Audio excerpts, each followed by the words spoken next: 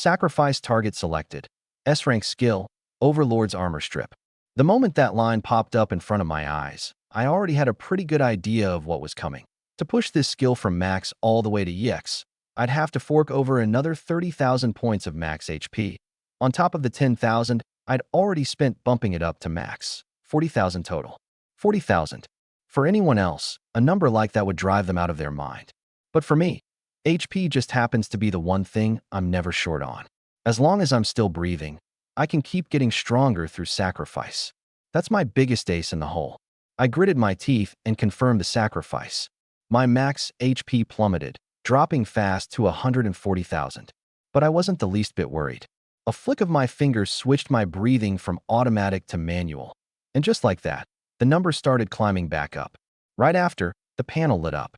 Ding! S-rank passive skill, Overlord's armor strip, has been upgraded to EX. I stared at the new effects, and the more I looked, the happier I got. Now, whenever I deal damage, it triggers 2 checks. If my HP is higher than my opponent's, I deal 80% extra damage. If my strength is higher, I flat out ignore half their defense. And the nastiest part was the newly added line. If both checks land at the same time, that single strike has a 20% chance to trigger a critical hit, a heal, and armor break, all on a mere 5-second cooldown. I was just about to sit and chew on this skill when another line of text flashed in front of me. New. A new ability has been unlocked. The current profession's sacrificed max HP has broken past 100,000. Second talent awakened. Awakening range enhanced. I froze on the spot. A second talent? I instinctively rubbed my eyes, wondering if I'd stayed up so late I was hallucinating. You've got to understand, the reason everyone claws each other's eyes out for an SSS rank profession is that it comes with an SSS rank talent built in, and that talent grows right alongside its owner. High floor, even higher ceiling. But I'd never once heard of anyone awakening a second talent. Could it be because my profession is EX rank? The instant that thought surfaced, my eyes went wide. If that was the case, would I end up with a third talent? A fourth? My mind spun through the possibilities like crazy, and then I just smiled and shook my head. Come on. One daydream is plenty. Don't get so full of yourself you turn stupid. I tamped down that little flare of excitement and looked seriously at the new talent. Talent 2. Other people's lives are lives too. When killing an enemy, you may plunder 1 to 10% of their total life force and convert it into your own max HP. The exact amount depends on the power gap between the two of you. I stared at that line, and my heart skipped a beat. The meaning of this talent was dead simple. 2 words, steal lives. Before, I'd been relying entirely on breathing to bank max HP, 20, maybe 30,000 a day at best. But I'd figured out ages ago that wasn't going to cut it. A single S-rank skill demands 40,000 points right off the bat, and SSS rank skills are even more absurd, 150,000. If I ever wanted to rebuild an entire skill loadout from scratch, the HP I'd need would be downright astronomical. If banking HP through breathing was my reliable day job, then other people's lives are lives too was my ceiling-smashing weapon. And that wasn't even all of it. The system went right ahead and upgraded my sacrifice ability too, and it nearly made me laugh out loud on the spot. Before, sacrifice could only boost a skill's proficiency. Now, it suddenly had 3 new uses. The first, I could raise a skill's rank. For example, once an F-rank skill hit EX, I could bump it straight up to E rank. This one was huge for me.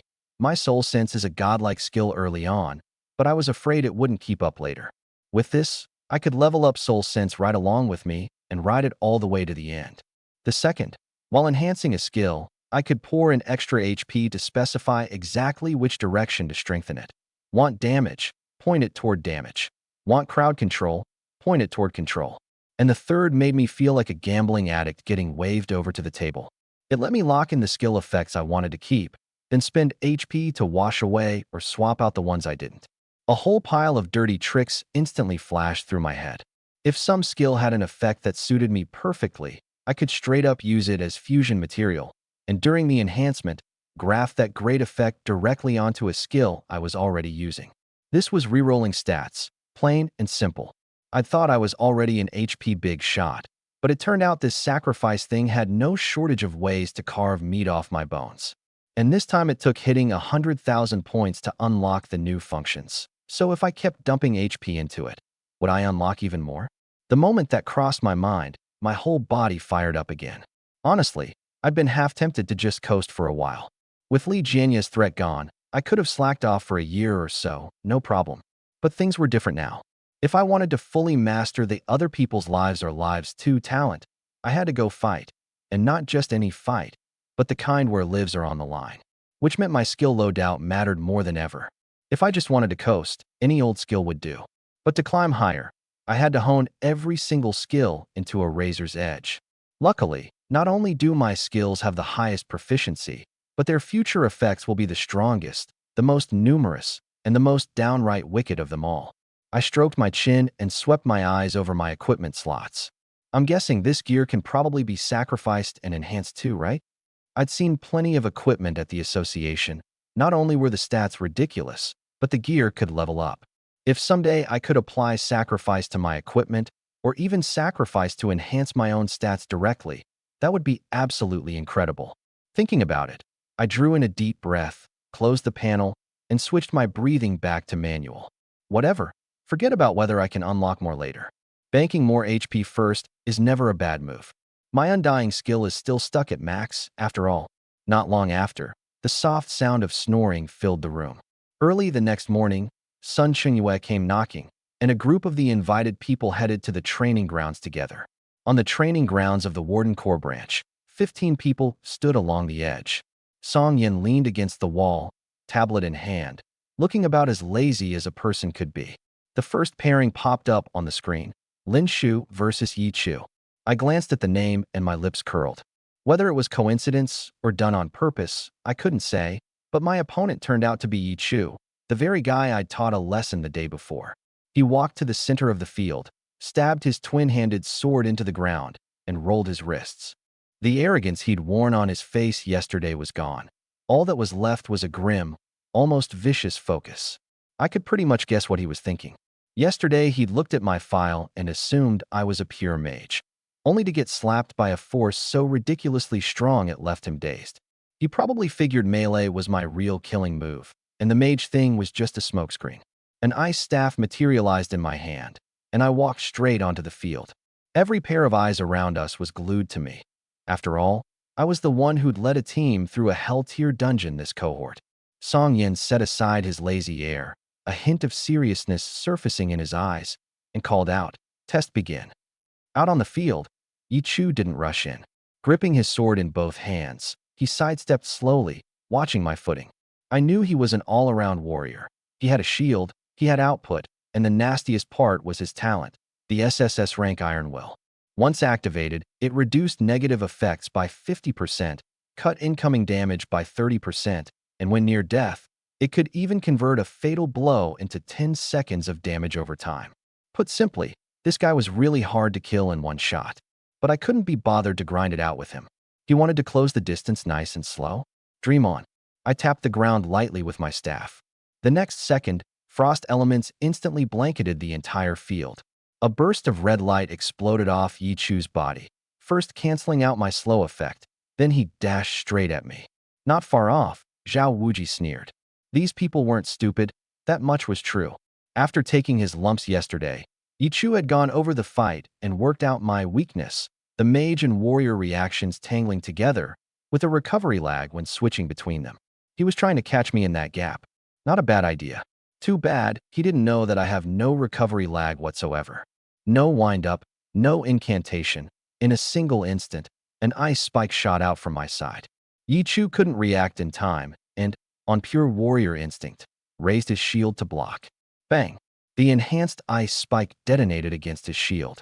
Right in the center of that hard, polished slab, a huge crater caved in, cracks racing wildly in every direction. His whole body was slammed backward through the air. Worse still, the moment the frost mark latched onto him, the slow effect he'd just canceled came right back. Before he could even activate his passive, his back crashed into something rock-hard, a wall of ice. Then, several ice spikes drilled out of the frigid air and hovered right against his forehead. One more spike was already suspended before his eyes. I didn't even need to lift a finger, one shift of my mind, and it would ram forward like a freight truck. This time, with no shield to soften the blow, Even Iron Will wouldn't save him from getting knocked out cold on the spot. Yi Chu drew a deep breath, his face full of resignation. I concede. One hit. An SSS rank warrior 2 levels above me, and he never even got a chance to hit back. Song Yin pressed the stopwatch, stared at the number on it, and sat there stunned for a while. 5 seconds. I knew he'd been hoping for a thrilling duel between mage and warrior. Too bad. I'm not a guy who plays by finesse. I play by the numbers. One hit to break the shield, and before the other guy could even react, a second shield breaker was flying into his face, with less than a second between them. How was he supposed to fight that? The frost dissipated, the ice spikes shattered on their own, and it was as if nothing had happened on the field at all. Just that half-wrecked shield and a thin layer of white frost on the ground to remind everyone it hadn't been a hallucination. I turned and walked back to the spectators' platform. From start to finish, Yi Chu hadn't managed to force me to move so much as a single step. Song Yin tried to pull up my file, only to find that, apart from my name and profession, the rest was all blacked out with scribbled-over redactions. My records had long since been encrypted, and even a full-fledged warden like him didn't have the clearance to see them. TSK. Why does this feel like the juvenile form of some big shot? He muttered under his breath, tapping his fingers on the tablet. In the assessment column, he wrote, extremely high single-target damage, able to alter the battlefield environment, suspected to be extremely strong in melee, no obvious weaknesses found yet, continued observation required. Gao Yuan stood at the railing, his pupils contracting sharply. As a mage himself, he understood all too well the weight of what he'd just witnessed. He was the grandson of the vice president of the Qinglan Continent Association. He was supposed to be the top card of the younger generation. But then I'd burst onto the scene, snatched away his dungeon first clear, and cleared a hell-tier dungeon on top of it. He'd been carrying a bit of resentment about it all along. But this one fight crushed that resentment flat. He knew Yi Chu was no pushover. Everyone who got to sit here was 1 in 100, even 1 in 10,000 talent from their respective cities. If he'd been the one out there, even if he'd won, there was no way it would have been that easy. What rattled him even more was that I could actually alter the battlefield environment. That meant my control over the elements had reached a certain level. Either I'd mastered a high-tier skill, or I'd honed a single skill to the extreme. Either way, it was something he couldn't do right now. So this is a sacrificer. Gao Yuan let out a long breath. The fights after that were, honestly, a bit dull. Song Yin just kept shaking his head. It wasn't that these people weren't strong.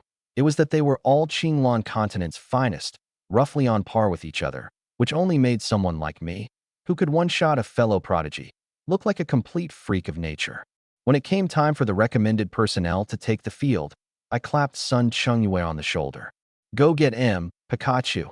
He didn't get the reference, but he grinned anyway, hoisted his shield, and walked out wearing a dead-serious expression. His opponent was Su Ying, an SS rank assassin from Yongzhou City. Short hair, black leather armor, 2 short blades at the small of her back, walking as lightly as a cat. The moment the match started, this big, goofball Sun Qingyue's play cracked even me up. He activated his charge skill, but instead of charging at Su Ying, he ran straight for the edge of the field. Su Ying blinked, then hurried after him. Just as a gust of wind seemed to drift up behind him, he flopped straight onto the ground without a word and used the momentum to unleash a war stomp. That single move not only opened up several meters of distance, but also made Su Ying's whole lunge whiff, and it left him backed up against the edge of the field. Everyone instantly got what he was doing. He was using the rules to protect his back. Anyone who crossed out of the combat zone got points docked, which effectively neutered half of the assassin's speed and burst. It was a little cheap, but it was completely legit. Song Yin raised an eyebrow. Interesting.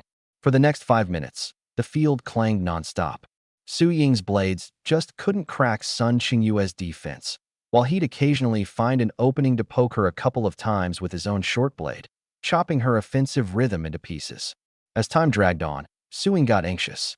Her shadow step burned through mana, and her stamina was draining faster than anyone's, while Sun Qingyue just stood there, occasionally swinging his shield.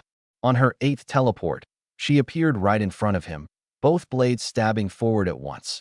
This was her strongest burst, trading speed for double damage. Sun Chungyue, who'd been quietly eating hits this whole time, suddenly snapped his head up. Roar! A point-blank battle cry, and Su Ying went dazed in an instant. Sun Qingyue turned his body and slammed his shield forward, knocking her off balance with a bang. One blade grazed his arm, the other stabbed straight into the shield, as if the shield had swallowed it whole. He released the shield with his left hand and, with the short blade in his right, held it 3 inches from Su Ying's throat. You lose. Song Yin pressed the stopwatch. 4 minutes, 58 seconds, 2 seconds short of the full time. On the tablet he wrote, excellent defense, strong combat instinct and prediction, flexible thinking, skilled at using terrain and rules, shield material is unusual, recommend sending for inspection. That last line was pure joking around.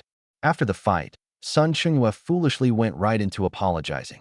Su Ying reached out her hand, and he tried to play dumb and shake it, only to get it slapped away. My blade. As Su Ying pulled her blade free and walked off, she said to him, seriously, stop saying you're sorry all the time. You're making it sound like I'm weak. Not just anyone can block every single attack. Sun Qingyue stood there, stunned. Back at the spectators' platform, Sunya looked at the wound on her little brother's arm, her heart aching even as she kept a stern face. Recommended personnel don't even have to go through the trial. Why put yourself through this? Hey, maybe someday I'll get to go on missions with you all.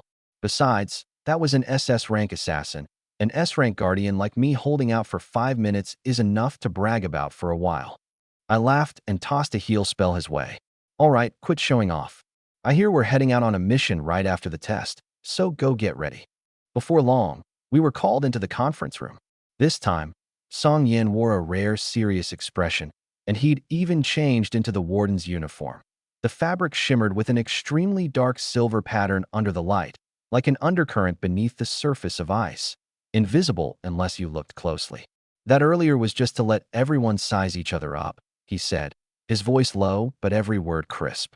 Before you officially become wardens, you need to understand what a warden actually does. He clasped his hands behind his back and stood tall. Warden, the prison wardens of hell. As the name says, we suppress hell. And this hell isn't where the dead go. It's where the alien races dwell. Internally, we hunt heretics and purge the corrupted. Externally, we open dungeons and suppress the rifts to the astral realm. Great authority, great responsibility, and even greater risk. Death comes with the territory. He paused, his tone sinking. But once you become a warden, if you happen to die out there, a pension goes to your family, and we investigate your cause of death to the very end. Whoever kills you lives, at most, another 2 weeks. That's the rule. When one of our own dies out there, no matter who did it, no matter where they run, within 2 weeks, someone will go and take vengeance. The training grounds went so quiet you could hear the wind. Someone frowned. So there really are people who specifically hunt down wardens? Of course. Song Yin said it like it was the most obvious thing in the world. Everyone who gets to sit here is 1 in 10,000. To the alien races and the corrupted, your heads are worth a fortune. There was once a race that didn't know when to quit. They exploited the peculiarities of a dungeon to pick off several wardens, thinking their scheme was airtight. But the core found a thread of evidence, and in the end, all 10,000 plus souls in that dungeon were slaughtered to the last. The dungeon itself was converted into a special dungeon, a training ground for countless professionals. You've all heard of that dungeon. It's the Blood Moon Graveyard. At the sound of that name, everyone's face changed abruptly, and quite a few turned to look at me. After all, my name is still hanging up there at the top of the Blood Moon Graveyard speedrun leaderboard. My own heart lurched. I'd run normal, elite, and nightmare in that dungeon. I'd cross that white bridge, cut down the Death Knights and the Wailing Banshees. I'd always thought it was just a carefully designed level. I never imagined that the blood-red earth, the river of blood beneath the bridge, the crimson water in the lake, were all the blood the original inhabitants had once shed. This world was far less safe than I'd thought. Song Yin pulled a device from his pocket, and the screen behind him lit up with a 3-dimensional map. Not a wasteland, but a valley, complete with houses, streets, and walls. Mirror Lake City, a residential-type dungeon, home to over 1,300 people. They're not citizens of the Great Xia Prefecture. They're not even from Blue Star. They're the remnants of the shattered fragments of an astral realm battlefield, and they now fall under the jurisdiction of the Qinglan Continent Warden Bureau. 3 months ago, a patroller vanished here. No living person, no corpse. Then we sent a garrison, A month ago, he disappeared too. This time we investigated hard, and in the mining district we found traces of alien activity and a rift. After clearing it, we sent 2 more patrol officers. But just 2 days ago, those 2 vanished as well. He zoomed in on the map and tapped a red dot deep in the valley. 4 patrol officers lost in a row, plus the peculiar nature of Mirror Lake City. This whole thing landed on us. Your mission: enter the city, uncover the cause of the disappearances, and clear out the surrounding alien races and corrupt it. He swept his gaze over the group.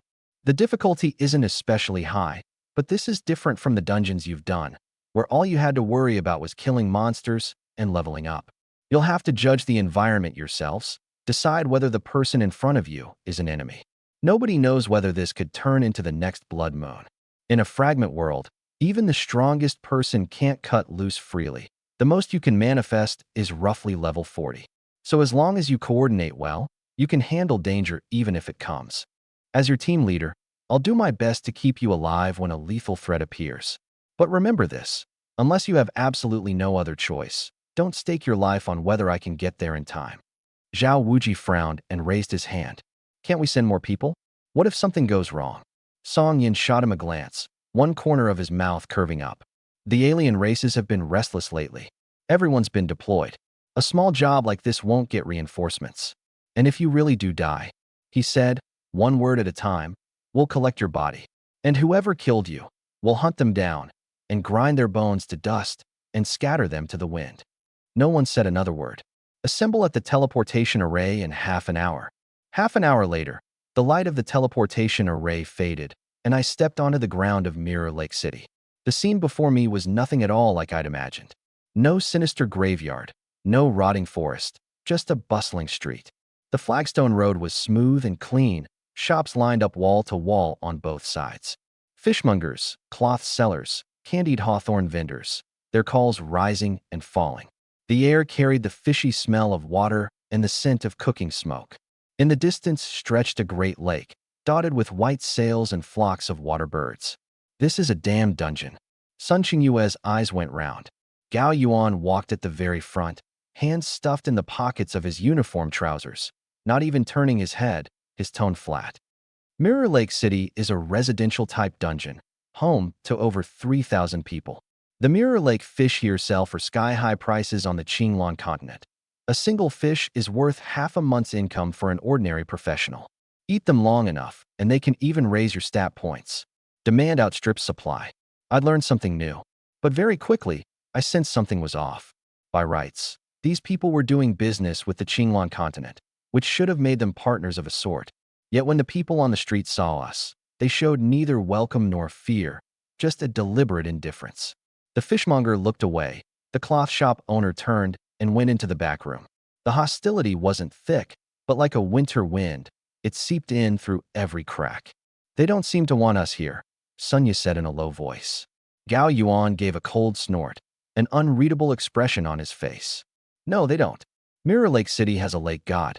The residents here call the world consciousness born from the fragment world their lake god.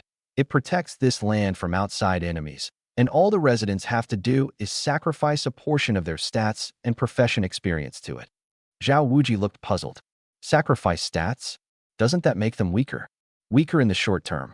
But the lake god gives back other things, like doubling the fish yield or keeping the climate pleasant. Everyone gets what they need, that's all. Zhang Ming pushed up his glasses. The wardens don't concern themselves with this sort of thing. Gao Yuan turned his head, looked at him, then looked at me, his gaze seeming to say you're all still too young. We can't police everything. Fragment worlds are as numerous as the stars in the sky. As long as they don't cause trouble and don't affect the Qinglan continent, we leave them alone. We even do business with them. At this point, the mockery on his face grew thicker, and he lowered his voice. Some worlds know how to be grateful and keep to themselves. But some people think all of this is owed to them, that the Great Xia Prefecture is sucking their blood dry. No one picked up the thread. Everyone was chewing over the meaning behind his words. This scion of a great family clearly knew far more than the rest of us. Just then, a middle-aged man in a deep blue robe squeezed his way quickly out of the crowd, a smile plastered across his face. The fabric of his robe was fine, the jade pendant at his waist far from cheap, and the aura about him was at least level 30 and up. Yet he walked up to Song Yin with utmost deference and bowed. Lord Song, I am Xiao Changhe, Vice Mayor of Mirror Lake City. I've been ordered to receive you. The journey must have been tiring for you all. Song Yin gave a slight frown. And the mayor? His lordship the mayor is pacifying the lake god. The alien races have been restless lately, and rifts keep opening here too. The lake god has expended a great deal of its power. Song Yin nodded and pointed at Gao Yuan and me. Take them to the patrol office. The patrol office was in the north of the city, a gray, two-story building with the association's plaque hanging above the door, rust-stained, and its lettering blurred. The instant Xiao Changhe pushed open the door, my soul sense caught a whiff of an extremely faint rot. Not ordinary decay, but the kind laced with alien race energy, the kind that makes your gut instinctively churn. It lasted only a moment. Once the door was fully open, it dissipated. Inside, the room was surprisingly tidy. Desk, chairs, filing cabinet, communicator, all neatly arranged. The missing patroller's belongings were still there. A folded uniform, a work logbook, a pen. Everything looked so normal you'd never guess anything had gone wrong. Gao Yuan flipped through the logbook and found it had gathered a thin layer of dust, motes drifting in the sunlight as the pages turned. I found myself absently rubbing my fingertips together. Zhao Wuji checked the communicator. It wasn't broken. Yichu made a circuit of the room and shook his head. Song Yin stood in the doorway without going in and turned back to ask Xiao Changhe, who last saw those two patrol officers. Everyone who went out on patrol with them has vanished. But old Zhang, a fisherman in the west of the city, said he saw them heading toward the mining district by the lake that night. There'd been trouble there before, so it'd be normal for them to patrol it. We sent people to look, but found nothing. Then again, old Zhang's getting on in years. He might have seen wrong. Song Yin gave him a look, but said nothing. Fine. Disperse for now. Split into groups and cover the west and north of the city. Be back before dark. I headed west with Sun Ye, Sun Chengyue, and Zhang Ming. Along the way, I saw quite a few people slumped against the walls, not resting, but the kind of boneless collapse of someone hollowed out. Their clothes were reasonably clean, but the people themselves were emaciated beyond recognition, cheekbones jutting, eye sockets sunken. Some stared blankly at the ground. Some had their eyes closed, lips moving as if muttering. Some had eyes as empty as a dead fish. A man so thin every rib showed crouched in a corner, clawing at his own throat and dry heaving, mumbling, I won't eat. I don't want to eat. Some of the people beside him were expressionless. Others looked away as if it were all too routine. Sun Chengyue slowed his steps and frowned. Did he eat something bad? I said nothing, staring at the man for a few extra seconds. There was a faint energy churning chaotically inside him. Not a professional's energy, but a strange presence that seemed to have been forced in, at odds with his body. He couldn't swallow it down, and he couldn't spit it out. We were just about to step forward when Xiao Changhe appeared out of nowhere, yanked the man up, and shot a glance at two guards. You've disturbed the honored wardens. Take him away now. The man was hauled off, feet dragging along the ground, a shoe falling off with no one to pick it up. Xiao Changhe turned back with an apologetic smile. A madman. We've got a few like him in the city. Their minds aren't right, scared out of their wits. His brother was helping the patrol office out at the mining district, and he vanished along with the others, so this one lost his mind. There are quite a few like him in the city. Word got out from who knows where that someone corrupted was hiding in the city, and with the patrol officers disappearing, the whole place is in an uproar. I hope you honored lords won't take offense. No one pressed the matter further, but I spoke up, as if in passing. He said he won't eat. Won't eat what? Xiao Changhe's smile froze for an instant before quickly recovering. There's no sense in the words of a madman. He's probably just starving, wants to eat everything he sees but is afraid of eating something bad, fighting with himself. That's all. He bowed and stepped back a few paces. You honored lords carry on with your work. I'll go arrange dinner. Sun Chengyue leaned in close to me and lowered his voice. Bro Shu, something's off about this guy. I didn't answer. My gaze fell on the group of people slumped against the walls, and my mind kept turning over Xiao Changhe's remark just now. A lot of people have disappeared. A small city of over 3,000 losing a few people. Not huge, not nothing. But what really made my skin crawl was the state these people were in. One imbecile, fine. But this whole swath of people, uniformly numbed like this, there was definitely something sinister at work. Investigate first, I said, turning back with just 2 words. The 4 of us made a circuit of the west of the city and found no rift, but we did end up at the entrance to the mining district. It had already been cleaned up, yet traces of a struggle still remained on the ground. Song Yin stood at the mouth of the cave, his voice level. The first batch of rifts came up right here. The patrol bureau's people went in, sealed the rifts, and cleared the corrupted that had seeped through, but they never found the missing patrol officers' bodies. Later, those 2 vanished here too. Tomorrow we go into the mining district. Today, each of you go dig around. Get as much information as you can. The group split up.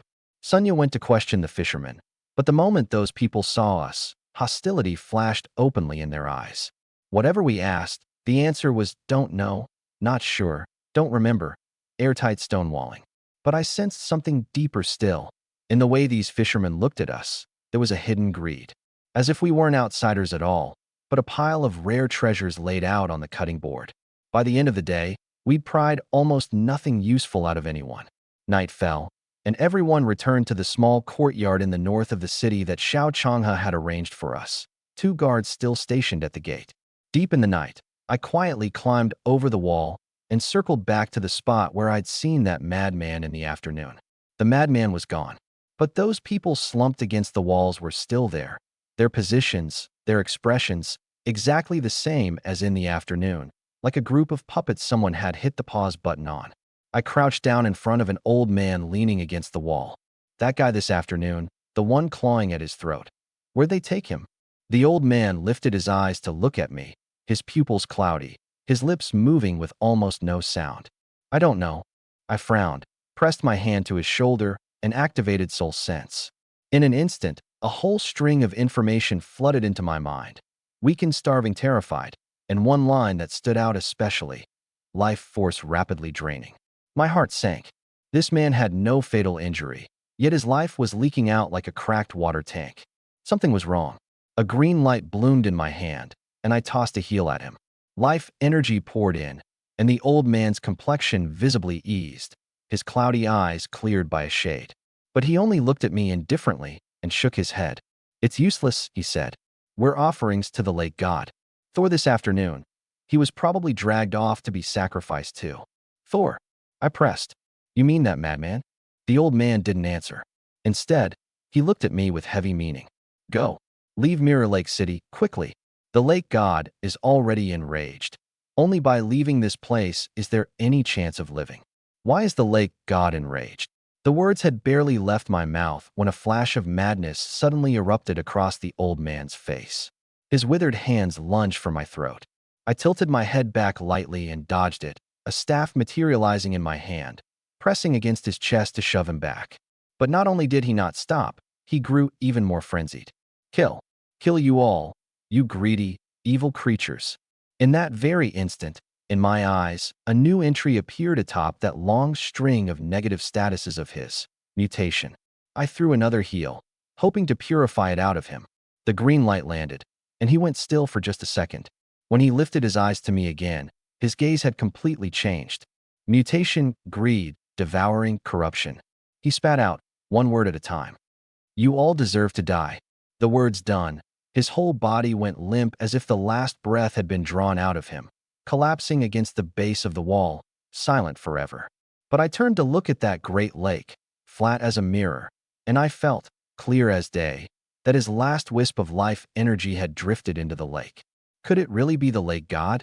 I'd only come to dig up some information, and now I'd stepped straight into a far deeper pit.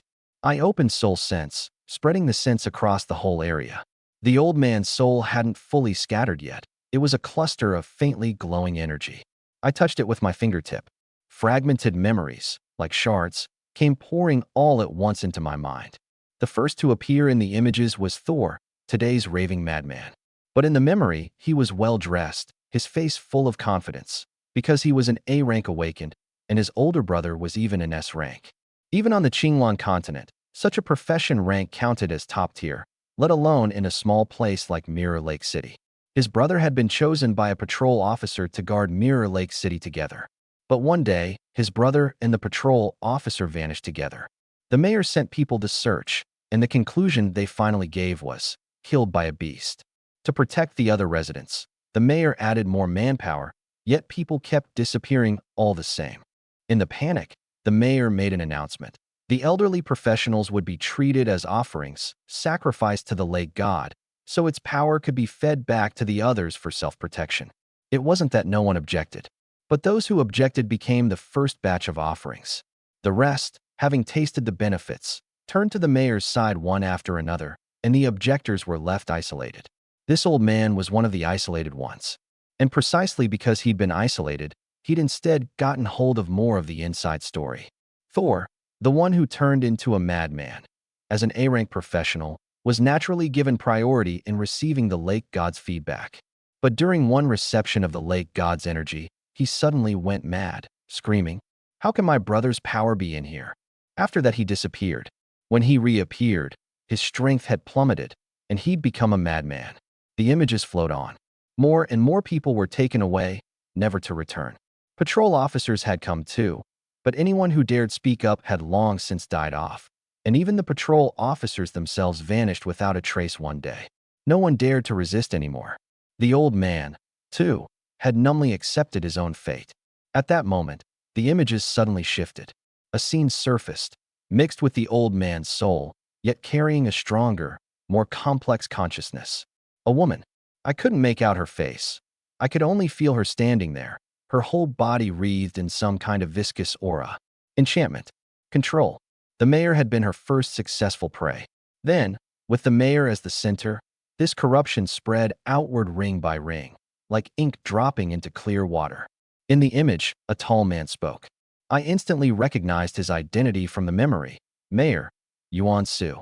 Lord Lake God. The Qinglan continent cannot protect us. The gods of the alien races are about to descend.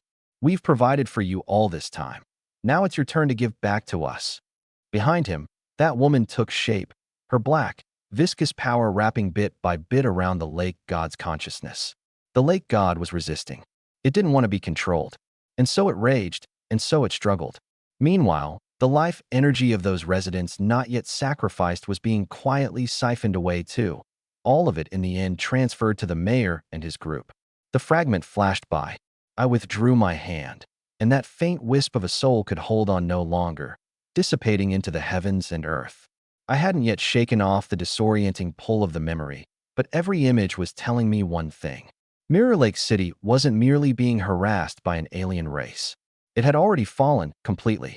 I steadied myself where I stood for a moment, then turned and broke into a dead run toward the courtyard. And at this very moment, inside the mayor's manor, another scene was playing out. The statue representing the mayor was draped in a red gauze curtain. A once robust man was, at this moment, wrapped in thick purple slime, sunk into an illusory dream. The veins on his neck bulged, his face gaunt beyond recognition, yet you could still make out an 80% resemblance between his features and the statue's. Except the statue was dignified and upright, while he had a twisted face, panting heavily, his eyes full of greed. That alien woman lay languidly to one side, watching with amusement as the strongest man of Mirror Lake City had been reduced to her plaything, rutting away at an illusion. Outside the red curtain, Xiao Changhe knelt in the center of the hall, forehead pressed to the ground. The sounds coming from within the curtain stoked jealousy in his eyes and lit a lust burning in his gut. He thought, if only he were a bit stronger, would that woman then be his? After a while, the sound stopped. Mayor Yuan Su spoke, weariness in his voice. Those wardens, how have they been settled in? Xiao Chang has steadied his mind and reported the words he'd prepared, word for word, which places they'd surveyed, how many questions they'd asked, how he'd fobbed them off. Apart from one young reservist who'd asked a few extra questions, he'd dealt with all the rest. As for the team leader, the real warden, a picture of laziness, looking for all the world like he'd come for a bit of sightseeing. The figure behind the curtain sat up, its outline cast onto the gauze, far thinner than in Xiao Changhe's memory. Ever since taking that woman for himself, the mayor had withered a little more with each passing day. Good. Very good. Yuan Su's voice was unsteady. Tomorrow, lead them into the mining district. The moment they step into the center of the formation, activate the altar immediately. I want the flesh and blood of these wardens. Every last one, all offered to the lake god. One warden, 15 reservists, their talents, their flesh and blood. How sweet it'll be. His voice lifted at the end, threaded with madness. At that moment, the gauze curtain swayed gently. The woman's fingers reached out from behind it. Wardens aren't so easy to deal with. Her voice suddenly turned cold, no longer the soft, coquettish tone from before, but a wary chill that clung to the skin, like the flat of a blade. Isn't that right, Warden Song? The instant those words fell, the entire hall was as if swept by a cold wind. It wasn't that something had suddenly appeared. Rather, someone had been standing there all along. Only no one had noticed him until now. And now he'd switched his presence back on, like a film of water sloughing off his body. Song Yin leaned in the shadow of a hall pillar, arms crossed over his chest. Once he'd finished scouting all of Mirror Lake City, he'd followed Xiao Changhe and slipped into the mayor's manor. Even that bunch of reservists had sensed something was wrong. How could he not? Xiao Changhe's pupils shrank abruptly. When had this man gotten in? Song Yin didn't so much as look at him. His gaze passed over him and pinned itself on the woman behind the gauze curtain. I didn't expect a tiny place like Mirror Lake City to be worth the alien races sending someone specifically to infiltrate it. He paused, one corner of his mouth curving into a mocking arc though. It's only a lowest-tier succubus. Behind the curtain, there was a brief silence. For a master manipulator of the human heart to have her true nature laid bare in a single sentence, that kind of anger simply couldn't be suppressed. The gauze curtain was thrown aside. The woman stepped out. She wasn't tall, her figure well-proportioned, dark red long hair falling to her waist, the ends slightly curled like living vines. Her face was beautiful enough to be called enchanting. The corners of her eyes tilted up, a dark red glinting deep within her pupils. But her skin betrayed her. That fairness carried an abnormal faint purple in the candlelight, as if something beneath it were slowly flowing. She still wore that soul-stealing smile, but the killing intent in her eyes was nearly spilling over. Song Yan's line, lowest-tier succubus, had stabbed her right where she cared most. Warden Song truly has a sharp eye. Her voice was still soft, but with a barb in the softness. Yet I'm curious, why didn't you make your move just now? Song Yin gave a cold laugh. You may be the lowest tier of succubi, but you borrowed the mayor's power and remade this place into your own domain. Everything you were up to just now was nothing more than an attempt to lure me into striking. The woman's smile vanished completely. Wardens really aren't easily fooled. She took a step forward. From the cracks in the stone beneath her feet, dark purple veins seeped out one after another, like the blood vessels of a living thing, crawling along the ground toward the walls. Dense purple patterns rose up all over her body too, like a spider's web. Had Song Yin truly made his move just now, then even with his strength, he'd likely have found it hard to walk away unscathed. But now, as long as he was willing to put in a bit of effort, even a well-prepared alien couldn't necessarily do anything to him. The woman seemed to see straight through his thoughts. A level 40 SSS rank assassin. Right now, there truly is nothing I can do about you, she said. But since you dared to come, I absolutely cannot let you leave. The gauze curtain behind her shuddered violently. The drained mayor slowly walked out from within it, his whole body wound in fine dark purple threads, every strand writhing, exactly like a marionette. You don't actually mean to use this piece of garbage against me, do you? Song Yin scoffed, but the woman smiled. Of course not. But having him deal with those reservists will be enough. As she spoke, a ball of light appeared out of thin air in her hand. The instant Song Yin got a clear look at that ball of light, his pupils shrank sharply. The lake god, or rather, a piece of the lake god's soul. Looks like prison warden Song recognized it too. The woman's smile deepened. Then you must have already guessed what I'm about to do. Purple veins coiled around the ball of light. In that instant, the entire Mirror Lake City began to shake. Meanwhile, on the other side, in the small courtyard, I finished speaking, and everyone reacted differently. What did I mean? The whole of Mirror Lake City had already fallen. What did I mean? The city lord and the deputy city lord had both turned traitor. Gao Yuan let out a scornful laugh. Lin Shu, I know you want to earn some merit, but don't cook up a story this ridiculous. Mirror Lake City belongs to Azure Ripple Continent. All these years of peace they've had, that was a gift from Azure Ripple Continent. Let me put it this way. If he dares lay a finger on us, within 3 days Azure Ripple Continent could flatten this place to the ground. His face was full of confidence. And no wonder. He was a genuine son of a great family. His grandfather was the vice chairman, and he knew better than anyone just how powerful the association was. I didn't argue. I only said calmly, yeah, which means revenge is a 3 days from now kind of thing too. That single sentence snuffed out the little flicker of hope that had just risen in everyone. Even so, it can't be. Gao Yuan wanted to say more. Before he could finish, he suddenly felt his whole body swaying. No, it was the ground that was shaking.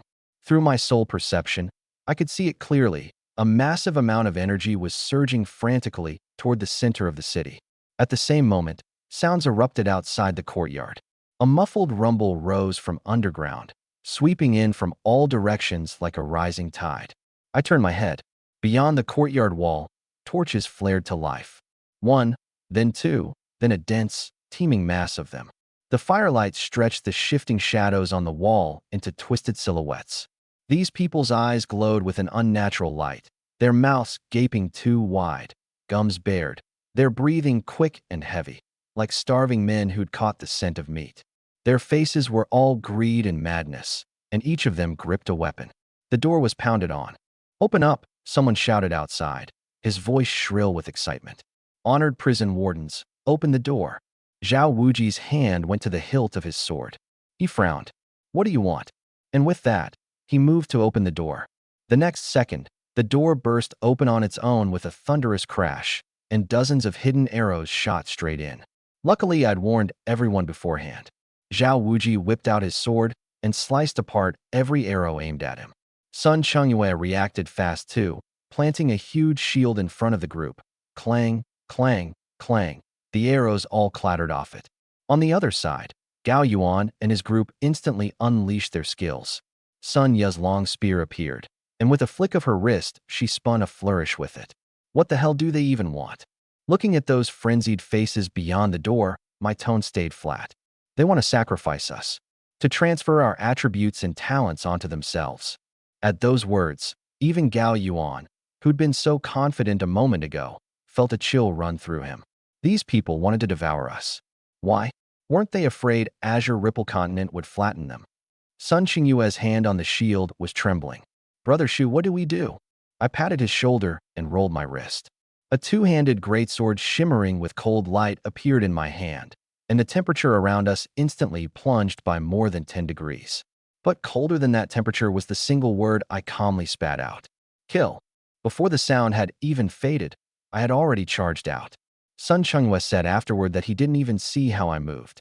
His vision blurred, and my figure was already smashing into the front ranks of the crowd. The greatsword swept sideways. No fancy flourishes, no dazzling skill effects, just the simplest horizontal slash. The residents in the front row didn't even have time to react before they toppled like wheat cut down by a scythe, dropping in a neat row. Blood splashed across the flagstones and froze into dark red slush in the blink of an eye. Only at that moment did the fervor on those faces freeze. They'd thought we reservists wouldn't dare strike. They'd thought fresh recruits would hesitate, flinch, hold back. But they were wrong. The next stroke came down wrapped in frost and howling wind. The blade sliced in through the top of a burly man's head, cleaving open skull, spine, and ribcage all the way down and out through his groin. The corpse hadn't even hit the ground before the brutal cold froze it into two stiff chunks of flesh. The frigid air around me condensed into spikes of ice that shot out in every direction. Several enemies were skewered like candied fruit on a stick, pinned dead on the spot. In just an instant, that crowd, frenzied as zombies, all went cold.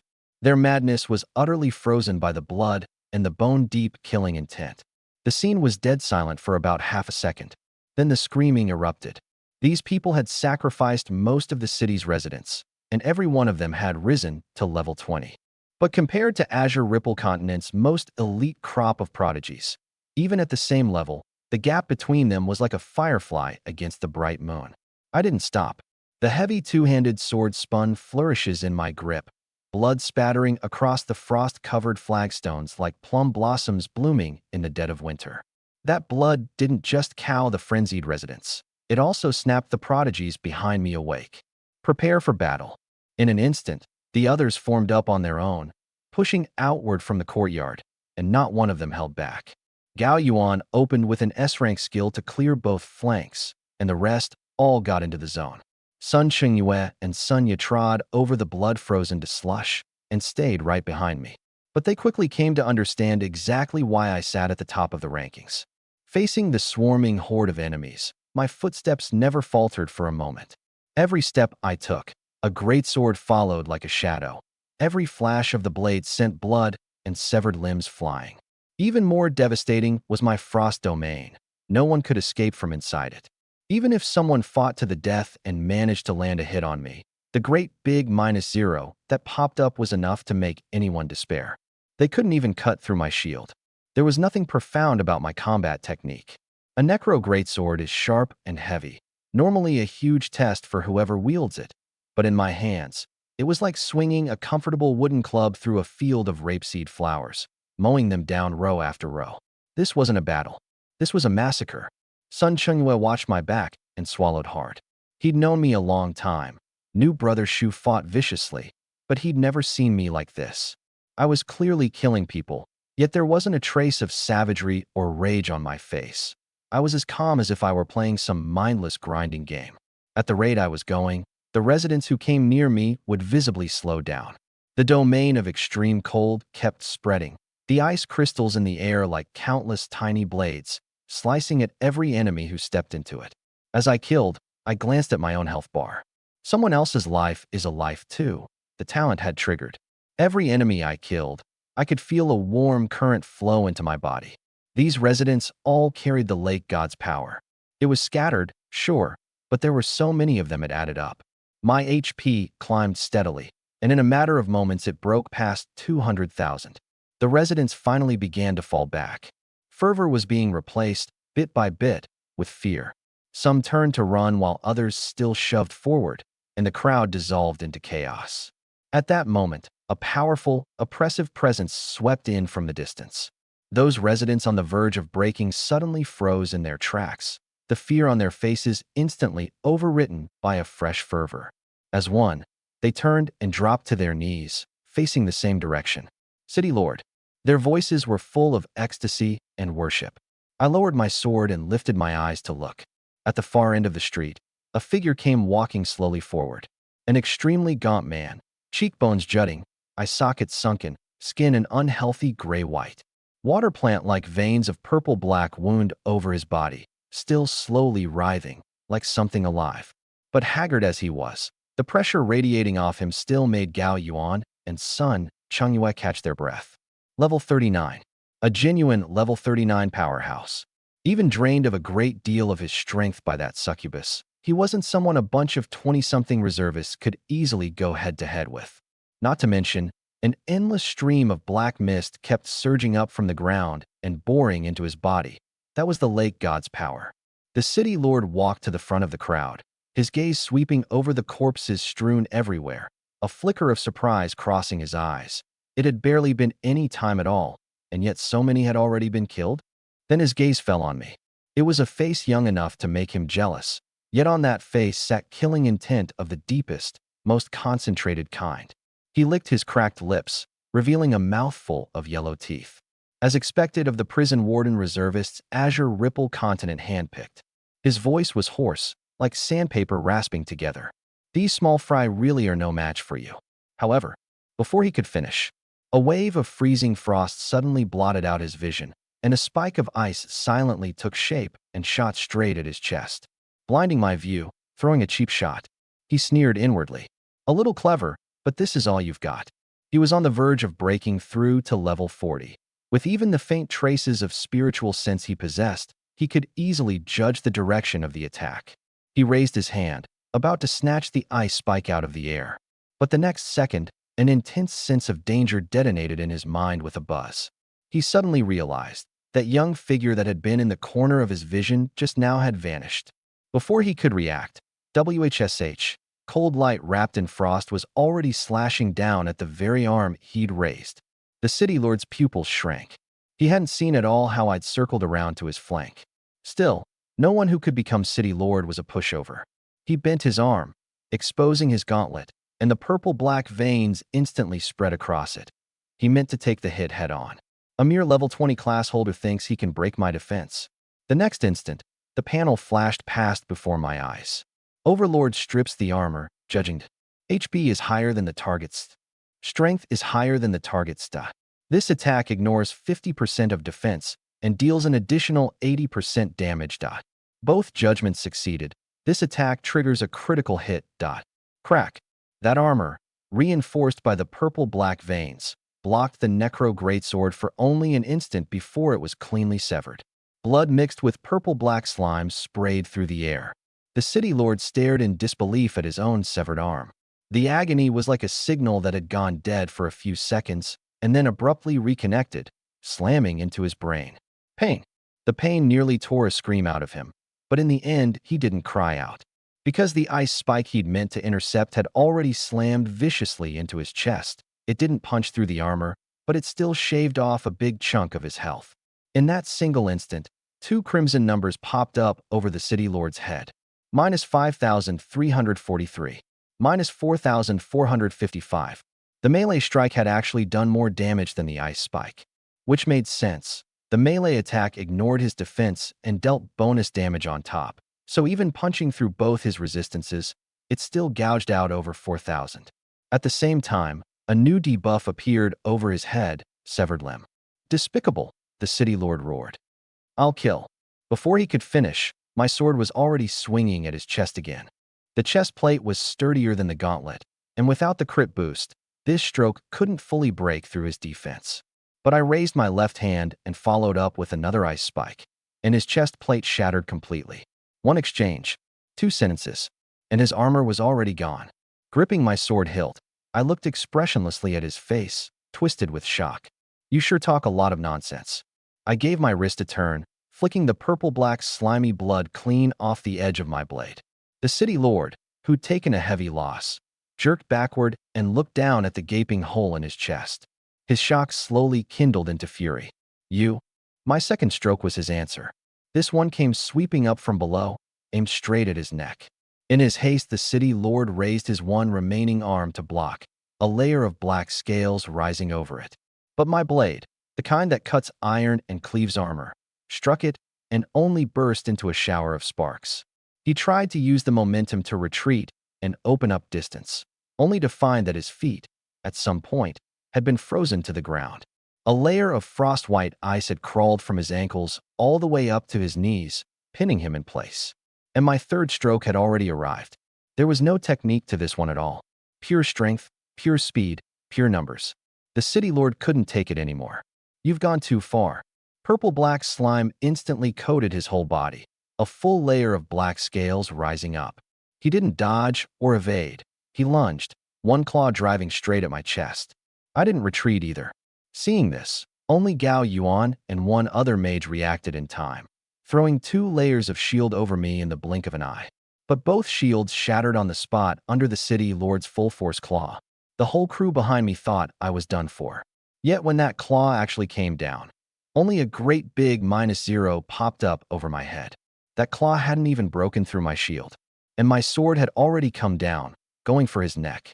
With the double judgment and a full power slash, even without a crit, it broke off 2 of his scales. Purple-black blood ran down over the scales. In that instant, it wasn't just the City Lord who was stunned. I was too. I was stunned because that stroke had only shattered 2 scales. Even stranger, within the Overlord strips the armor judgment, this strength suppression that had succeeded before had this time failed. Strength is not higher than the target's. This judgment failed.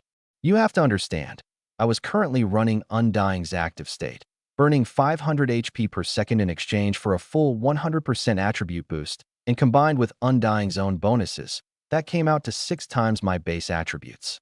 My base strength was 87 points. 6 times that was over 500, plus the 100 strength from the Necro Greatsword.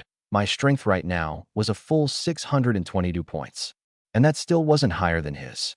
But the shock in the City Lord's heart was even greater than mine. He'd already gone through aberration. On top of that, the Lake God's power was pouring into him without pause. Even though his attributes were far below his prime, under the double buff of aberration and the Lake God, his stats had been forcibly boosted by nearly 3-fold. And the result, That full-power claw of his hadn't even broken through my shield. What broke him even further was that my sword had actually shattered 2 of his scales. Had the foreign race lied to him? Gao Yuan was even closer to having his jaw hit the floor. He knew all too well how nearly impossible the gap between class holders was to close. Every level was a genuine chasm of attributes. A powerhouse pushing level 40. Even after offering himself to a foreign race and dumping a huge pile of attributes, was still nowhere near something these level 20 rookies could touch. Yet I hadn't just touched him. I'd forced actual damage out of him. And while he was fully aberrated at that. Was this even human? The city lord's mind was nearly collapsing, but he quickly realized something was off. Impossible. His base attributes had dropped a lot, sure, but after being multiplied, there was no way he should be this weak. He casually swiped at a resident beside him. Just a casual swipe, and that person's entire shoulder was torn clean off. That settled it in the city lord's mind. It wasn't that he'd gotten weaker. It was that this young man in front of him was too strong. Absurdly strong. His power, his speed, his reflexes, all far beyond the scope of a level 20 class holder. Especially that terrifyingly thick shield. He was nearly 20 levels above me. By all rights, every one of his strikes should have been a crit, a defense break, a crushing barrage of damage. And yet he just couldn't break through that shield. Still, he could sense it too. This person's ceiling was right about here. Before his aberration, facing me, he might really have gone down. But after aberrating, a flash before my eyes. His lizard-like claw had already caught my blade. The edge grinding against the scales let out an ear-piercing screech, the sparks flying enough to make one's heart lurch. A vicious grin surfaced on the city lord's face. "Kid," he said, "you really are stronger than I expected. But this is where it ends." He lashed out with a kick.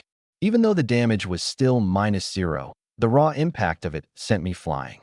The aberrated city lord's confidence had swelled to its peak. He pushed off the ground, his whole body turning into a black blur as he lunged at me. 10 fingers aberrated into pitch-black talons, screeching through the air as they raked at my face. I twisted aside to dodge and swept the greatsword up backhand, slashing at his ribs. The city lord didn't dodge or evade. He let the blade land on his scale armor while both claws switched from raking to hammering, smashing down hard at the top of my head. Boom. The ground beneath me cracked open. I raised my sword to catch the hammer blow, but the massive impact still shaved off a chunk of my shield. The city lord's attacks came like a raging storm, one after another with no pause, an unbroken rain of blows. In just a few seconds, the number over my head was no longer that -0. It showed real, actual damage. -2,345. But the very instant that damage appeared, an unstoppable force suddenly burst out of me. The city lord was blasted away on the spot, a blood-red number leaping up over his head, -7,231. Seeing that number, I understood immediately. The moment my shield was shattered, it reflected 10% of the enemy's current HP as damage. Over 7,000 meant he still had close to 70,000 health. The city lord felt a jolt in his chest, and an indescribable rage rushed straight to his skull. "I never imagined a lowly second-rank class holder would have this many tricks up his sleeve," he roared. "But I don't believe you can pull out any more stunts." With that, like an enraged dinosaur, he charged at me again. As his first punch came smashing down at my head, his face was a mask of savagery, as if he could already see my skull being pulverized. But the next second, a trace of green light rose from my body, and my HP instantly climbed back up. That familiar sensation had come again. His rage-filled strike, in the end, only burst out a faint little -0 over my head. A shield, another shield, life shield, consumes 15% of current HP in exchange for a shield lasting 30 seconds, with a shield value 3 times the HP consumed. At my current HP, at full health the shield value would already top 90,000. Even in this HP burning state, it was still over 80,000. Relying on life divert, heal, and this whole rotation of skills, I could keep this up against him for a whole day. I could burn HP indefinitely, but I didn't believe he could keep his aberration going indefinitely. Just as the city lord was gearing up to trade another 800 rounds with me, a shrill, agonized scream suddenly rang out in his mind. At that moment, inside the city lord's manor, though the foreign succubus had reshaped that area into her own domain, She could no longer hold off Song Yen. Seeing this, the city lord looked at me. This thing that was like a turtle shell, he couldn't crack open no matter how he pounded on it. And suddenly he laughed. "I can't do anything to you," he said through gritted teeth. "But I don't believe everyone else has a shield like yours." The instant those words left his mouth, he vanished from where he stood. My pupils shrank. Only one thought filled my mind: Sun Chungyue. Without hesitation, I charged in his direction. But the city lord's start was too fast, so fast no one else could react at all. Sun Chungyue never even saw how the city lord appeared in front of him. Relying entirely on combat instinct, he barely managed to lift his shield. The next instant, his vision went dark, and a scale-covered palm slammed into the shield. The shield shattered on the spot. Sun Chungyue was sent flying, shield and all, tumbling over a dozen times in the air before crashing hard into a wall over 10 meters away, blasting a spiderweb of cracks across its surface. He coughed up a mouthful of blood and slid limply to the ground. Sun Yu was standing behind him. Most of that palm's force had been absorbed by the shield, but the shockwave still hit her. Her health bar instantly dropped a huge chunk, leaving only a thin sliver flickering. Her face went ghastly pale. She stumbled back 2 steps. Her legs gave out, and she dropped to the ground. Only then did the other reservists react, hurling every kind of attack at the city lord like a downpour. Fireballs, ice spikes, sword aura, arrows, the multicolored glow of skills all but drowned the city lord out. But when the light dispersed, the city lord stood there without budging an inch. Those attacks had landed on his scale armor without leaving so much as a scratch. The city lord looked down at his scales, then swept his gaze over the pale-faced reservists around him, his mouth stretching into a grin as wide as it could go. That was more like it. This was how a level 39 powerhouse was supposed to steamroll a bunch of level 20 rookies. Not the humiliating mess it had been fighting me. One arm hacked off, aberrated for ages, and still unable to punch through a single shield. That kind of frustration, he never wanted to taste it again as long as he lived. He drew a deep breath and was about to turn and deal with the reservists when a presence that made his hair stand on end suddenly came from behind him. He whipped his head around. I was standing where I'd been, both hands hanging at my sides, my greatsword planted in the ground before me. My eyes were closed, but the city lord could feel it. Something inside my body had changed. If a moment ago I'd been an unbreakable turtle shell in his eyes, then right now, the feeling I gave him could be summed up in one word: dangerous. Extremely dangerous. That sensation was hard to pin down, hard to explain, but the beast instinct he'd gained after aberration was screaming its head off. And my consciousness was sinking into my own skill panel. All of my skills had been pushed to EX rank, all except Undying, which was still stuck at max. As an SSS rank skill, the amount of HP it took to upgrade was just too enormous, so most of the time I'd prioritize strengthening my other skills. After all, Undying at max was already enough to handle the vast majority of situations. Unfortunately, the lord in front of me was not part of that vast majority. Sacrifice target selected. SSS rank skill, Undying.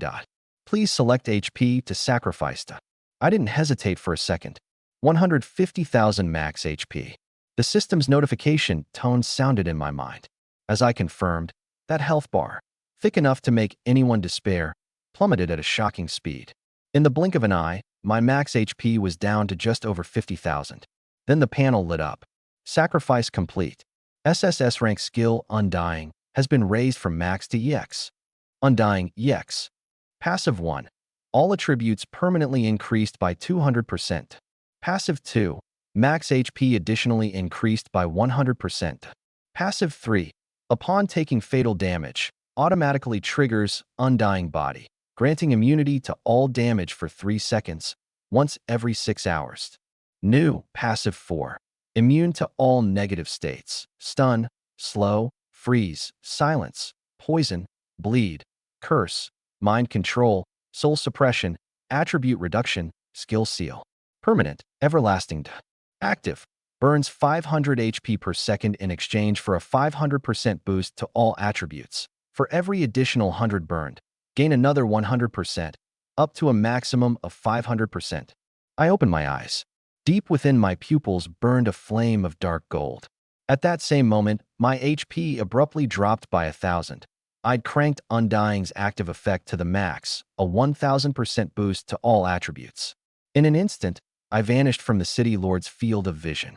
Before he could even begin to figure out what had happened, my sword had already arrived. The speed of this stroke was like night and day compared to before. The City Lord instinctively raised his scale-armored arm to block. The blade came down, and this time, it wasn't a shower of sparks.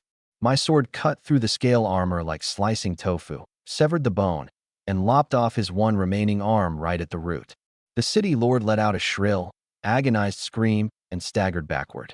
He looked down at his bare right shoulder, black blood gushing from the stump, and the savagery on his face turned to disbelief. How was it possible?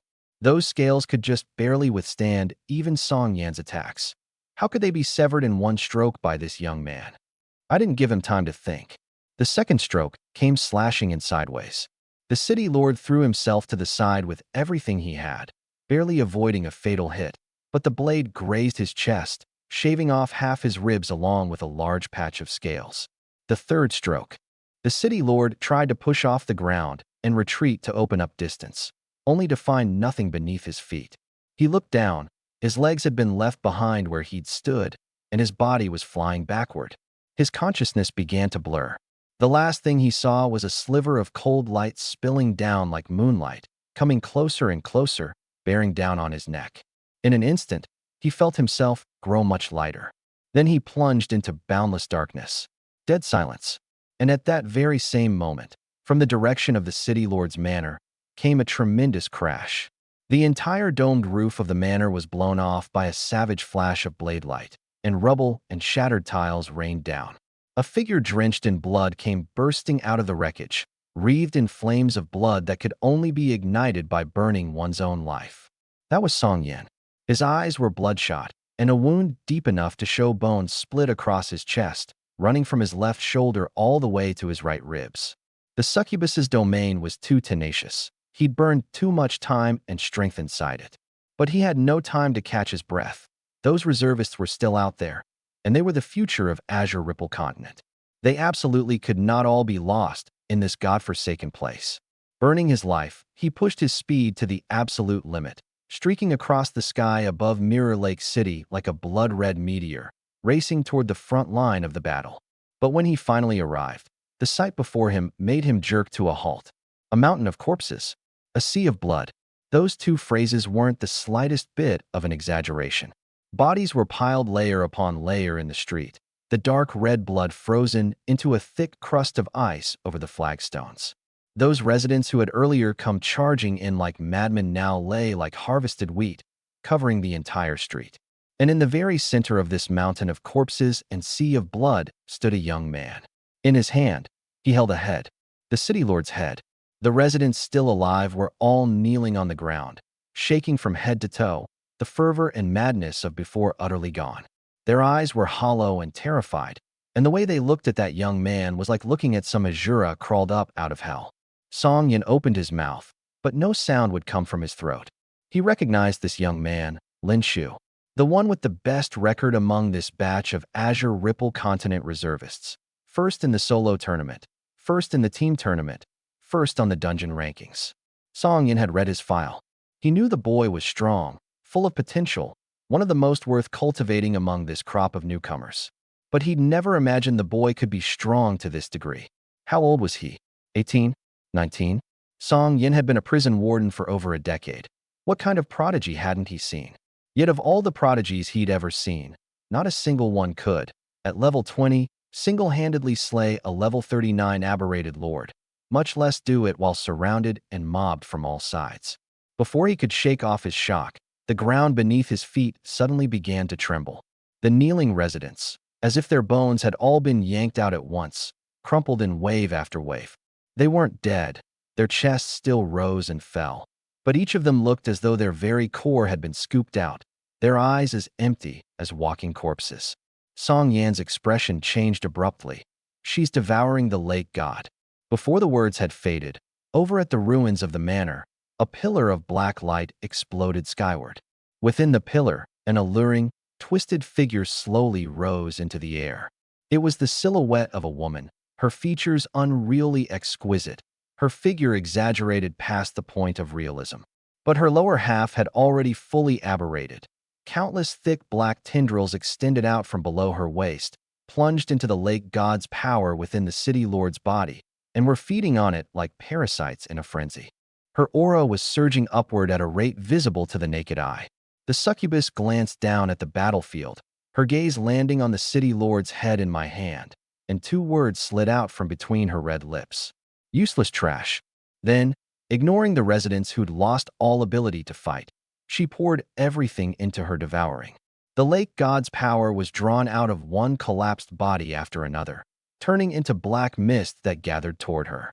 Song Yin gritted his teeth and pulled a silver-white disc from inside his robes, a prison warden's emergency teleport device, capable of forcibly tearing open an escape passage at a critical moment, but at an enormous cost. "Everyone, gather to me."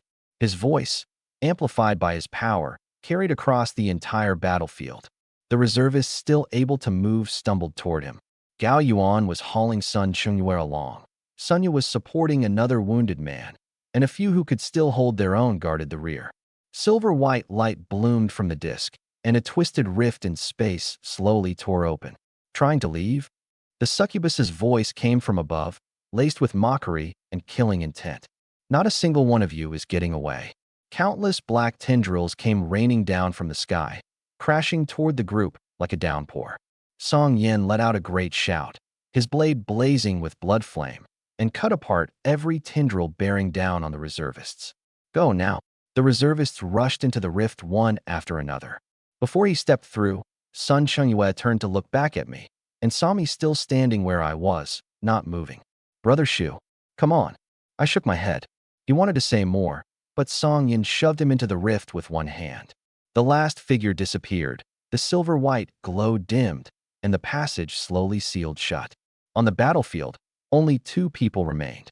I stood where I was, gazing up at that half-fused succubus in the sky. Soul perception told me the thing's HP had already climbed to a number absurd beyond reason. Killing the city lord just now had only restored 10,000 to my max HP. Not nothing, but compared to the 150,000 I'd sacrificed, it was a drop in the bucket. But this half-fused monster in front of me was another matter entirely. Kill it, and I'd not only recover everything I'd sacrificed, I'd come out well ahead. Song Yin walked to my side, his blade still dripping blood. As an assassin, his senses were exceptionally sharp. He could tell I was in peak condition right now, full HP, brimming with fighting spirit. He could even faintly sense a threat coming off me. That was also why he hadn't forced me into the passage. He shot me a glance, and a bitter smile surfaced on his face. "I never expected your batch would have a monster like you in it. If I'd known, I wouldn't have bothered rushing over." If that succubus hadn't tanked several of his blows and let the city lord out of the manor, he wouldn't have given her the chance to fuse with the lake god. But he couldn't really be blamed for that. Who could have guessed he had a killer like me hidden among his ranks? "You're not leaving. What's the plan?" I nodded. "What's the plan?"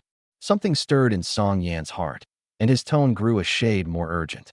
From the moment he'd seen me holding the city lord's head, he'd already come to regard me as a powerhouse who could fight at his side. I was silent for 2 seconds, then lifted my gaze toward the monstrous succubus. "Kill her." Song Yin shook his head helplessly. "She's already half-fused with the lake god. Her strength right now. It's precisely because she fused that she's worth killing." Song Yin blinked, assuming those words were just the arrogance of a strong fighter. Little did he know, the worth I was talking about was that priceless max HP. He shook his head. "My mission is to protect you reservists. Everyone else has pulled out now, so from here on you follow my orders. Our goal isn't to kill her, it's to stall her, to keep her from completing the fusion. As long as she hasn't finished fusing, she can't control this fragment world. Drag it out until Azure Ripple Continent's reinforcements arrive, and she's as good as dead." This time, I didn't argue, because the succubus in the sky gave us no time at all to discuss tactics. Bam, bam, bam. Black tendrils came smashing down again, blotting out the sky, their density more than double what it had been. Song Yin swept his blade and cut down a swath of them. My greatsword swept out too, and the frost domain froze the incoming tendrils into pillars of ice that shattered inch by inch. This battle went white-hot from the very start. The succubus held an absolute advantage in the air. Her tendrils could attack from dozens of directions at once, and with the lake god's power feeding her endlessly, her offensive barely let up for a moment. Song Yin was a good cut above the aberrated city lord in strength, but even he could only just barely hold the line.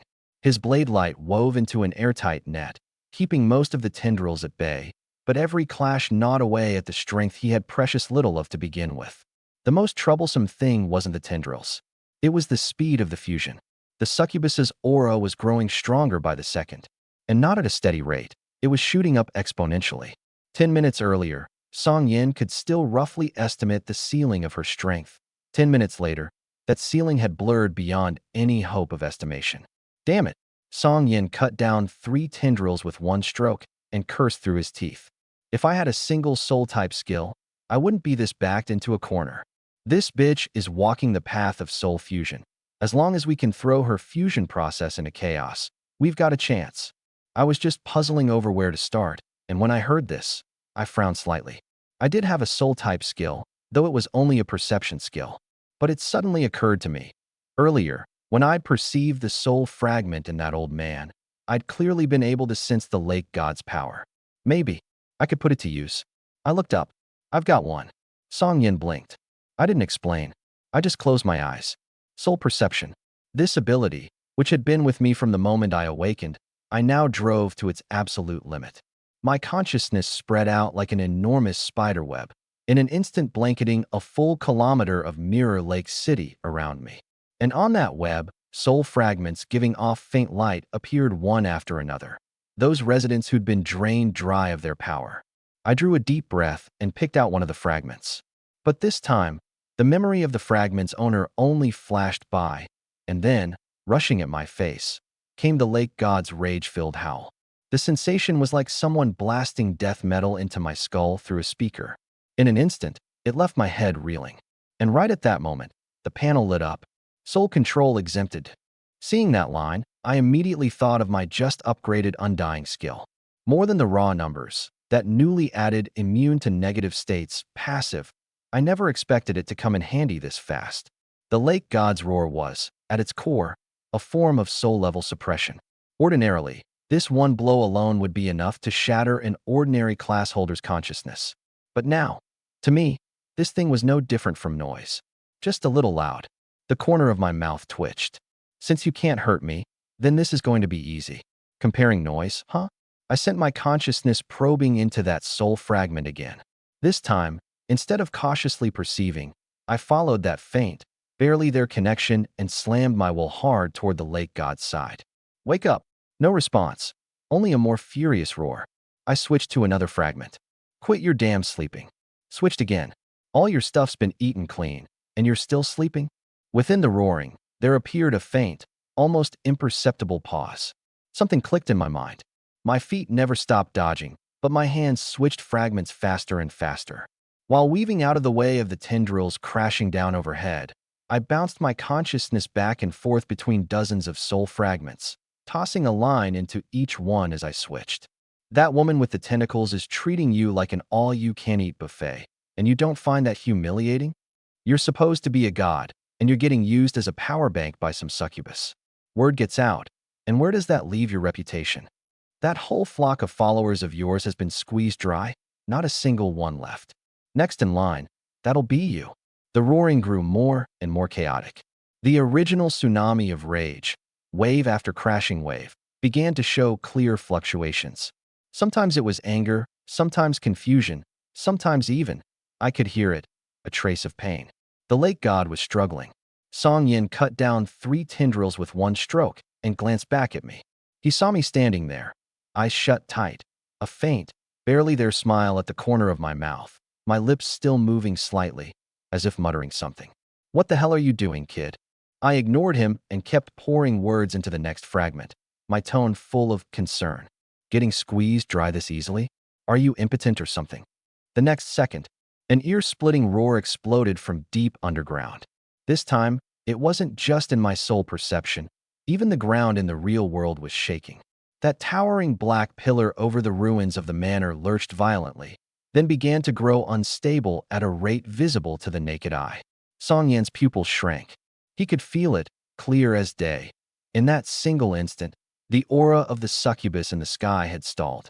The fusion process had been interrupted.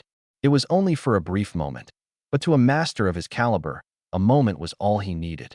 The blood flame on his blade suddenly surged.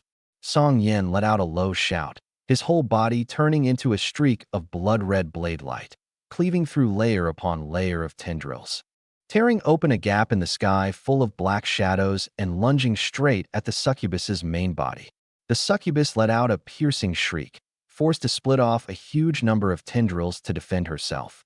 As she blocked Song Yan's fierce assault, she looked down at me below in a mix of shock and fury. What on earth was he doing?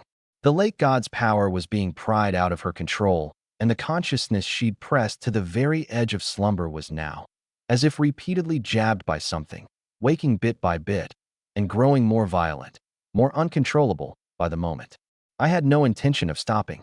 If anything, the more I played, the smoother it got, and I started opening fire on several soul fragments at once. Left hand, one fragment, one line. What a limp noodle.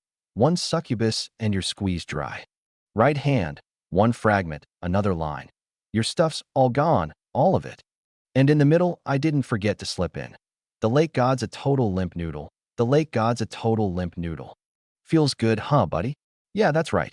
Your followers, your mirror lake city. It's all about to become somebody else's. The lake god's consciousness churned wildly.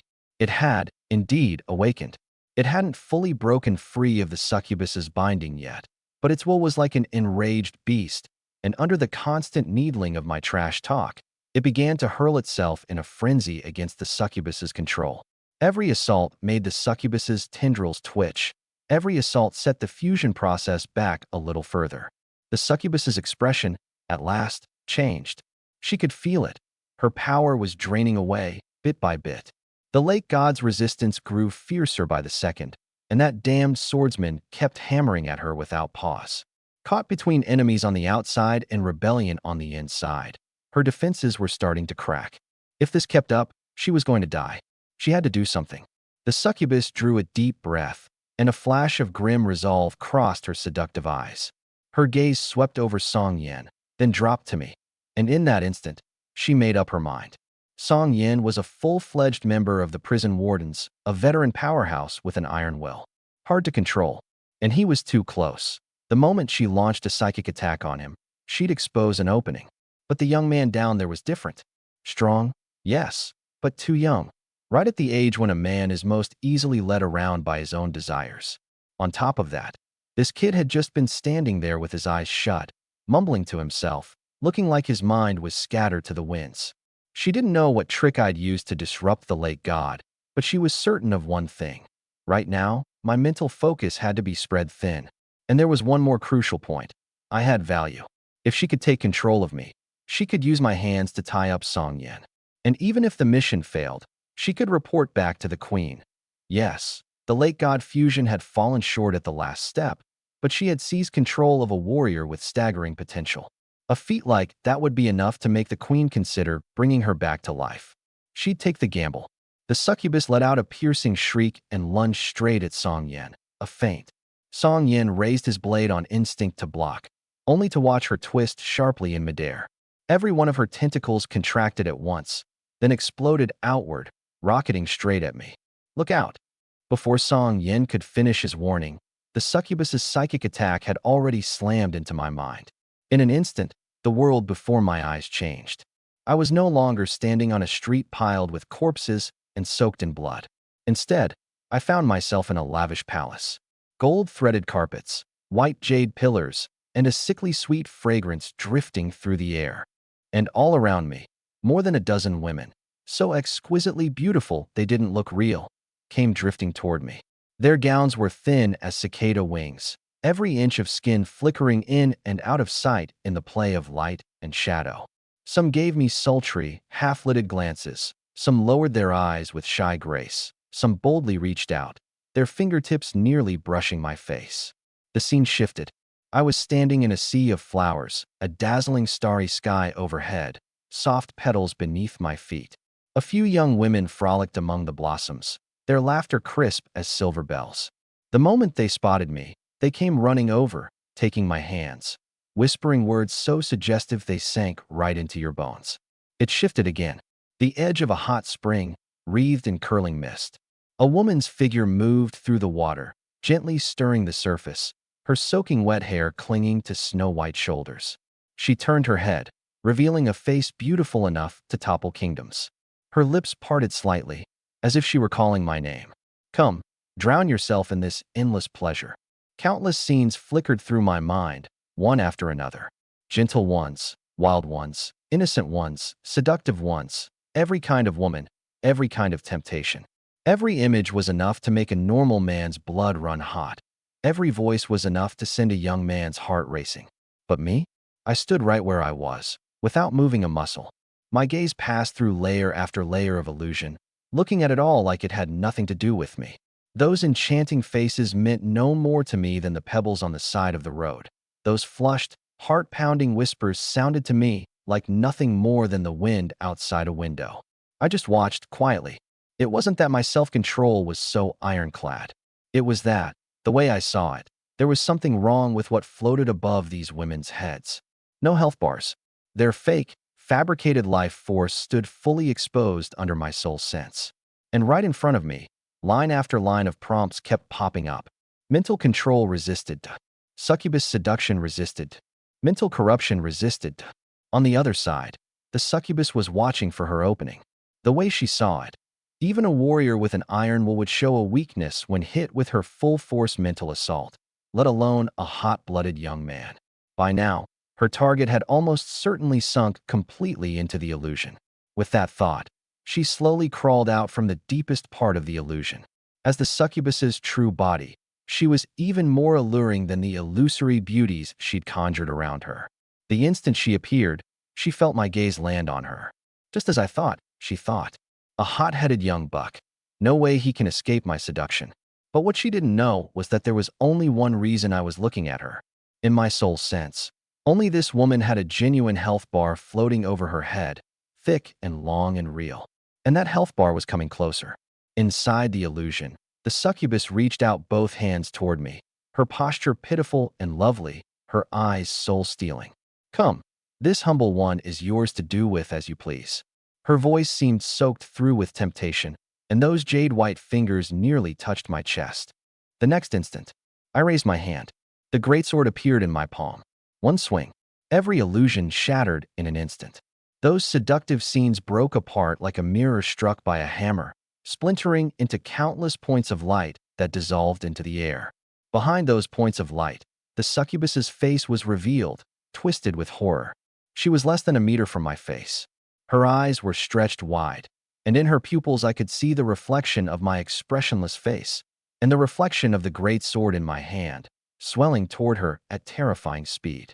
How is this possible? The blade swept across. The succubus's body was cut diagonally open from shoulder to waist. No blood sprayed out. What surged from the wound was a thick black mist. That was the lake god's power she had swallowed, now leaking away. Her upper body toppled backward, her face frozen in one final expression.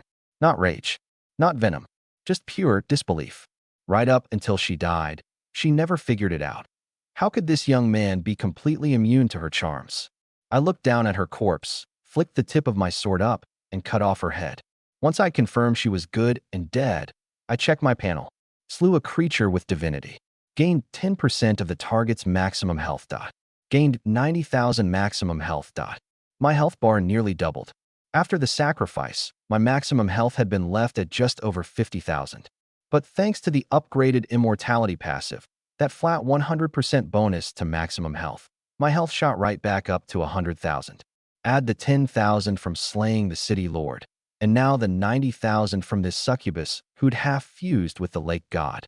Now, my health had broken past the 200,000 mark once again. It's back, all of it's back. I turned my head and looked towards Song Yin, not far off. He was still frozen in the pose of a man raising his blade to come to the rescue, his whole body locked in place, the expression on his face absolutely priceless. His lips moved several times, like he wanted to say something but had no idea where to start. In the end, he managed to squeeze out just 2 words. It's over. I nodded and glanced at the succubus's head on the ground. If she doesn't come back to life, then yeah, It's over. The corner of Song Yan's mouth twitched, and then he laughed. You've got a sense of humor. Just then, in the sky not far away, cracks split open one after another. A number of prison wardens stepped onto the battlefield. Several figures walked out through the rifts, all wearing the same black half-shoulder capes, the emblem of a blue-faced, fanged demon embroidered over the left chest.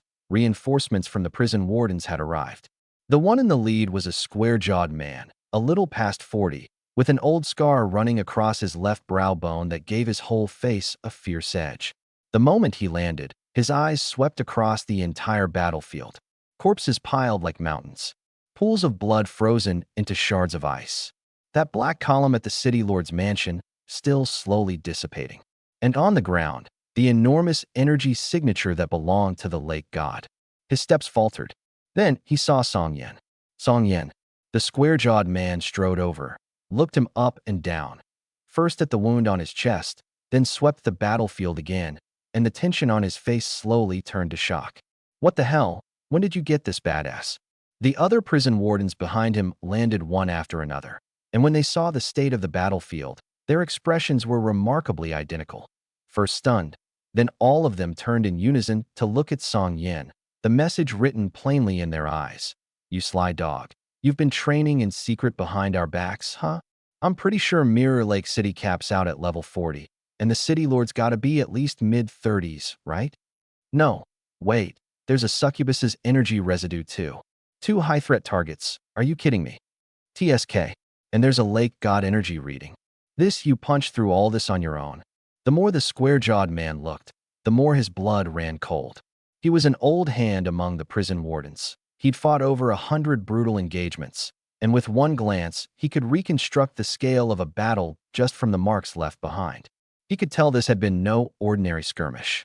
The frost residue on the ground, the sacrificial power still hanging in the air, the range of those extreme cold wounds frozen onto the residents' corpses, all of it stacked together told him something deeply out of the ordinary had happened here. Most likely, a mass uprising of the entire shard world. Run into something like that, and the danger factor went through the roof. It could easily mean the entire team wiped out. Yet standing at the center of the battlefield were only 2 people. One was Song Yan, drenched in blood. The other was a young man with 2 heads hanging from his waist. At last, the square-jawed man's gaze landed on me. First he saw the 2 heads. One the vicious head of the city lord, the other the seductive head of the succubus. Then he saw the reservist uniform I was wearing. Reservist. His brow furrowed. Song Yan, who is this? Song Yan slid his blade back into its sheath, wiped a hand across the blood on his face, and there was something complicated in his tone that was hard to pin down. Lin Shu. He's one of this batch of reservists. The square-jawed man blinked. Lin Shu. Then it came back to him.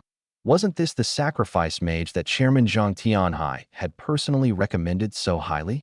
What kind of weird habit was this? Hanging the heads of the city lord and the succubus from his waist, making it look like he'd killed them. We owe a lot to Lin Shu this time, Song Yan said. If he hadn't cut down the city lord, those reservists probably wouldn't have even made it back to report.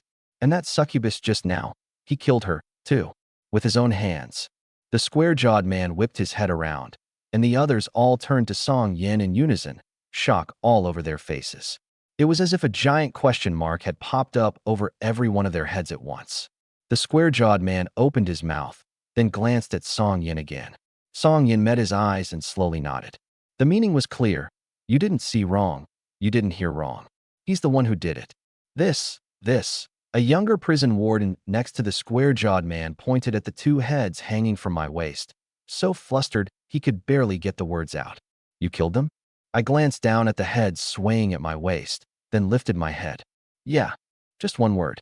That young prison warden's mouth dropped open into a perfect circle and stayed that way for a long, long time. The square-jawed man drew a deep breath. He realized his earlier question, Song Yan, when did you get this, badass, had been aimed at the wrong person. He looked at the reservist uniform I was wearing, mulled it over for a good while, and still couldn't quite bring himself to say the thought running through his head. Are the rookies these days really this monstrous? We'll go over the details back at base. Song Yan cut through everyone's shock, his voice a little weary. First we clear the field, confirm there are no remaining threats. Then we pack up and head out. The square-jawed man nodded and turned to organize things. But after 2 steps, he turned back to give me another look, his expression conflicted. The prison wardens methodically began clearing the field, inspecting corpses, marking residual energy points, logging the battlefield data. As the teleportation channels gradually opened up, patrol officers and other units filed in one after another. I leaned against a wall that was still mostly intact, closed my eyes, and breathed steadily. I was resting. But deep in my consciousness, I'd pulled up my attribute panel. Level raised to 26. Gained 50 free attribute points. Automatically allocated. Strength plus 17. Agility plus 17. Mental power plus 16. All attributes now scaled by Immortality EX's 200% bonus. I scanned every line on the panel. Level 26. 2 class trials completed. Health 230. 000/230,000. Mana, 600. Strength, 336. Agility, 339. Mental power, 300. Luck, rank E. All 3 core attributes had crossed the 300 threshold. What kind of level was that for someone at level 26?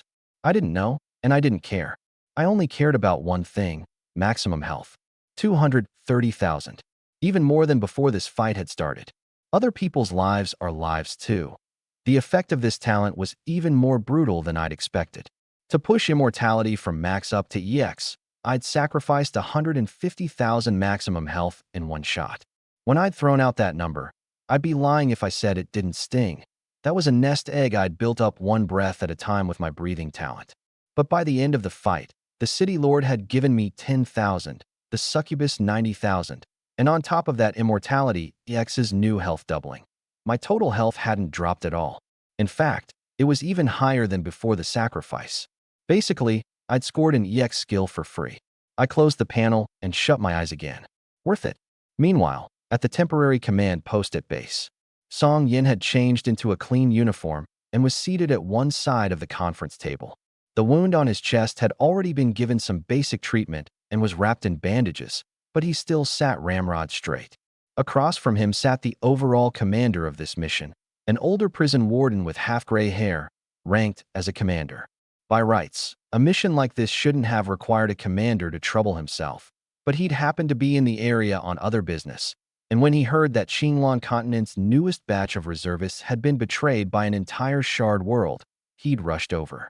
Also seated at the table were a few mid-level officers from the division, along with the square-jawed man. Song Yin was making his report.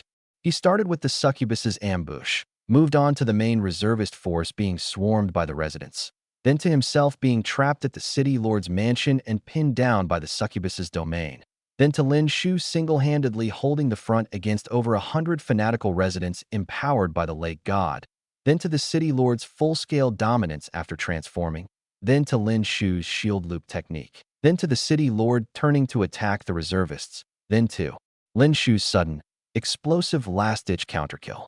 After that came the succubus half-fusing with the lake god, the spatial rift opening, the reservists withdrawing, and Lin Shu staying behind. Song Yin paused here. At the time, I thought he'd lost his mind. I told him to just stall the succubus, keep her from completing the fusion, and hold out until reinforcements arrived. The square-jawed man couldn't help but ask. And then?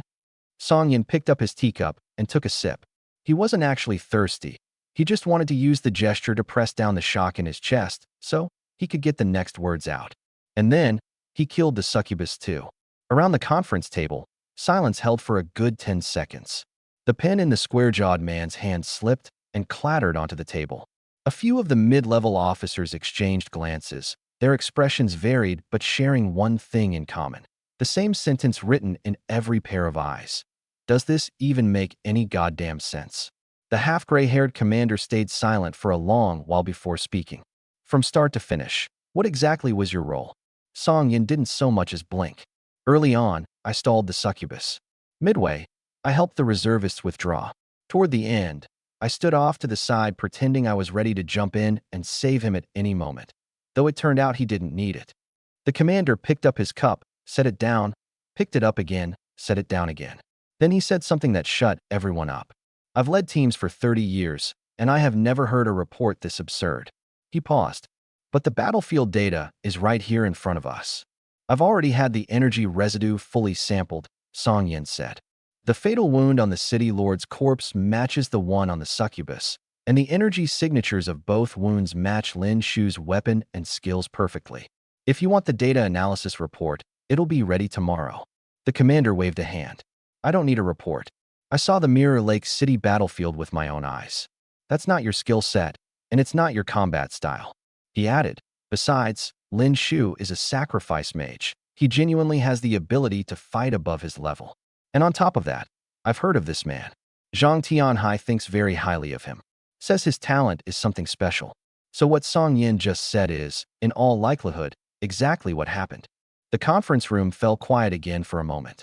Absurd as the process was, a sacrifice mage's power came from sacrifice to begin with.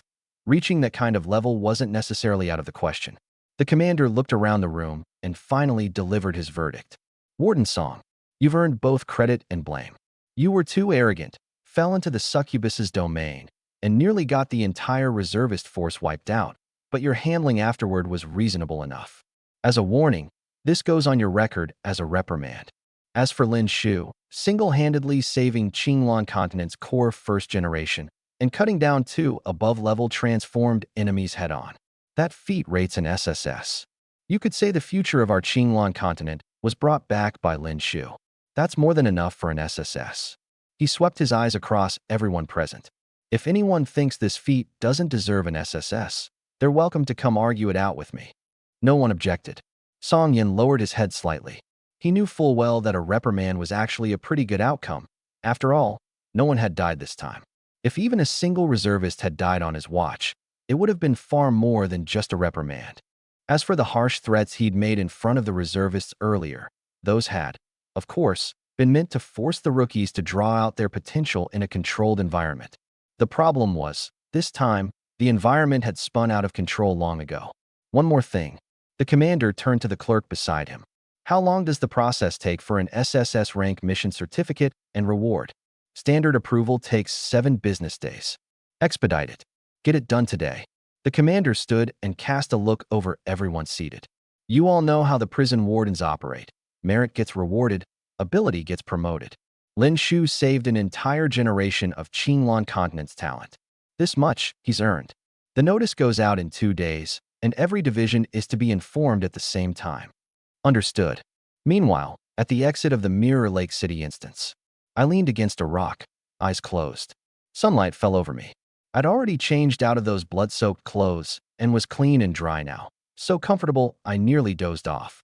But I didn't sleep. I was tallying up what I'd gained from this trip. 230,000 health, 10,000 more than before I entered the instance. Immortality EX. All attributes doubled, health doubled, full immunity to negative effects. Beyond that, there was a hidden reward. Song Yin had tipped me off earlier. Even though this operation had gone sideways in a few ways, my achievement was rock solid, and it should land me at least an S-rank skill. More importantly, this whole affair had given me a taste of something sweet. Honestly, when I joined the prison wardens before, it had been almost entirely passive. I had no choice.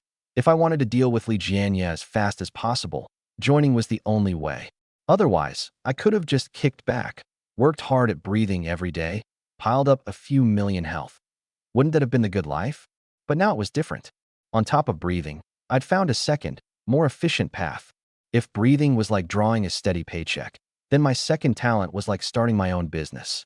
Take this time, for example. In less than a day, I'd raked in a clean 100,000 maximum health. And on top of that, I'd opened up a channel to skills. You have to understand, whether it's skills or gear, having money isn't enough to buy them. Some things come down to clearance level. And joining the prison wardens happened to grant exactly that kind of clearance. At that thought, a smile couldn't help but tug at the corner of my mouth. Just then, I suddenly sensed something. I tilted my head slightly and opened my eyes. On the other side, Song Yin, who was deliberately trying to test me, had not only activated a skill to lower his presence, but had also leaned on various passives to soften his footsteps and hold his breath. Yet even so, the moment I turned my head toward him, he knew he'd been made. 10 meters. His heart skipped a beat. He caught me at around 10 meters out? What kind of sense is that? Damn, good thing I got in early. If I'd come up in the same batch as this kid, I'd have quit on the spot. At that thought, Song Yan's mood actually lifted quite a bit. He looked at me and cracked a smile. You seem to be in a good mood. Let me give you something to be even happier about. The rating came through SSS rank. This can be accumulated. Later you can use it to redeem skill rewards within the prison wardens. And given the role you played this time and the difficulty of the mission, the commander has decided to apply for a special reward for you. An SSS rating, as you probably know, lets you redeem skills, gear, or other resources from the prison warden's resource vault. I thought of that store Zhang Tian had shown me last time. But still, just a mission rating? That felt a little underwhelming, honestly. As if he'd seen right through what I was thinking, Song Yan shook his head. The prison warden bureau isn't that stingy, otherwise you wouldn't have people lining up one after another to join. The rating is just a summary of this mission. It's not the real reward. Based on the contribution you made this time, the bureau ran the numbers. You get to pick any one SS rank skill or any one SS rank piece of gear. Of course, you can also redeem something else of equivalent value. Hearing that, the smile on my face did indeed deepen a few more degrees. The prison warden's base's equipment vault was on the 3rd underground level. I followed a clerical officer through 2 identity verification checkpoints, then passed a scanning wall made of pure energy before I finally stood in front of a heavy alloy door. The officer who'd led me in and Song Yan verified their irises and energy signatures, and the door slowly swung open. A smell rushed out to meet us, metal mixed with aged wood, and some kind of energy residue that was hard to put into words. With the SS reward, you can redeem any single piece of SS rank gear, skill, or consumable, the officer said, standing outside the door and making a please, go ahead gesture. Everything inside is individually sealed and comes with a detailed description, so take your time. Once you've chosen, just press the confirm button on the display stand. There's no time limit. I nodded and walked in. The door closed behind me. This equipment vault was far larger than I'd imagined. Beneath a domed ceiling at least 2 stories high, rows upon rows of display stands were lined up in neat order, and above each stand hovered a piece of gear wrapped in a pale blue seal of light. Weapons, armor, accessories, support items, all sorted by category. Brief text floated over each light shroud, listing the name, rank, and base attributes. I walked slowly down the aisle, my eyes sweeping over each item.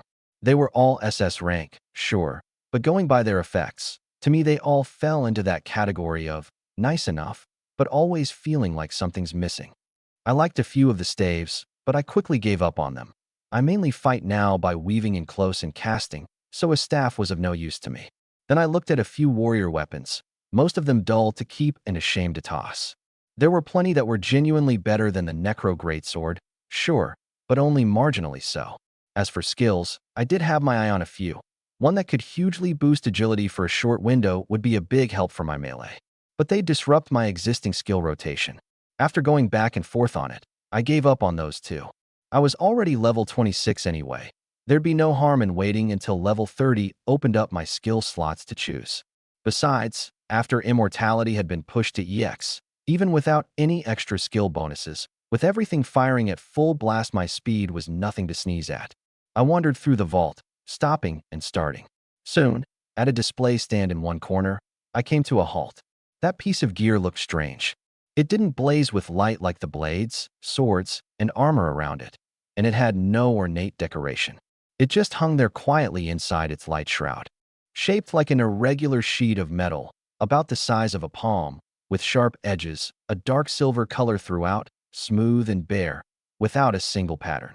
But if you looked closely, you'd notice that under the refraction of the light, an extremely faint tracery would faintly surface on the metal. That tracery seemed alive, glowing and fading slowly to some steady rhythm. The description on the light shroud was very detailed. Name Floating Blade. Rank SS, Growth Type. Type Offhand Weapon, Floating Type. Base Effect Mental Power plus 200. Once activated, it hovers around the user, automatically blocking incoming attacks, with a success rate tied to mental power. Can be actively controlled to launch ranged slashes, dealing damage equal to 120% of the user's mental power. Attack form Sky Ren. The floating blade splits into 3, becoming 3 spinning blade arrays that circle the user, cutting at high speed. Each blade deals damage equal to 80% of base attack. The 3 blades can each lock onto different targets, or focus fire on a single target. This form doubles mana consumption, but deals an additional 30% penetration damage against shield-type targets. Defense form, Guardian. The floating blade unfolds into 6 hexagonal energy shields, evenly distributed at 6 points around the user. Each face calculates its durability independently, with a single face's shield value equal to 150% of mental power. If any one face is broken, the remaining 5 automatically rearrange to fill the gap. This form has mana consumption, but cannot be used at the same time as the attack form. Growth conditions. 1. Soul Devouring. Absorb soul fragments from alien races or the corrupted. Absorb a certain number, and the floating blade's base attributes and form strength gain a permanent boost. The higher the fragment's quality, the greater the boost. 2. Material Fusion. Devour rare materials of specific attributes, dark attribute metals, ice attribute crystal cores, and space attribute fragments all qualify. Each fusion randomly amplifies one of the floating blade's abilities. 3. Wool Resonance. There exists within the floating blade a residual wool that has not yet been decoded. Each time it resonates deeply with the user's mental power, the floating blade unlocks a new ability branch. The resonance conditions are unknown, and the effects are unknown. The only certainty is, the more resonances, the more complete the floating blade's spiritual intelligence becomes. Weapon traits. As a growth-type weapon, its initial strength is not high among its rank. It's even outmatched by certain special S-rank or A-rank weapons, and it consumes an enormous amount of mana. But its unique capacity for growth gives it an extremely high ceiling. It belongs to the sort with a rock-bottom floor and a sky-high ceiling. Special note: this item continuously drains the user's mana to maintain its floating state. It cannot be activated by anyone with mental power below 100. If, after activation, mental power is damaged or drops below this value, the floating blade will forcibly go dormant and backlash against the user, causing permanent damage equal to 10% of maximum mental power. Due to the high threshold and the irreversible backlash, it is not recommended for any class with mental power below 200. User record: since this item entered the vault, a total of 7 classers have attempted to activate it. 5 were backlashed for failing to meet the mental power threshold. 2 successfully activated it, but, in actual combat, suffered permanent mental power damage due to overly rapid mana consumption. All 7 have given up. The floating blade currently remains in a pending activation state, with no compatible user having passed the full test. I read that whole description from start to finish, once more. Mental power threshold, continuous mana drain, backlash risk. For other people, these 3 were 3 insurmountable hurdles. But for me, none of them mattered at all. I had life force redirection. Even in high-intensity combat, my mana was always full. My mental power was 300, more than double the threshold, and after activating immortality, my margin for error was even bigger. As for that backlash, immortality made me immune to all negative states. Whether something like mental power damage could even land on me at all was anyone's guess. In other words, every off-putting downside of this piece of gear was completely nullified in my case. So then, all I had to do was look at its upsides. The growth capacity, plus the ability to switch between attack and defense forms. Given my life shield, I most likely wouldn't need its defense form. But just because I didn't need it didn't mean my teammates wouldn't. Like in that fight with the City Lord earlier, I wasn't afraid to go the distance with him myself. But the moment he turned to attack my teammates, I was a bit stuck, with nothing left in my kit but healing. With the floating blade, I'd at least have a little more room for error. Its attack form was strong, too. The weapon trait said it was weak in the early stages, but its damage was judged off mental power, and it ignored 30% of shields.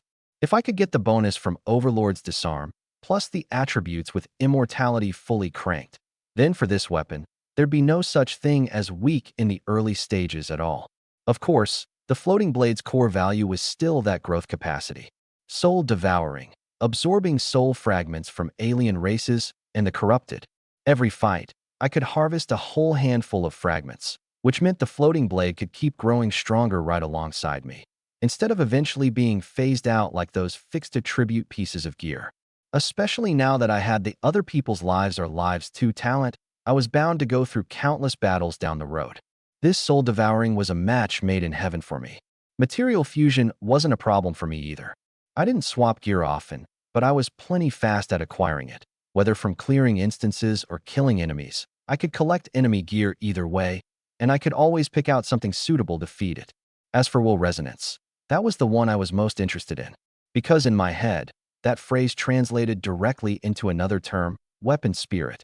I still didn't know how to trigger it, but who wouldn't want a cool piece of gear that could float around beside them and fly? Whether it was strong or not was beside the point. I mean, come on, this is purely for the flex, right? This one then. I pressed the confirm button on the display stand. The seal of light gave a soft chime and slowly dissolved. The floating blade dropped from midair, and I caught it in one hand.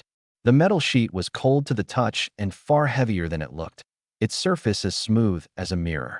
But in the very instant it touched my palm, I felt it clearly. Something inside the metal gave a tremor. At the same time, my soul sense automatically spread out and caught a faint ripple of mental power seeping out from inside the floating blade, tentatively brushing against the edge of my consciousness. I could have refused it, but I didn't. I sent my own mental power out to meet it and wrapped that faint ripple up tight. The floating blade gave a violent shudder, and its dark silver surface suddenly lit up with a layer of ice blue light, like a shooting star hanging at my side. Floating blade activated. User mental power, 300. Activation conditions met. Current mana, 600. Estimated consumption, 0.8% per minute. Can be maintained indefinitely. Skyrend form unlocked. Guardian form unlocked. Soul devouring progress, 0/100. Material fusions, 0. Will resonances, 0. Activation complete. The floating blade drifted up from my palm, hovering just behind my right shoulder, and began to slowly circle like a tiny satellite. Once the staff had finished the registration, they took me to the Qinglan Continent Prison Warden's headquarters. At that same moment, in the commendation hall. The hall wasn't large, it could hold about 100 people. But everyone in attendance today was somebody. The prison warden's commendation ceremonies weren't open to the public. No media, no outside guests, just a room full of colleagues in black uniforms. But the standing was no small thing. Up on the platform sat Zhang Haitian, chairman of the Qinglan Continent Classer Association, along with Zhao Tie, commander of the prison wardens. Sun Qingyue sat in the third row, on the aisle, squirming left and right like his seat was full of thorns and he couldn't sit still. Sunya, beside him, finally couldn't take it. Look how worked up you are. You'd think you were the one going up to get the award. Sun Qingyue grinned. This is even better than going up there myself. Me going up, I'd have to fight tooth and nail to earn it. But Brother Shu going up? That's different. You know what they call connections. Sunya was about to say something when she suddenly noticed that everyone around them had stopped talking and turned in unison to look in one direction. She followed their gaze. There I was, standing at the very front of the commendation line. I'd already changed into the formal prison warden uniform, black half-shoulder cape, the emblem of a blue-faced, fanged demon embroidered over the left chest. My build couldn't be called burly, but that young, upright frame paired with the uniform gave off something you couldn't quite put into words. And behind my right shoulder, a palm-sized sheet of dark silver blade hung quietly, circling slowly, ice blue light flickering in and out of sight across its surface. Sun Qingyue stared at that floating blade for a long while before finally squeezing out a single line through his teeth. That is way too much of a flex, damn. This time, Sunya didn't argue. A few veteran prison wardens in the back rows were watching too. Their gazes were far more complicated than Sun Qingyue's. A middle-aged man with a face full of stubble stood with his arms crossed, staring at my back for a good while before muttering, low and heavy. Back in my day, it took me 4 months to grind from reservist to full member. The man beside him said nothing. 4 months was actually fast, it had taken him 6. But that young man up on the platform, from reservist to full prison warden, had needed only a single battle. But I heard about that Mirror Lake City business, another veteran warden said, lowering his voice. Song Yin admitted it himself. As a full member, he nearly couldn't hold it together, and Lin Shu single-handedly propped up the entire front. Above-level kills on transformed enemies, 2 of them. And he's a rookie who only just changed class this year. Several of them fell silent at the same time. After a good while, the stubble-faced man shook his head. It wasn't quite envy, more a kind of wistful admiration. If they were still hot-blooded youngsters fresh from a class change, they might have looked at me and tossed out a, "I could do that too." But after reality had beaten them black and blue, they knew, deep down, the truth. No, they really couldn't. Only after you've witnessed how powerful the alien races are do you realize that those regulated, sanitized instances are mostly child's play. The monsters in an instance won't suddenly hit you with a transformed power surge, and they certainly won't use schemes and no-holds-barred dirty tricks to ambush you. So you couldn't just fixate on those two words, above-level kill. You also had to consider how much weight was pressing down behind them. Qinglan Continent Prison Warden Reservist Lin Shu stepped forward. Zhao Tie's voice pulled everyone's attention back to the platform. I stepped forward, my stride steady, carrying a quality of being neither arrogant nor servile. Zhao Tie looked at me, undisguised scrutiny in his eyes, like an old master craftsman sizing up a fine piece of raw material. In the Mirror Lake City mission, you single-handedly slew a level 35 transformed lord, single-handedly slew the transformed city lord, and assisted in slaying an otherworldly succubus half-fused with the lake god. You not only shattered the enemy's scheme to completely seize control of Mirror Lake City, but also preserved every single member of Qinglan Continent's core reservist echelon for this cycle. By unanimous approval of the Merit Evaluation Committee, you are awarded an SSS rank merit. On the strength of this feat, you are promoted to full member ahead of schedule. He took a medal from the hands of the ceremonial officer and pinned it to my chest with his own hands. Lin Shu, from today on, you are a prison warden. Down below, Sun Chengyue was the first to burst into applause. Right after came Gao Yuan, then Sunya, then all the reservists present, and then the veteran prison wardens. Once the commendation ended, most of the crowd dispersed, but the real handover was just beginning. A clerical staff member led me to a small conference room in a side wing of the hall. There were only two people in the room. One was the clerk who'd brought me in, and the other was a middle-aged prison warden seated across the table, ranked as a captain, surnamed Zhou. In front of him was a stack of documents, a cup of tea gone half-cold, and a portable projection screen scrolling with information. "Sit." Captain Zhou pointed at the chair across from him. His manner wasn't warm, but he wasn't putting on airs either. "Commander Zhao asked me to run your onboarding handover. It's just a few words, but every one of them matters. Pay attention."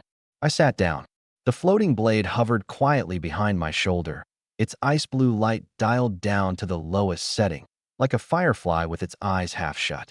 Captain Zhou shot the floating blade a glance, and his brow gave a slight twitch. Young after all, he'd heard about this piece of gear. Someone had picked it before, and the final verdict they'd given was style over substance.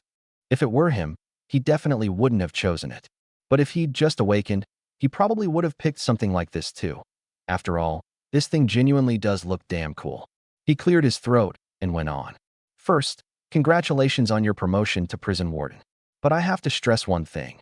Being a prison warden isn't the finish line. It's the starting line. This status will grant you a lot of clearance, but at the same time, you'll have to shoulder the corresponding responsibilities and obligations. First point, a full prison warden isn't an upgraded version of a reservist. They're two completely different systems. A reservist is, to put it bluntly, a trainee posting. You get trained, you get evaluated, you go out on missions tagging along with full members, and you just follow orders. But a full prison warden has no training period.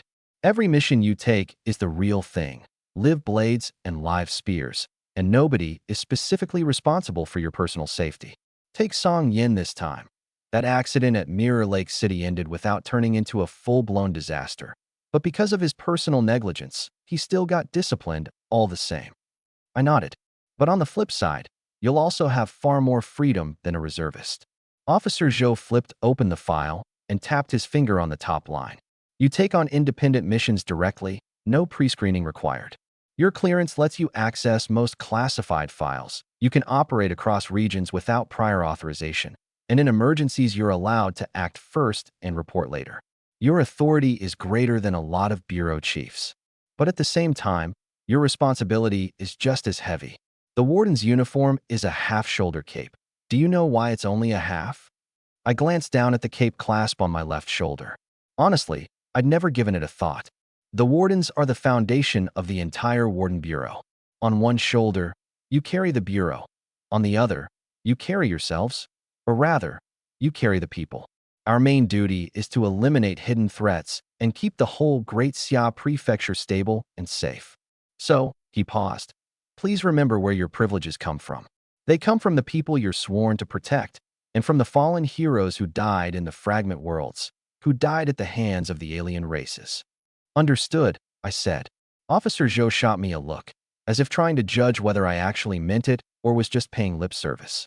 After a moment, he pulled his gaze back and flipped the file to the next page. Next is the mission classifications. Pay special attention to the third type. That's what you'll mostly be dealing with from here on out. He held up 3 fingers. First, standard subjugation. Anything related to the fragment worlds. Cleanup, exploration, containment, even full takeover. The scale varies. The smallest can be done by a single person. The largest requires an entire unit in joint combat. We still haven't figured out where the fragment worlds actually come from. But even today, they're being discovered at a rate of dozens or even hundreds a month. A lot of these can be handled by regular troops or patrol officers, but plenty of them require unconventional forces. Second, free operations. Routine patrols, intelligence tracking, individual lead interrogations. This type is highly random, usually without a fixed team. You assess it yourself and just file a report with Command Center. He paused, then raised a third finger. Third, special operations. Decapitation strikes, sweep and clear missions, direct insertion to handle corrupted key nodes, and safe houses. Think of it like this: clearly defined targets, extremely narrow execution windows, wedge-style operations. This type is strictly isolated from the other mission systems and normally never shows up on regular bulletins. The execution is directly coordinated by Command Center. The briefings are encrypted, and within 48 hours of the operation ending, attribution is completed and the case is sealed. This type is rarely activated, but every single time it is, it's a big deal. The entry point for all missions is Command Center. Standard subjugation and free operations are posted publicly online. If you have the clearance, you can filter through them. Special missions are usually assigned directly, and unless there's a very good reason, you generally can't turn them down. I nodded. That's about it. Commander Zhao personally recommended you for full status. Cherish this opportunity. Thank you, Officer Zhou. He waved a hand and stood up. When he reached the door, he stopped for a moment and glanced back at me. Welcome again to the Wardens. I hope you'll enjoy these very ordinary days ahead. Outside the small conference room was a long corridor, lined on both sides with portraits of every past Warden commander. The moment I stepped out, Sun Chengyue, who'd been leaning against the wall waiting forever, sprang up like a shot. Bro Shu. He closed the gap in a couple of quick strides, his eyes first sweeping over my black uniform, then locking dead onto the drifting blade hovering behind my shoulder. What the heck is that thing? I wanted to ask back at the medal ceremony. How is that metal plate floating over your shoulder? It keeps spinning. It's spinning on its own. That's just too cool, showing off, man. Sun Chengyue leaned in closer. The drifting blade instantly adjusted its trajectory, sliding a few centimeters off to the side, as if deliberately keeping its distance. It's got a mind of its own? Sun Chengyue's eyes went wide. A little, I said. A weapon with a mind of its own. He reached out to touch it, and the drifting blade whipped around to the other side of my body with a whoosh, so fast it left a trailing silver streak. Sun Chengyue's hand froze in midair, his expression like a buddy who'd just been stood up. But he didn't mind. He just kept looking me up and down. The uniform, and that badge marking me as an official warden, musing for a good while before he couldn't help himself. Who would have thought, just a few dozen days ago, you were a broke professional sweating over how to afford gear. And now, you're a famous warden. Listening to him, I felt a little dazed myself. But I gotta say, I've got a hell of an eye. Back then I just knew you had it in you. But I never dreamed you had it in you this much. In Sun Chengyue's eyes there was admiration for me, but also plenty of admiration for himself. He grinned even wider. I laughed and shook my head. Come on, we're celebrating. We have to celebrate. Everything's on the house tonight. Boss Sun is picking up the tab. Watching her cocky little brother, Sunya smiled and shook her head. Well, aren't you loaded? Sun Chengyue whipped his head around, looking genuinely surprised. Who said it was me? I said, Boss Sunya's treat. Sunya? The warden headquarters dining hall was on the 4th floor. I've heard for ages the warden mess hall is something else. Since we've got a big spender treating today, we've got to come try it, Sun Chungyue said, as easygoing as ever. They called it a mess hall, but the place was decked out fancier than a five-star hotel. Once everyone was seated in a private room, I casually flipped through the menu. But the second I saw the prices, my pupils shrank on the spot. The cheapest dish on the menu was called iron spine beef ribs, 1,200 xia coins. Sun Chungyue seemed to see right through my shock and said with a grin, "The warden stuff's pretty nice, right?" He pointed at the dish. "Bro Shu, don't just look at how pricey it is. This ingredient comes from a fragment world famous for its extreme gravity. They say if you eat it long-term, it slowly boosts your strength. And this one, the ice crystal salmon sashimi, the fish melts in your mouth, with just a faint hint of cold that gently nourishes your spirit. And this dragon blood mushroom soup is a top-grade tonic too." I followed his gaze down. The menu specifically listed the source of each ingredient and even spelled out its effects. As for that so-called dragon blood, it wasn't actually true dragon blood. It was a blood extract from some rare dragon subspecies. Even with medics to heal wounds, my dad says this dragon blood mushroom soup is carefully formulated so that once an injured area heals, it comes back even tougher than before. That's why the strong especially love it. I looked over the description of each dish, and the shock in my chest slowly faded. Every one of them was expensive, but the effect listed after each one, in a way, justified the price. And it's only this cheap because we're on warden turf. If you sold this stuff on the outside, even the cheapest iron spine beef ribs would run you 3,000 and up. In here, it's basically at cost. As he spoke, Sun Chungyue expertly ordered a few dishes. I've been craving these for ages. Too pricey outside. Never could bring myself to splurge. Today, thanks to Bro Shu, I finally get a taste. Around then, a few of the other reservists from my cohort started trickling into the private room. For one, I'd saved everyone back in the dungeon, so both out of decency and obligation, they had to come say thanks. For another, most of them were probably a little in awe of me and wanted to get on my good side. Zhang Ming and a few others all came bearing gifts. As for Zhao Wuji's crew, they didn't show. After all, they'd crossed me before, so they were too embarrassed to appear. But they still had someone bring gifts along, both to apologize for their earlier rudeness and to congratulate me on my promotion. Gao Yuan was the last to arrive. He pushed the door open, saw the drifting blade hovering behind my shoulder, and froze for a moment. As the son of a prestigious family, his gear and skill choices had always been carefully planned. He'd heard of the drifting blade before, capable of both attack and defense, and a growth-type weapon on top of that, one of the top-tier weapons in the SS class. But precisely because it drained the mana bar so brutally, he'd ultimately passed on it. He never expected I'd be the one to pick it up. But that flicker of surprise was quickly suppressed. He pulled up a chair, sat down, and said with a hint of teasing, "Could hear Sun Chungyue hollering about treating everyone from a mile away." "That's Sunya treating, nothing to do with me," Sun Chungyue corrected at once. Sunya picked up her teacup and shook her head with a helpless smile. The food and drinks came out fast. After a few rounds, Sun Chingyue's cheeks had already flushed red, and his mouth started running off the rails, from my very first dungeon run to the Wraith Fortress, and from the Wraith Fortress to Mirror Lake City, getting more worked up the more he talked. Zhang Ming sat in the corner with a smile on his face, looking a lot more energetic than he had out in the corridor, though his eye sockets were still a bit sunken. Back in Mirror Lake City, others couldn't do much to help. Only he, as a sacrifice, could reach beyond his level to lend a hand. He'd delayed the City Lord's attacks several times and boosted my power, blowing out 2 or 3 pieces of gear in the process, and even burning off a little of his own life force. That was also why Sun Chungyue had invited him. As for Gao Yuan, even though he and I had barely exchanged a few words, he was the grandson of the vice chairman of the Qinglan Continent Professional Association, so Sun Chungyue had invited him as a courtesy, and to everyone's surprise, he actually came. The Gao Yuan sitting here now had made his peace with things. Earlier, he'd sized me up with a bit of scrutiny and wariness, trying to figure out whether I was actually worth my rank. But after the battle at Mirror Lake City, he'd settled down.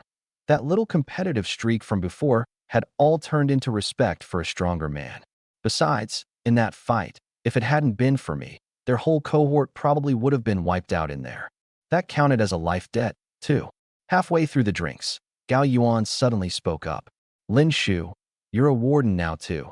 Do you know about the Kangwu realm situation? His voice wasn't loud, but everyone at the table heard it. The drunken haze on Sun Qingyue's face receded a little, and Zhang Ming set down the cup in his hand. No, I said, putting down my chopsticks. I just got full status. Then someone will probably tell you soon enough. Gao Yuan picked up a piece of beef, his tone calm. My grandfather mentioned it when he came back from a meeting a couple days ago. The Kangwu realm is a large fragment world with a complete social system inside it. It's maintained a stable relationship with the Great Xia Prefecture for over a decade. But recent intelligence shows the core leadership of the Kangwu realm is making contact with the alien races.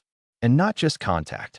Word is one SSS class professional has already voluntarily completed alien fusion and is faintly brushing up against the threshold beyond SSS class. The reason there aren't many wardens around here right now is because a lot of them have been pulled over there. Sun Qingyue's face jolted. A profession above SSS class. Are you serious? Gao Yuan shook his head with a smile. Who knows? There are more and more SSS class folks these days. No one can say for sure whether there's something even higher. But by my reckoning, it's probably fake. Very likely a stunt the alien races cooked up on purpose to infiltrate the Kangwu realm. The alien races again? Sun Qingyue set down his cup, frowning. Mirror Lake City too. Why are these fragment worlds having problems one after another? Because there were problems before too. They just weren't made public. Gao Yuan said flatly. What you see in the news bulletins is only ever the victory reports. How many battles won? How many strongholds cleared? How many aliens slain? They always report the good and bury the bad, making everyone think alien infiltration is an isolated thing.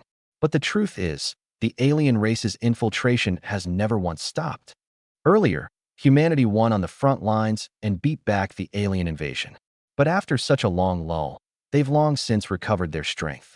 It's just that humanity's grown steadily more powerful too, so they don't dare launch a large-scale assault. But the small-scale harassment has never let up, like the Blood Moon Cemetery before. This time, though, it's a little different. Gao Yuan's expression darkened. First, Mirror Lake City was actually even more deeply tied to the Qinglan continent, and even so, it still got infiltrated. That's highly unusual. If it were just an isolated case, fine, but if it's a widespread pattern, then it can only mean one thing. The alien race's ambitions probably go well beyond mere harassment. And the recent developments in the Kangwu realm confirm my suspicion exactly. The Kangwu realm earns the name realm precisely because it's a large fragment world, without all the restrictions Mirror Lake City had. Its strongest professionals even reach level 70. Subduing a world like that would probably require mobilizing a considerable amount of force. Gao Yuan set down his cup, his expression grave. Still, all of this is a bit far off for us. But you're different. He looked at me. This one battle got you promoted straight to warden. And the toughest, cruelest external campaigns are usually handled by the wardens. Reservists like us basically can't get in. At most we do odd jobs on the perimeter. As far as I know, there are already wardens watching the Kangwu realm. Chairman Zhang Haitian, along with the commander who granted you that exceptional promotion, both showing up here at the same time. That's probably about this, too. And I noticed not many wardens came to your promotion ceremony today. A good chunk of their forces have likely already been pulled away. So what I mean is, Gao Yuan's expression turned serious. You're still very young, and you're stronger than me, stronger than a lot of people at this table. If this mission does land on your plate, you can choose to turn it down, within reason. He may have been proud, but that didn't mean he lacked perspective. I wasn't from some prestigious family, but Jiangxing City was, all things considered, a subordinate city of the Qinglan continent. Rounded off, and we counted as fellow townsfolk. And besides, in that fight at Mirror Lake City, it was because of me that he'd walked out in one piece. Hearing this, Zhang Ming looked over at me too. I mulled it over for a moment, then gave a slight nod. Thanks. Hey, don't mention it. Gao Yuan waved a casual hand. Bellies full and drinks done, the group got ready to part ways. Gao Yuan set down his napkin and stood up, and just before leaving, he added one more thing. Lin Shu, I owe you for Mirror Lake City. I'm keeping that in mind. In this whole younger generation of the Qinglan continent, there's probably no one stronger than you. But there's something I have to warn you about, he paused. The taller a tree grows, the more the wind wants to batter it. To us, you're a hero, but in the enemy's eyes, you're a thorn in their side. The alien races won't let you off so easily. And even though on the surface the association has people quietly handling these troubles for you, you still have to watch your own back every single moment. Those things will stoop to any dirty trick you can imagine. You saved me once, so I'm giving you a heads up. Whether you take it is up to you. He clapped a hand on my shoulder, turned, and walked off. Once everyone had scattered, I went back to my room, lay down on the bed, and thought back over everything that had happened lately. From the very beginning, running dungeons and fighting for first place just for a professional certificate, to later joining the Wardens, to slaying that 30-plus level city lord for the first time at Mirror Lake City. If in the past I really had entertained the idea of finding a quiet corner and just coasting through life, now I'd truly tasted the sweetness of kill something and get life force. And even though Gao Yuan had spoken vaguely today, he'd pointed out a core issue, the alien invasion. As the son of a prestigious family, the information he had access to was surely more than mine. If even he was this worried, then a lot of things were probably about to spill over into the real world. Maybe it would even set off another great war. At that thought, my chest tightened involuntarily. If it really came to that, was everything I had on me now enough to protect myself and my family? I could handle enemies in the 30-something range, sure. But what about level 40, level 50, or even 60, 70? I needed to level up. I needed stronger skills, stronger gear, and more life force to feed those skills. I took a deep breath. Breathing to bank up life has its ceiling, in the end. If I wanted to fight for that ceiling, I still had to go kill the enemy. The next morning, at the command center, when I walked into the hall, the massive ring-shaped projection screen was scrolling through the full list of currently active missions in real time. Subjugation commissions of every level, patrol dispatches, and application channels for free operations were all sorted by category, clear at a glance. Most of these, though, were investigation and exploration missions. Soon enough, an entry marked Kangwu Realm Large-Scale Joint Operation quietly scrolled past. The participant roster was already very long. The names of Sun Ye, Sun Chongyue, and Gao Yuan naturally weren't on it. Their levels and military ranks weren't high enough yet. Wardens level 30 and above, mandatory participation to those below level 30, as well as newly promoted full members. Participation is at the individual's discretion. Just as Gao Yuan had said, I'd only just gained full status, and by the rules I had a brief adjustment period. A high-intensity mission on this scale usually wouldn't force new members to join. But I stood in front of the screen for about 5 seconds. After thinking it over, I raised my hand and tapped Confirm Participation. The system popped up a brief message. Warden Lin Shu, participation in the Kangwu Realm Joint Operation confirmed. Mission number CW0047. Please report to the assembly point before the designated time. Specific assignments will be issued by the on-site commander upon arrival. The assembly point was set up in front of a military teleportation gate on the western side of the Qinglan continent. By the time I arrived, quite a few people were already standing in the plaza. The warden's black capes stood out sharply in the crowd. The patrol officers' deep blue uniforms made up the majority, and there were a few clerical staff in various association robes, clutching clipboards and weaving along the crowd's edge. Everyone was waiting for the teleportation gate to finish its final energy charge. I made my way through the crowd toward the check-in desk, the drifting blade slowly circling behind my right shoulder. Its icy blue glow wasn't very conspicuous in daylight, but the way it hovered, unlike any standard piece of gear, still drew plenty of sidelong glances. Someone recognized me. Lin Shu, a warden with short stubble, turned to look, his eyes lingering on the drifting blade for a beat. The Mirror Lake City guy? Yeah. The stubbled man's expression was a bit complicated. He'd seen me at the Qinglan Continent branch, and even though I had a whole pile of titles, first on the rankings, youngest exceptionally promoted warden, all of it, to him at the time, all those titles combined didn't grab attention like the drifting blade behind my back.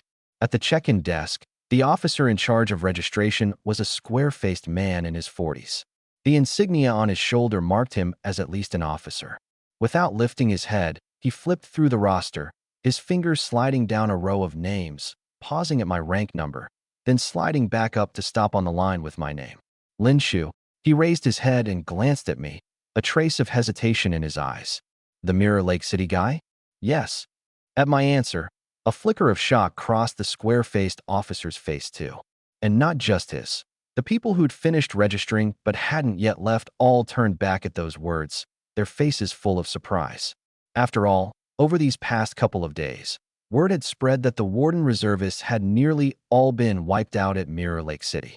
Everyone said some young guy named Lin had slain an enemy several levels above him and been promoted to Warden on an exceptional basis. Nobody expected that this guy, freshly granted full status, and without so much as a chance to catch his breath, would already be here for this mission. A younger full member standing beside the square-faced officer turned his head too, looking me up and down, and muttered under his breath, "Just got full status, and he's already signing up for the Kangwoo Realm? That's a little too eager, don't you think? You just don't get it. This Kangwoo Realm mission has the commander and the chairman on it. Strike while the iron's hot, get it?" The voices weren't loud, but almost everyone present was a level 25 plus professional, and every one of them caught the meaning behind those words. I didn't argue. I just lowered my head and filled in my information on the desk. The square-faced officer, pen in hand, stopped and stared at me for several seconds, then said earnestly, "You just wrapped up a mission. There's no need to be in such a rush to prove yourself. Level up slowly. You'll have plenty of chances down the road." I just gave a faint smile and handed the form over. All filled out. Looking at the form I'd handed him, the square-faced officer took a deep breath. He shot a glance at the old hands around him who were still gawking at the show, and couldn't help but slam a hand on the desk. This kid just got full status, and he's got the guts to sign up on his own. His voice didn't drop at all, carrying down half the check-in line. This mission is led by the commander and Chairman Zhang, which tells you just how dangerous it is. Merit is bought with your life, not earned with your mouth. Anybody else who wants to run their mouth can come do it to my face. The line went dead quiet in an instant. The stubbled man lowered his head, and the young one shut his mouth. I was a little surprised, actually. Only a mediocre man escapes envy. And besides, the guy had just made a couple of snide remarks, so I hadn't taken it to heart. I never expected this square-faced officer to stick his neck out for me. He looked at me and said in earnest, "Being willing to step up in a moment of crisis shows the commander didn't make a mistake promoting you to warden on an exceptional basis. Do good work." With that, he handed me the check-in tag, picked the roster back up, and his tone returned to the steady, matter-of-fact register of official business. "Lin Shu, for this operation, your assignment is to support the 11th Patrol Officer Squad and hold the 3rd containment node on the outer perimeter of the Kangwoo Realm. The exact coordinates will be relayed by the Patrol Squad Captain upon arrival." He stamped the assignment order and pushed it over. "Perimeter duty, watch yourself out there." That's what his mouth said, but as an officer, he understood all too well the weight of me. First on the Qinglan continent rankings, slayer of a corrupted enemy several levels above him, exceptionally promoted by the commander. It was good for a kid to have drive, but you really couldn't shove a kid into a fire pit. Sending him to the perimeter to broaden his horizons, that was about right. I took the assignment order and said nothing. The gate's charge finished at exactly that moment. A massive hum of energy resounded across the plaza, and a light curtain over 10 meters tall slowly unfurled before everyone. The square-faced officer stood up and waved a hand at the crowd. "To your positions, enter by assignment. On the other side, report to your own captain." The light curtain flickered, lighting up the whole plaza like snow. The wardens stepped in first, their black capes snapping in the gusts of energy. The patrol officer troops followed close behind. As I stepped into the light curtain, the drifting blade's icy blue glow flashed once in the glare. Then, my whole body vanished into the light. The 11th Patrol Officer Squad's base was set up in an abandoned watch post at the 3rd containment node. The watch post had been built ages ago. Withered vines crawled over its bluestone walls, and above the main gate lingered half of a blurred old Kangwoo Realm emblem. The squad had 11 people total, 12 counting the captain, Gu Changhai. They'd arrived 2 days early, swept the watch post inside and out, and set up basic sensory wards all around while they were at it. When I walked in, Gu Changhai was crouched on a stone block in the courtyard, studying a map. He was a middle-aged man in his early 40s, with rough fingers and thick calluses on his palms, the marks left by years of gripping a weapon. Hearing footsteps, he looked up, and when he saw my warden uniform, he was visibly taken aback. "They sent us a warden?" Gu Changhai quickly stood, wiped his hand carelessly on his pants a couple of times, and extended it to me. Gu Changhai, captain of the 11th squad. Lin Shu. The other squad members gathered around too.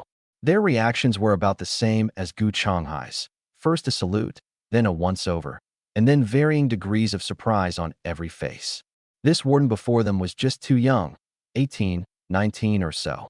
Standing among their group of patrol officers, who averaged over 30, he didn't look like a full member at all, but more like a reservist trainee here for an internship. Gu Changhai rolled up the map and tucked it under his arm, doing his best to speak in a formal tone. Warden Lin. Just call me Lin Shu. Seeing his awkwardness, I said it straight out. Gu Changhai gave a dry cough. All right then, Lin Shu. The third node's defense zone is a 5-kilometer radius around the watch post. Right now our people are mostly split across 3 patrol segments. If you'd rather not patrol, you can hold down the post. It's just that sometimes we might need you to cover a shift for us. We're, a little short-handed here. A flash of difficulty and embarrassment crossed Gu Changhai's face. The moment he finished speaking, from a corner of the courtyard came a lazy voice. Oh, another one. I turned to look. Under the eaves of the watch post sat a young man, early 20s or so, one leg crossed high over the other.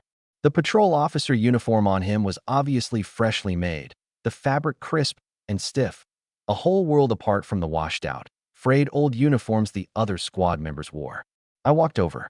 He made no move to stand, didn't even bother adjusting his posture. Holding a teacup in his hand, he swept his gaze over me with casual indifference, finally landing on the warden badge on my chest, one eyebrow lifting slightly. Well now, a warden. He blew at the tea leaves floating in his cup, a bland, non-committal smile in his tone. Fancy gear, at least. I didn't respond. Beside me, Gu Changhai gave a dry cough and lowered his voice to introduce him. This is Wang Zayan, the third young master of the Wang family. He's normally in a patrol officer clerical post. He was sent over this time to assist us. Assist. An interesting word choice. But I quickly figured out what he meant. Earlier, when Sun Chengyue was telling me about the special forces, he'd mentioned in passing a rule from another unit. Patrol officers counted as frontline too, but they had no reservist system. Everyone had to grind up step by step from formal training. This guy in front of me clearly hadn't come in by the rules, though. A direct line scion of a prestigious family, slotted into the patrol officers to gild his resume. In the Great Xia Prefecture system, that kind of thing wasn't the least bit unusual. I glanced at him once more, then pulled my gaze back. No wonder they'd said they were short-handed. Turns out someone was occupying a slot without doing any work. I turned to Gu Changhai and said, I'll take patrol duty. Just assign me tasks like normal. Gu Changhai was taken aback, a flicker of surprise in his eyes. I could roughly guess what he was thinking. Compared to a spoiled rich kid like Wang Zayan, my status as a warden meant that, in terms of authority, I outranked every one of them. He'd assumed I was here to pad my resume and get some face time too, and never expected I actually intended to work. He quickly walked me through the detailed routes. The patrols were divided into 3 segments, covering the key terrain within a 5-kilometer radius of the watch post, mostly positions that were easy to defend and hard to attack. Fixed posts had 3 people per group, 3 groups in all, with an extra group doing roving patrol. The arrangement was flawless. But after actually walking it a few times, I realized this manpower was, in fact, dangerously thin.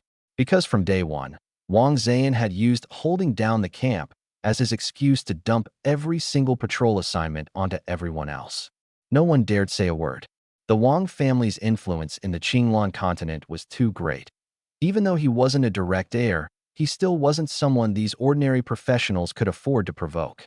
They all had to keep earning their keep in the patrol office down the line, so they'd rather stand 2 extra shifts themselves than court that kind of trouble. To be honest, at first they didn't pin any hopes on me either, especially since the squad already had one Wang Zayan.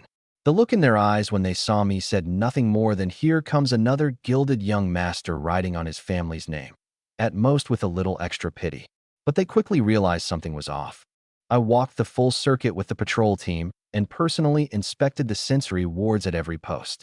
Relying on life sense, I keenly spotted several gaps in the defenses and even pointed out potential flaws in a few of the ward ruins.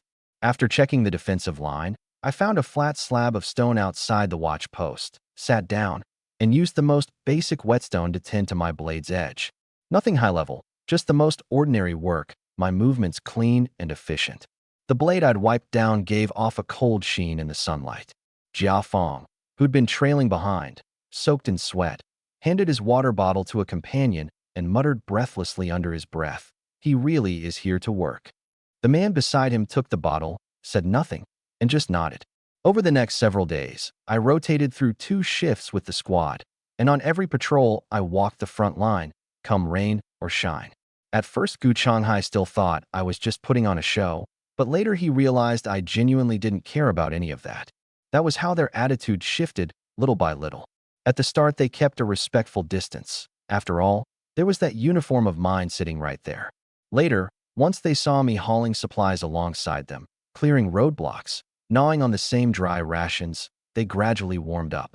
Compared to that third young Master Wong who never set foot outside, I not only went on the missions, I often walked at the very front of the group, and thanks to my life sense, more than a few times I'd scouted out danger for them ahead of time. This down-to-earth style of mine quickly won the trust of these patrol officers. But that trust, in Wang Zhan's eyes, became something that grated on him. Every evening when the shift wrapped up and I came through the watchpost gate covered in dust, he'd be sitting comfortably under the eaves, sipping tea. Seeing me in that state, that half-smiling, half-nod expression would always surface on his face. "So you really do go out on patrol every single day, huh?" He looked down on me from the bottom of his heart. I understood his logic well enough. Sure, warden privileges were considerable. Act first and report later. The final word, all of it, so what? The warden casualty rate was also the highest of any unit in the Great Xia Prefecture. They killed a lot of aliens, and a lot of them got killed by aliens too. Fewer than half of every 10 lived to retirement. In his eyes, someone like me had crawled up out of the mud at the bottom, gotten lucky enough to be picked into the wardens, thrown on a nice uniform, but was, at the core, still that same broke wretch willing to bet his life for a scrap of merit. Not worth respecting, not worth taking seriously.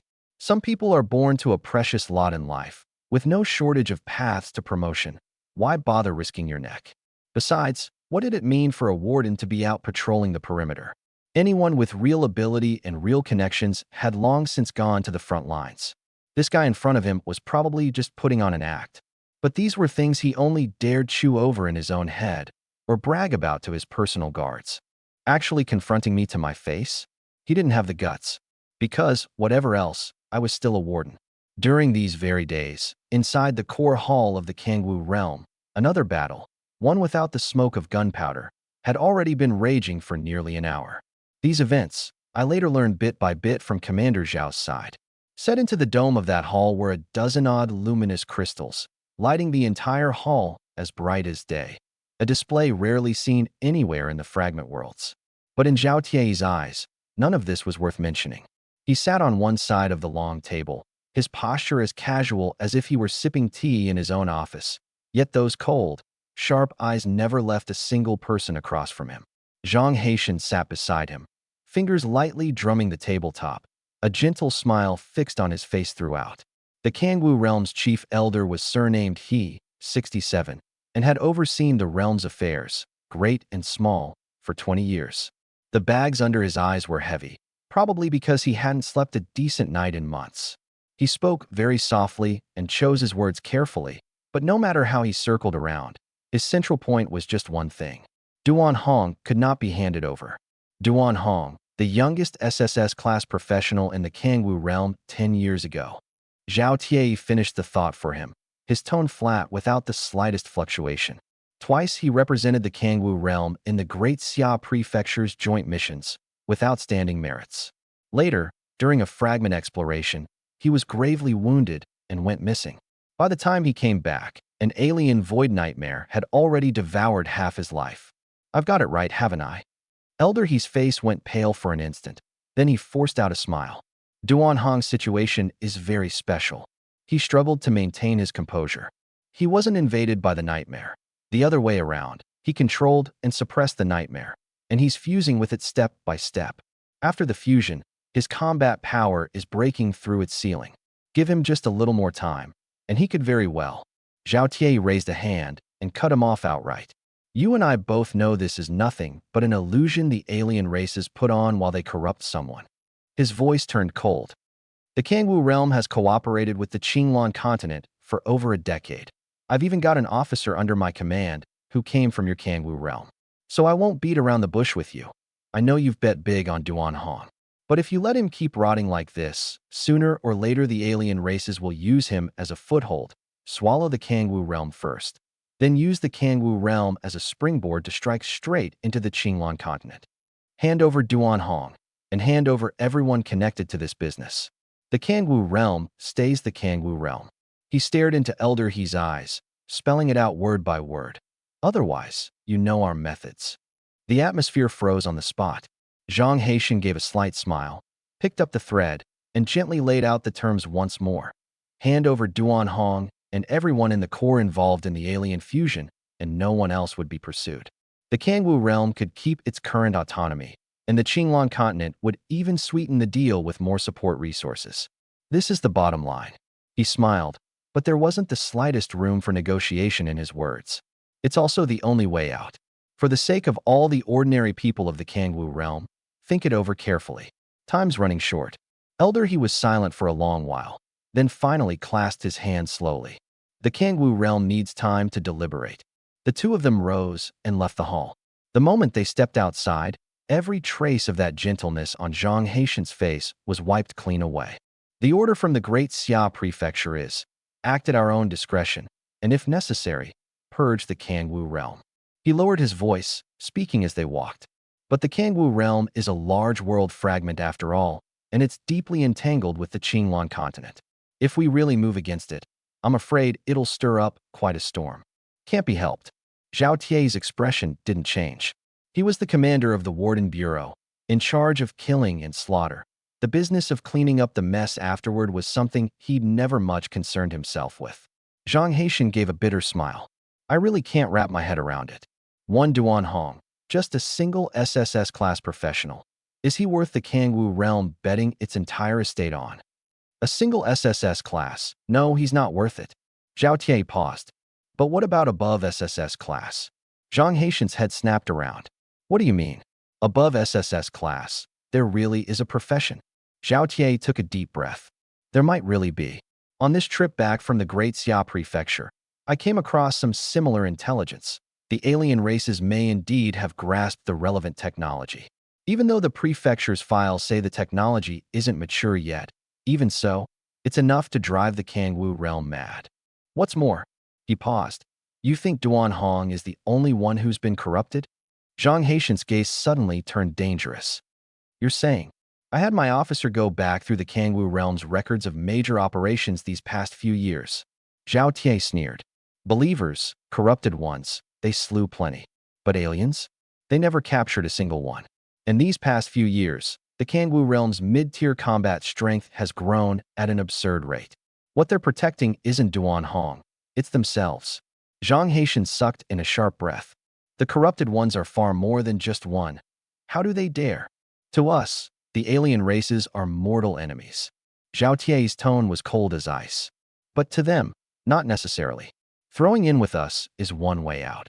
So who's to say throwing in with the alien races isn't a way to live too? Go get ready. If I've read this right, these people will never hand anyone over, and they certainly won't let us in to investigate." Sure enough, the two had barely returned to camp when Zhang Haitian's communicator buzzed. He glanced down at it, and his face shifted from solemn to a bitter smile as he handed the device over. "You called it.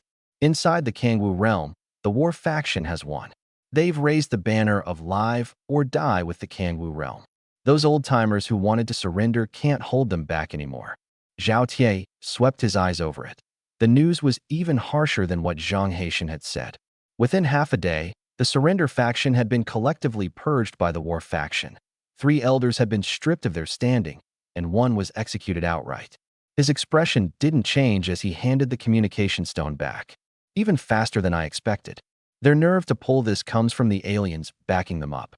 He mused for a moment. "Then we won't rush to move. Bring in more people, seal this space up tight, and don't let any aliens on the outside slip into the encirclement. Then we tighten the noose bit by bit. I'd like to see just who gave them their nerve." Zhang Haitian understood his meaning. With the Qinglan continent's strength, purging one Kangwu realm wasn't hard, especially now that the encirclement was in place and the other side had openly flipped. There'd be no psychological burden whatsoever in striking. Next, it was a question of whether they could lure out the alien race's high-tier combat power and swallow it all in one gulp. I'll go make the arrangements. Zhang Haitian's expression turned grim. The situation over in the Kangwu realm had taken a sudden turn for the worse, but out here on the perimeter, at the third blockade node, the first few days weren't all that intense. The fighting was low-key, mostly a matter of stopping the odd stragglers who tried to slip through. I'd seen it happen a few times myself. Kangwu realm people sneaking up out of the dense forest, getting spotted, exchanging fire, and then being driven back by our firepower. Both times we clashed, I was right up front. To put it plainly, these scattered fighters weren't many, and their strength was nothing special. Usually the moment another patrol officer sounded the alarm, the fight was already over. With my sole perception, backed up by my ice spikes and floating blades, I might have come up a little short against a truly powerful enemy. But for cleaning up guys like these, I had more than enough to spare. Not a single blind spot in my field of vision. One ice spike would fly out and punch straight through a man's forehead between the eyes, like he'd been hit by something out of a nightmare. It was during these few days that headquarters sent an emergency order down to every perimeter outpost. The defensive ring is contracting. The Kangwu realm may attempt a breakout. All nodes are to enter maximum alert. No one is permitted to enter or leave. Top priority: seal off the backup teleport nodes on the east and west flanks. Do not let a single one slip away. This order was nothing like the lukewarm phrasing they'd used before. Gu Changhai stood at the outpost's doorway, reading the coded message for the better part of half a minute, then looked up and caught my eye. Neither of us said a word, but we were both thinking the same thing. The higher-ups were about to make their move against the Kangwu realm. That afternoon, we cranked our patrol intensity up to the max. Every off-duty patrol officer was put on standby, and even the night shift watch, who could usually catch a quick nap, had every light blazing. Gu Changhai sent Jia Fong and 2 others to reinforce the intercept barrier at the eastern valley mouth, while he led the main force to hold the front. I ran a check on the energy circuits of my floating blades, then took up a position at the highest point of the outpost, my sole perception spreading out from there to blanket the entire surrounding area. Just as the sky was going dim, more than a dozen figures suddenly burst out of the northern edge of the forest. Leading them were 2 mid-tier fighters from the Kangwu realm. The rest were all stragglers pushed to their limits by corrupted power. They slammed into the first barrier, and 3 of them were blasted back by arcs of lightning. But the others charged forward like men with no regard for their own lives, tearing open a gap through sheer flesh and blood. Gu Changhai led his men to meet them, and the 2 sides tangled into a knot on the northern side. And at that very moment, from the other end of the forest, a second group came pouring out, silently. Not armed personnel. Migrants. Men and women, some carrying children, some with elderly folks on their backs, their faces panicked, their steps stumbling. Walking at the very front was a middle-aged man dressed in white. Later, I'd learn his name was Bai Jingyan. He didn't move fast. His back was ramrod straight, and he kept his eyes locked warily on the outpost ahead, keeping the family members behind him gathered in the middle. Among them was an old woman whose legs were clearly failing her. Every few steps, she had to lean on a young woman beside her for support. But here was the problem. If a well-equipped, genuinely capable Kangwu Realm Scout team couldn't get through here, what chance did these old folks, women, and children have? Gu Changhai stood at the checkpoint, looking at this crowd, his brow furrowing. But he didn't give the order to attack. "Halt," he shouted. "Headquarters has ordered that no one may pass." Bai Jingyan stopped, drew a deep breath, and stepped forward, trying his best to keep his voice steady. "My name is Bai Jingyan. I served in the 4th Patrol Detachment of Qinglan Continent. I have a legal residence, and my professional license number is on record. I'm not here to make trouble." He turned to the side, letting Gu Changhai see the people behind him clearly. The old woman who could barely walk, the young woman clutching a child to her chest, the child burying its face in its mother's collar, afraid to look up. "I just came out to get my family. Whatever's going on in there, I want no part of it." He lowered his voice. "Can't you just pretend you never saw us?" The knuckles of Gu Changhai's hand gripping his blade turned white. It wasn't that he didn't know people like Bai Jingyan existed. Not everyone in the Kangwu realm had picked a side, A good number of ordinary residents had no say in any of the decisions at all. But the order was crystal clear: no one may pass. An order was an order. No. Nothing changed on Bai Jingyan's face. He only pressed his lips into a thin line. After a moment's silence, he asked again, "Let my family through, and I'll stay behind." Would that work? Gu Changhai didn't answer. Bai Jingyan nodded, tilted his head, and murmured something to the woman beside him. She held the child close and retreated a few steps. He turned back around, drew two blades from his waist, their edges gleaming cold in the firelight. "In that case, forgive me." He rushed forward with tremendous speed, yet his technique was startlingly clean. Every move used the reversed grip of the hilt to subdue rather than kill, the blade edges always avoiding vital points. Two of the patrol officers beside Gu Changhai were knocked back in an instant. A third was swept off his feet by a kick, his weapon flying far away. He didn't kill a single one of them. He only pushed forward, and with every step he took, one more man blocking his path went down.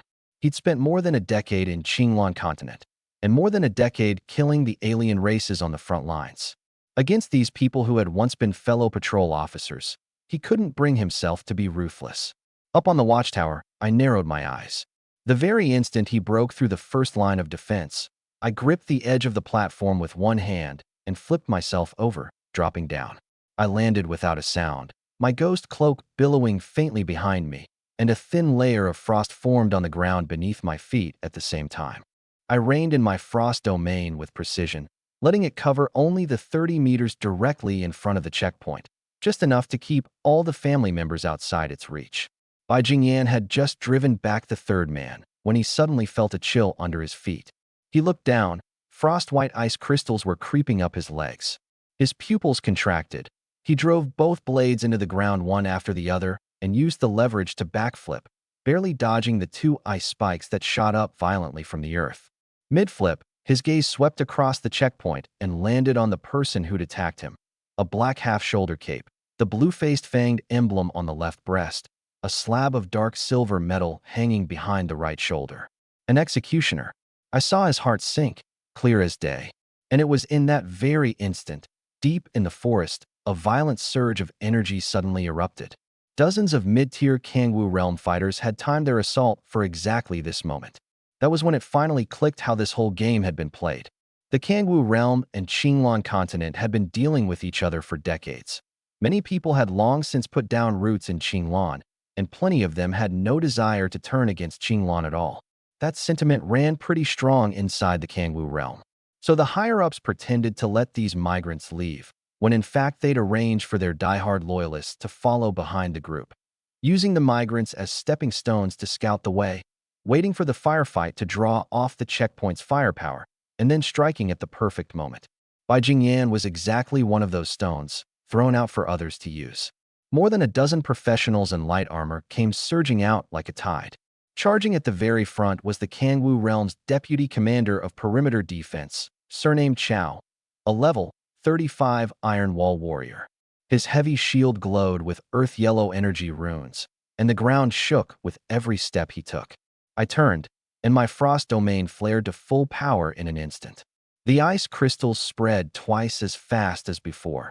The moment the first few light-armored fighters stepped onto the frost, the cold bored into their legs, and their movement stalled. I brought my greatsword to bear. A streak of blade light swept across and cleaved a straggler trying to skirt the line clean in two, armor and all. Just then, a muffled crack came from the west side. Not an explosion, the sound of an energy barrier shattering. That was supposed to be Wang Zhan's sector, and now it had already been breached by the Kangwu realm. Gu Changhai's face changed abruptly. How could it be broken through this fast? Damn it, where's Wang Zhan? At that moment, Wang Zhan had long since run. I only pieced together what happened later.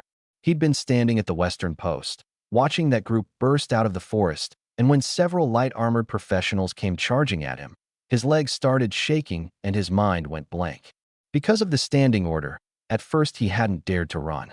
But once those people slammed through the barrier by sheer force, he completely lost his nerve. The moment he flinched, his own guards didn't dare step up either, and in the end the entire western line came down to a single patrol officer facing an enemy several times his number. That man cut down enemy after enemy. But in the end, he was simply outnumbered and was slain right there on the field. Watching his comrade fall, Wang Zhan's terror of death overwhelmed everything else. He didn't want to die. The Wang family had holdings in Qinglan and status and connections. He'd only come here to pad his resume. Why should he have to die in a place like this? So he found himself a reason he could live with. Pursuing a suspect, his voice went shrill and grating. Even as he shouted, he was already running toward the teleport node behind the outpost. I'm under orders to pursue a suspect.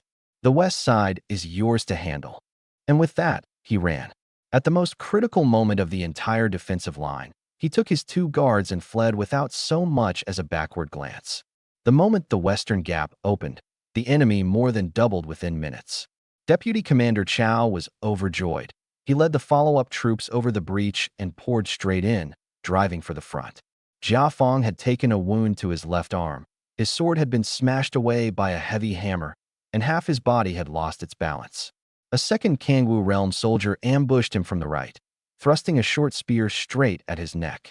At the last possible instant, a cold light flashed. A floating blade sheared off the spearhead in midair, less than 3 inches from his throat. Jia Fong stumbled backward. He'd only gotten out half of Executioner Lin before I had already darted to his side and, with a reverse swing of my sword, sent the ambusher flying.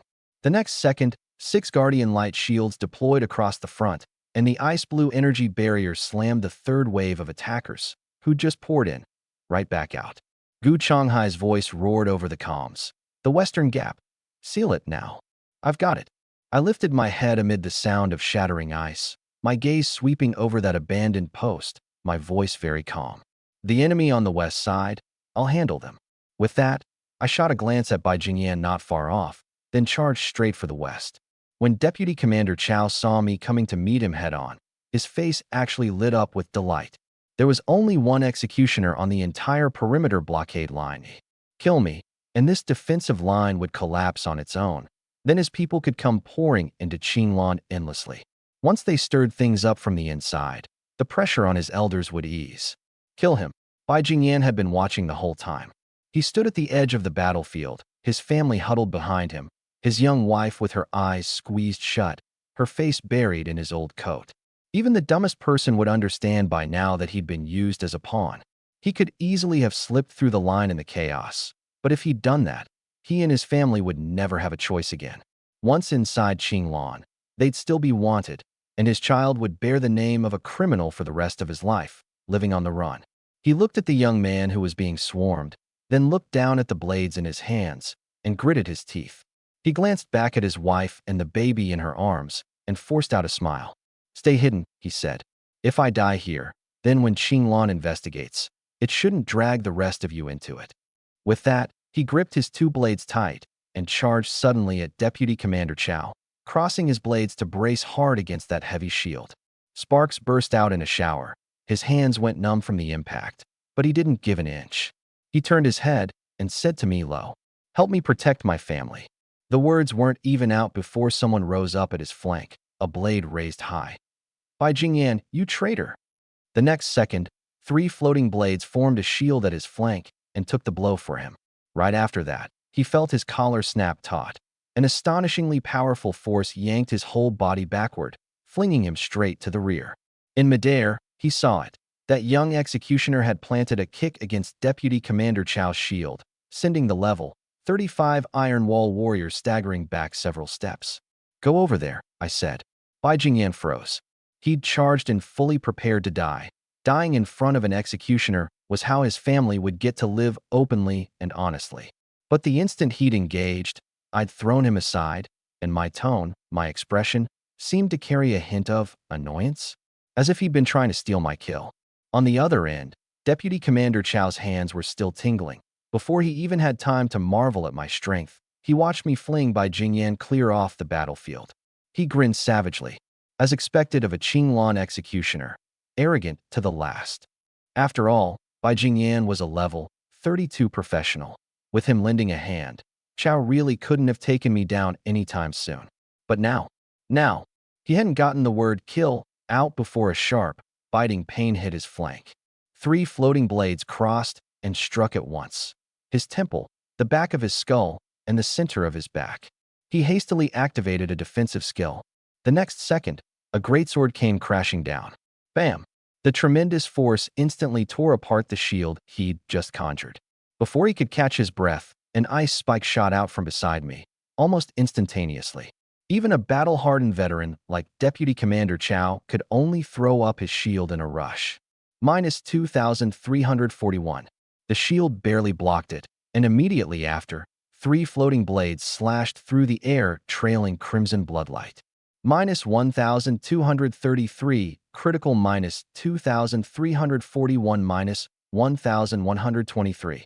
3 strikes in a row, his thick defense and health bar were about to give out. Seeing me raise my blade to charge in again, a wash of bloody red flooded his eyes. Damn it, don't you underestimate me, you soul-dead bastard. As the words left him, a presence I knew all too well came surging out. Corrupted, my heart sank, and an ice spike shot out at once. Guided by my soul perception, it drove with pinpoint accuracy at the central hub of his energy circulation. Deputy Commander Chow could only throw up both arms to force a block, and in the split second of that block, I'd already closed to point-blank range. My necrotic greatsword, wrapped in a bitter, freezing wind, SHHK. Deputy Commander Chow, still trying to unleash his ultimate, was beheaded on the spot in the blink of an eye. His head and a severed arm traced an arc through the air and slammed hard into the ground. The excitement and bloodlust of suddenly gaining power still lingered in his eyes, but as the blood ran dry and his consciousness scattered, that crimson glow dimmed, little by little. The Kangwoo Realm's crack fighters around us were all stunned, their Deputy Commander Chow, cut down by this young man in a single move. But faster than their shock came the ice spikes and the floating blades whirling through the air. The tide of battle turned, right then and there. By the time I'd fully cleared the western gap, the fighting elsewhere was nearly over too. I hadn't gone over there directly, but my frost domain covered a huge area, and the cold had bored into the bodies of the surviving Kangwoo Realm fighters, slowing them down, handing the other patrol officers easy openings. I swept a hand up, and the ice spikes and floating blades struck again, reaping the last of the stragglers. After all, these were all real, honest-to-goodness maximum HP. When the battle ended, the ground in front of the checkpoint was carpeted with frozen stiff corpses. Bai Jingyan sheathed his 2 blades at his waist, still catching his breath, and swept his eyes over the bodies littering the ground. His mouth twisted into a bitter smile. Among them were people he knew, men he'd drunk with, men he'd gone to school with. But now they all lay on the ground. He didn't know whether what he'd done was right or wrong. He'd only wanted his family to live. He turned to look at me. Can you let my family go? He looked me straight in the eye. They don't know anything. It was me who wanted to take them and flee. I didn't want them to die in this pointless struggle. I said nothing. I'd noticed it earlier, when he was fighting the patrol officers. This man was strong. Several of them swarming him hadn't been able to hold him down. He'd even been able to counter them. And through the whole fight, every one of his strikes had avoided vital points. Yes, he was a Kangwoo Realm man. And yes, he'd broken through the checkpoint. But a person of honor is judged by his deeds, not by what's in his heart. Whatever he'd been thinking, he hadn't harmed a single patrol officer, and when my hands were full, he'd stepped in front of me of his own accord. If not for him, our brother's casualties would only have been worse. Bring them over first, I said. Inside the outpost, I had someone settle by Jingyan's family in a storeroom we'd cleared out for the purpose. For stone walls, 1 camp bed, 1 energy lamp. Zhang Xiaoyu got a blanket from the medical team, and when she draped it over the half-grown child, the child finally let go of the grip on his mother's collar and fell asleep. The old woman sat against the wall on the edge of the bed. The strength she'd been holding on to finally drained out of her, and she slowly closed her eyes. Bai Jingyan leaned against the stone wall outside the door, head down, not saying a word. I walked out to the courtyard. Gu Changhai was waiting for me, holding a transcript of the encrypted message, folding it over and over in his hands, his face full of conflict. Executioner Lin, headquarters order was that absolutely no one may pass. This family, by the rules, they have to be handed over for special review. Detain them, I said calmly. Once everything's been investigated, transfer them to the rear. That's not by the book, he hesitated. I'm not releasing them. I'm moving them to the rear for holding. Report today's events exactly as they happened, and let the higher-ups make the call. I looked at him. If not for him today, the casualties would only have been worse. Gu Chonghai was silent for a few seconds, then nodded. He understood in his heart that when I, an executioner, put it that way, I was also giving him, the squad captain, and the men under him a way out. When Bai Jingyan heard the decision, a flicker of shock still crossed his face. Releasing them meant taking on responsibility. If these people ever caused trouble down the line, I, an executioner, would be implicated right along with them. He looked at my back, drew a deep breath, and slowly bowed his head. Thank you. I didn't turn around. I only said, calmly, this is what you deserve. Just then, a chill ran through me, and a flash of cold crossed my eyes. The courtyard gate was pushed open from outside. Wang Zan walked in. There wasn't a single trace of combat on his uniform. His hair was neat, and behind him came two equally spotless, put-together guards. First, he swept his eyes over the frozen corpses and bloodstains being cleaned up all over the ground. Then his gaze passed over everyone and landed on me. He raised a hand and pointed behind him, a look of heartbroken grief on his face, his voice pitched high enough to drown out the cries of the wounded patrol officers in the courtyard. A suspect fled to the west just now, so I took men and gave chase. Luckily, the pressure I put on him meant he didn't dare break for the teleporter. He turned and ducked into the forest to escape. I just couldn't stop worrying about the camp, so I hurried back. How are things over here? No mishaps, I hope.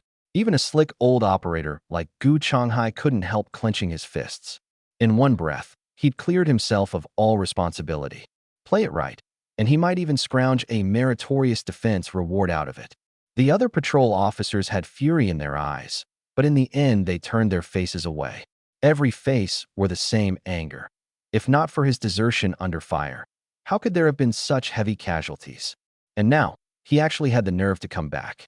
If not for you, Wang Chong wouldn't be dead, someone shouted. The smile on Wang Zhan's face went cold. Recalling the ghastly sight of Wang Chong being cut down right in front of him, only contempt stirred in his heart. That was his own lack of ability. He yanked off a glove and threw it to the ground. That thin layer of feigned remorse instantly gave way to naked arrogance. He swept his gaze around. We hold this defensive line for one ultimate purpose, to keep them from leaving the Kangwu realm. When I went to give chase, it was for the sake of the whole outpost.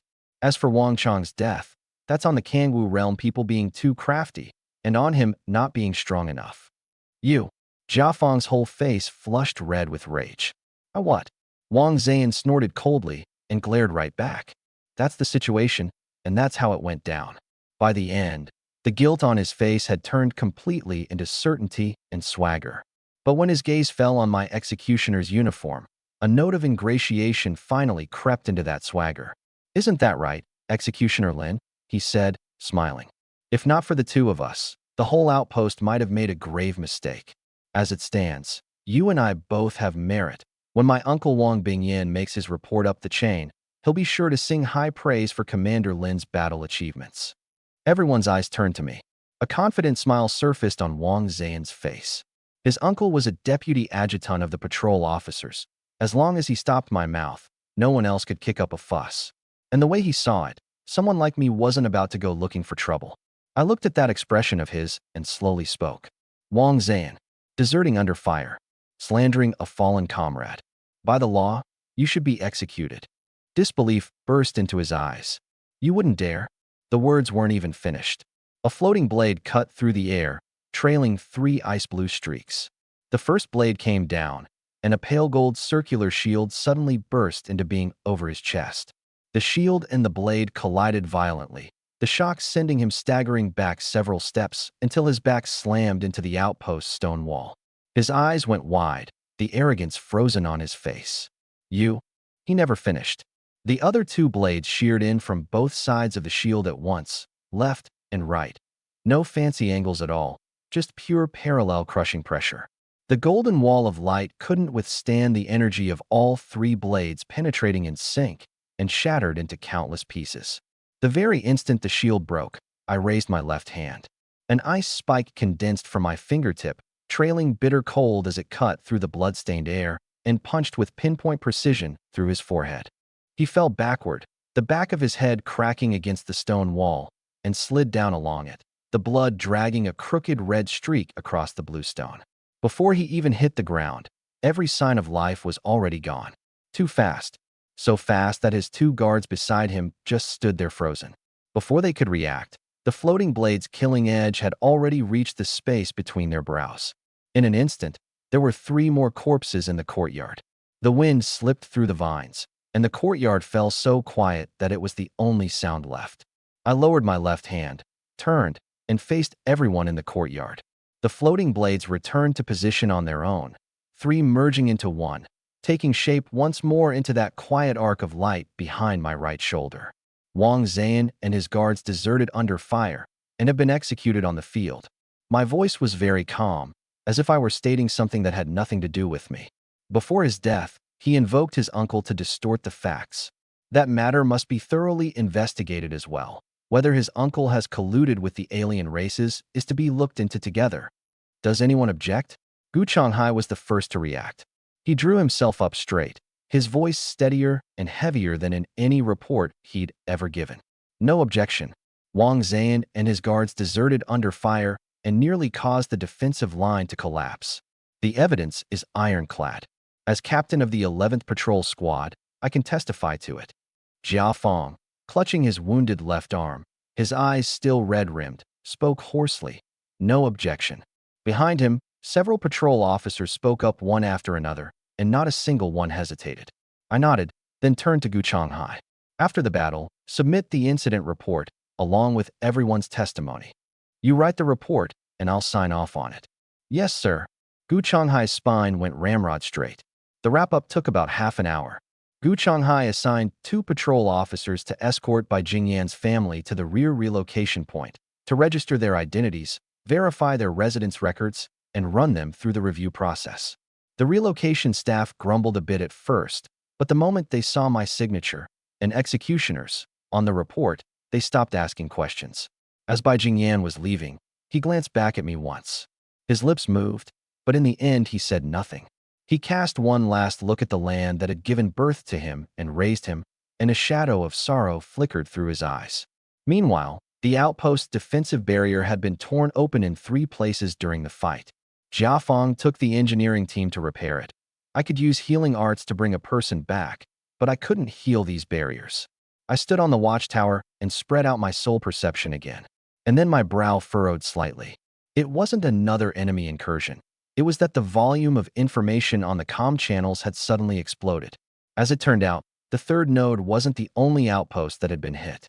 2 nodes on the eastern side were struck at the same time.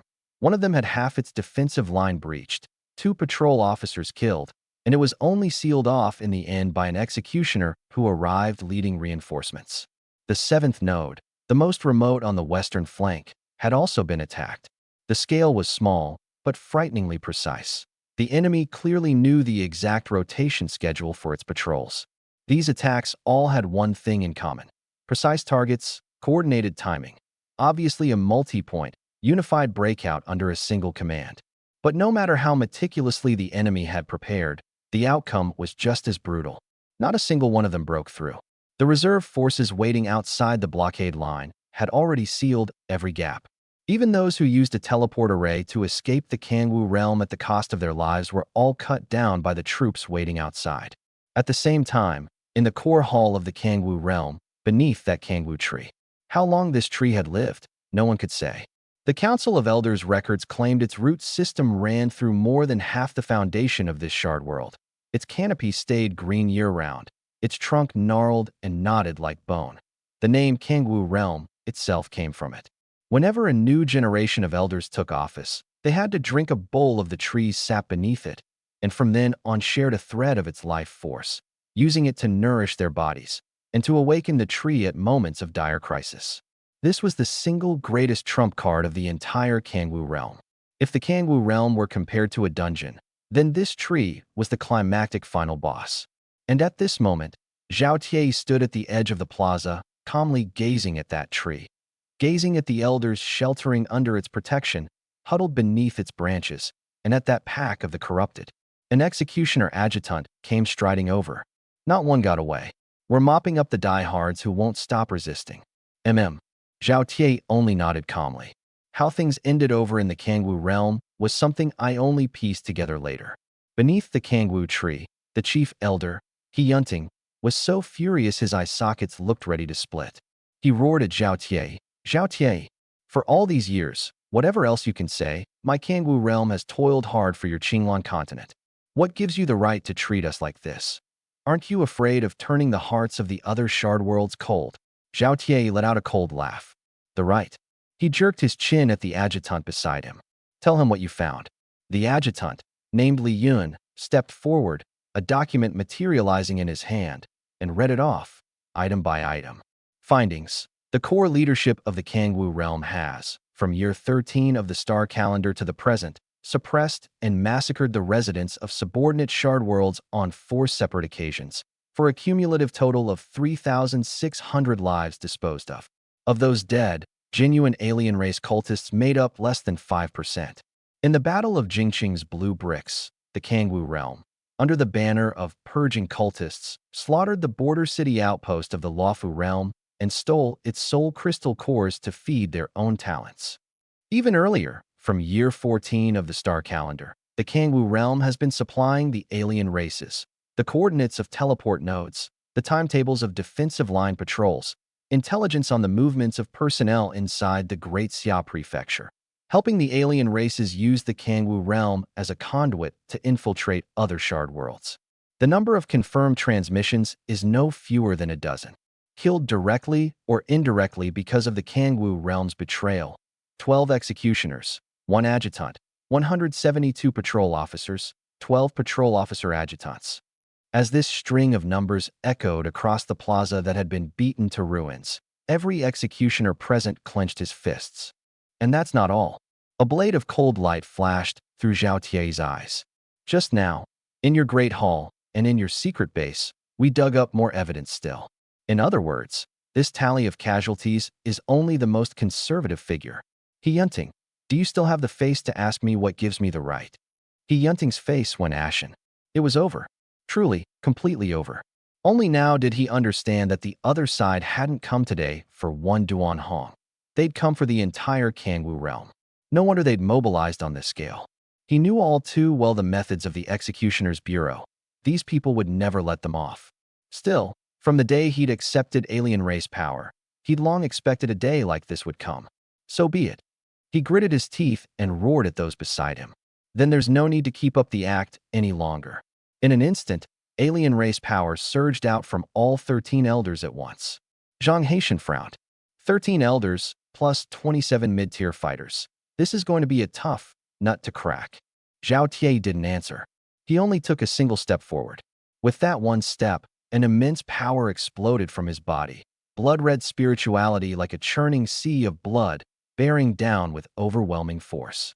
I only learned later that spirituality was something only professionals above level 40 possessed, and that it constantly shifted with a person's profession and their habits of slaughter. Zhao Tie was the commander of the Executioner's Bureau, level 80, who had spent years fighting on the front lines with far more lives on his hands than most. So his spirituality was red as blood. Now this expanse of blood-colored spirituality transformed into hundreds upon hundreds of blades and swords, hacking ceaselessly at the Kangwu tree's defensive barrier. In a single instant, the trunk of that towering giant of a tree was trembling faintly. Yet a flicker of scorn crossed He Yunting's eyes. Level 80, and that's all it amounts to. The lowest of these elders was level 69, and He Yunting himself was level 75. Fused with the Kangwu tree, even if they couldn't win, holding out for 300 rounds would be no problem at all. And now that they'd undergone alien transformation, both he and the tree were stronger. They might well have the strength to put up a fight. The 13 elders closed their eyes at the same time. In that instant, the power in their bodies surged toward the Kangwu tree like visible currents of electricity. The canopy suddenly lit up, not with emerald green, but with a murky, dark cyan, as though what flowed through its veins was not sap, but polluted souls. Countless branches drooped down from the canopy, their tips splitting open, and embedded in each split was a cloudy single eye, slowly rotating. The roots burst up out of the earth, upheaving great slabs of the bluestone floor. Dark red corruption energy mixed into the soil. The whole plaza shook. The bodies of the 13 elders were wrapped up in the roots, like prey coiled by a giant python. But the roots didn't crush them. Instead, they writhed over their bodies and fused with them, joining flesh and blood to trunk as one. So this is your fallback. Zhao Tie looked at those single-eyed branches, his tone flat. I told you all long ago, staking the entire foundation of a shard world on a single spirit plant makes it far too easy for the alien races to fixate on and corrupt. Dangerous. Yunting opened his eyes within the roots, a film of dark cyan glazing over his eyeballs, the mark of the spirit plant's power boring into his body. He looked at Zhao Tie, and on his aged face there wasn't the slightest trace of remorse, only excitement. You people don't understand it all. This isn't corruption. This is a new evolution. The canopy burst apart. Over 1,000 branches shot out all at once, each of them crawling with dense clusters of single eyes. Their method of attack wasn't to lash, it was to stare. Layer upon layer of dark cyan gazes overlapped, condensing into an invisible pressure. In the same instant, the mental strength of every executioner present was crushed down hard by those eyes. 3 lower-leveled adjutants let out muffled grunts and staggered back several steps, their weapons nearly slipping from their hands. Zhang Haitian stepped forward, golden light flashing in his right hand, and a chain of runes shot out from his palm, driving straight into the earth. No matter how deep the roots ran, they couldn't run deeper than the seep of a sealing art. The chain sank into the soil, spreading along the root system, and locked shut, at the roots, the channels through which the dark cyan energy was being fed upward. At almost the same instant, Zhao Tie threw a punch.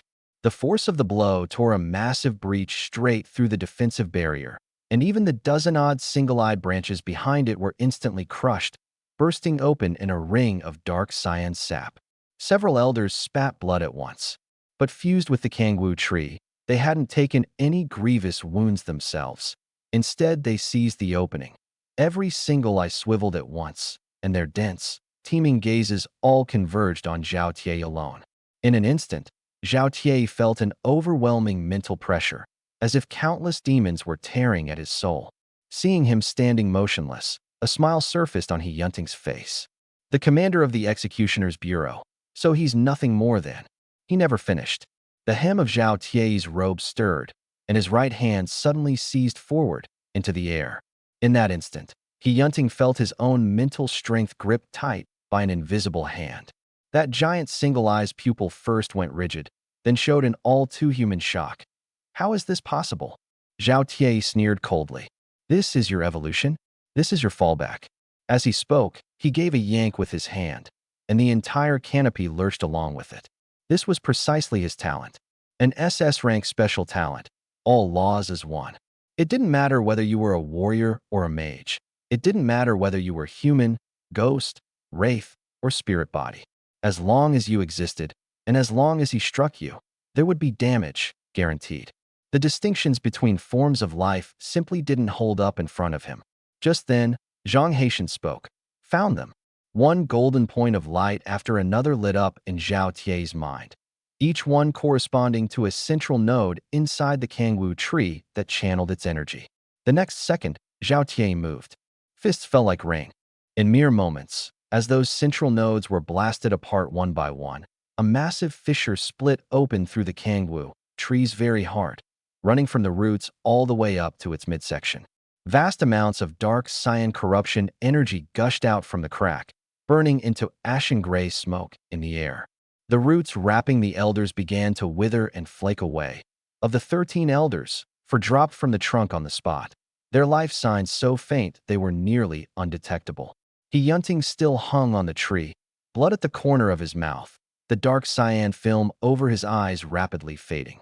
His eyes were full of disbelief. He couldn't accept it, couldn't make sense of it, that after scheming so hard and risking everything, this was how it all ended. He had witnessed the might of a level 79 professional, but no matter how strong, none had ever been strong to this degree. This was the very reason he hadn't dared to truly turn against them in the first place. But he'd never imagined that Zhao Tie was strong to such a degree. He had lost. Or rather, the entire Kangwu realm had lost. But he didn't close his eyes. A sinister, venomous resentment surfaced on his face. He glared fixedly at Zhao Tie, and then twisted out a cruel, malevolent smile. As expected of the commander of the Executioner's Bureau, strong indeed. But this isn't our true fallback. Using the last of his strength, he turned his head to look toward one corner of the plaza. Since you people have wanted it all along, then, I'll leave it to you. With that, he slowly detached himself from the kangwu tree. The next second, the air in the southeastern corner of the plaza twisted for an instant. A humanoid alien peeled itself out of thin air. Over 3 meters tall, its entire body covered in bone-white plates of armor. Its twisted face had no features, only a dozen odd eyes of varying sizes, slowly rotating in the gaps between the plates. Over 100 black tendrils extended from the edges of its armor, each ending in a tiny split mouthpart that quivered faintly in the air. An alien of the nightmare lineage, a high-rank breed.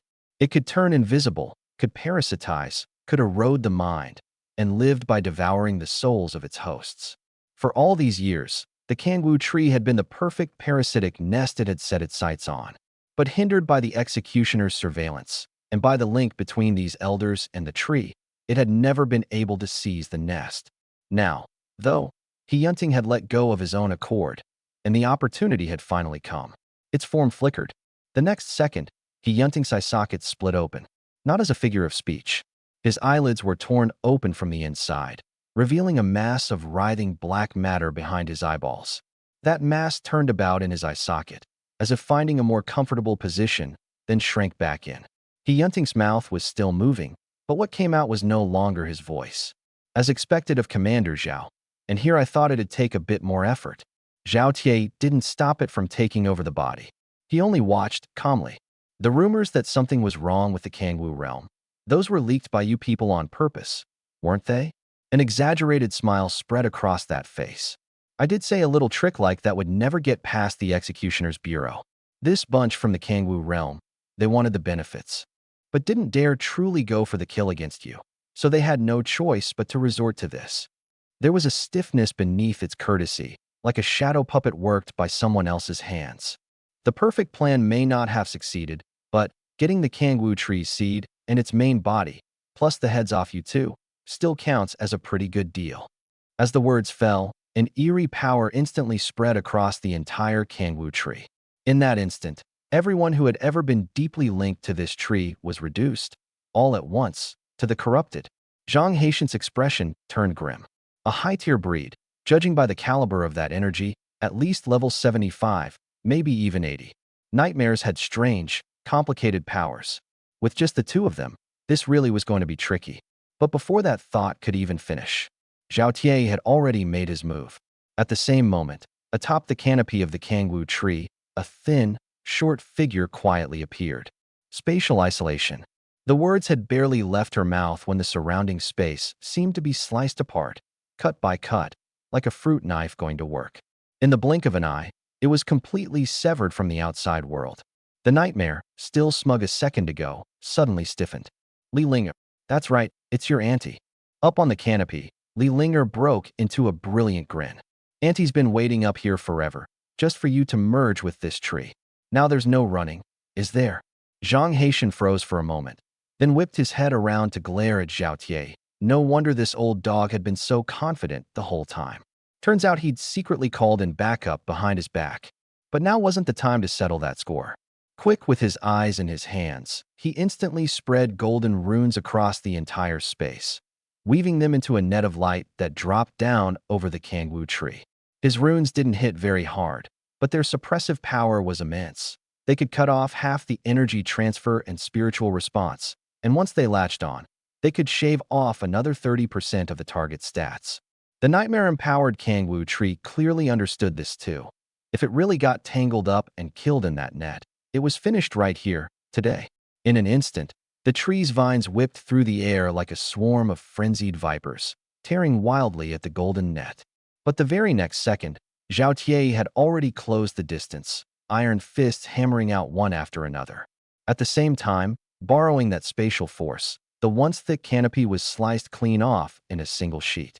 Outside, watching the central battlefield vanish into thin air, the constables and the kangwu world forces still locked in combat all froze. A few of the more seasoned constables snapped to it in an instant, ecstasy on their faces, severed space. That's Commander Lee's power. Meanwhile, on the other end, Duan Hong, still fighting the constable's tooth and nail, flickered with a trace of hesitation. But that hesitation lasted only an instant before hardening into cold resolve. With one strike, he forced back the constable in front of him, then turned, pulled out of the fight, and bolted. He didn't know who'd win this battle in the end, but one thing was crystal clear: the Suppression Bureau had come prepared. Even if the nightmare fused with the Kangwu tree, it probably couldn't turn the tables. And within that sealed space, 3 high-tier human combatants joined forces. In mere moments, the once grand, towering Kangwu tree was beaten to pieces. Even a high-tier breed nightmare could now smell death in the air. A head-on fight meant certain death, so it might as well gamble on a breakout. It threw everything it had into a furious assault on the spatial seal around it. After weathering a few attacks, that barrier cracked open like a shattering mirror, fissures spreading across it. It's trying to get out. Zhao Tie, Li Linger, and Zhang Haitian struck at the same time. Fist force smashed through its spinal trunk. A spatial slash critically wounded the nightmare's true body, and Zhang Haitian's seal cinched even tighter. In a single instant, the nightmare was nearly blasted to death on the spot. The next second, its true body exploded, all its stored energy channeled into one final blow that blew apart the spatial barrier. Black chunks of flesh sprayed out from the cracks in its carapace, most of them stopped by the barrier. But a few fragments, barely bigger than a knuckle, just barely slipped through the seal and scattered off into the entire Kangwu world. Zhang Haitian immediately raised a hand and tacked on a tracking mark, locking onto the direction they'd fled, but the distance was already too great to destroy them on the spot. Zhao Tie didn't give chase. He glanced down at the battlefield. A high-tier breed like a nightmare would never die that easily. Each scrap of its flesh could corrupt another professional and become a host for its rebirth. But things had come to this. There was no time to chase. Better to tighten the containment. And at that moment, I had already worked my way to the outer edge of the central battlefield. It wasn't that I'd abandoned my post. The Suppression Envoy's internal channel was calling for backup. Just then, my soul perception picked up a tiny fragment, hurtling toward me at incredible speed.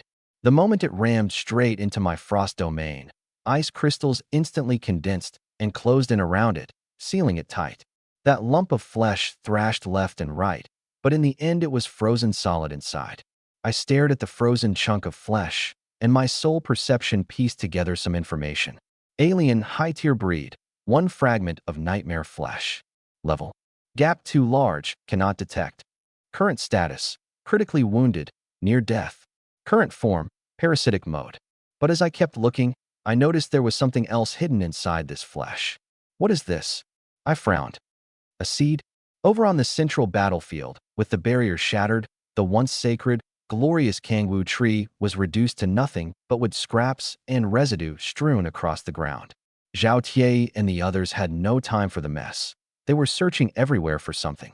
Where's the Kangwu tree's seed? Zhang Haitian looked helpless.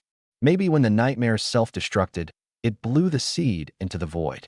Or maybe it got wrapped up in that scattered flesh and carried off. Or else, there was never a seed to begin with. After all, the Kangwu tree is undying and eternal, and its quality rises a grade every time it dies. That's just a rumor anyway. Zhao Tie slowly unclenched his fist. If we can't find it, then let's clear out the Kangwu world first. Once the central battlefield was settled, the fate of the entire Kangwu world was sealed too. For those still putting up a desperate last stand, Qinglan continent no longer offered surrender terms, no longer left them any room. Through the Suppression Envoy's encrypted channel, a long list of targets was pushed out one by one, positions and threat levels updating in real time.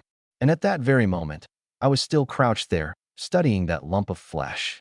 Deep in the dense forest, an SSS-grade energy signature was closing in at high speed. The sheer density of that life force far exceeded any target I'd seen back in Mirror Lake City. I almost instantly cross-referenced what my soul perception had detected against the alerts in the Suppression Envoy's channel. Duan Hong. This entire catastrophe in the Kangwu world had started because of him. I hadn't expected that he'd come charging straight in my direction. By then, Duan Hong was already covered in wounds. He'd barely managed to escape the encirclement of those Suppression Bureau constables, and then he'd keenly caught the scent of a corrupted creature in the Kangwu tree. Anything carrying both of those scents at once, whether an alien or an elder who'd escaped, would be an enormous asset to him.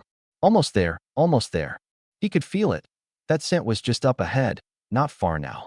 And the very instant he burst out of the forest, the temperature around him plummeted. A flash of sunlight, and an ice spike had already shot right up in front of him. It came without any warning. On instinct, Duan Hong twisted his body mid-sprint, and the icy blue spike grazed past his neck, leaving a crimson streak of blood.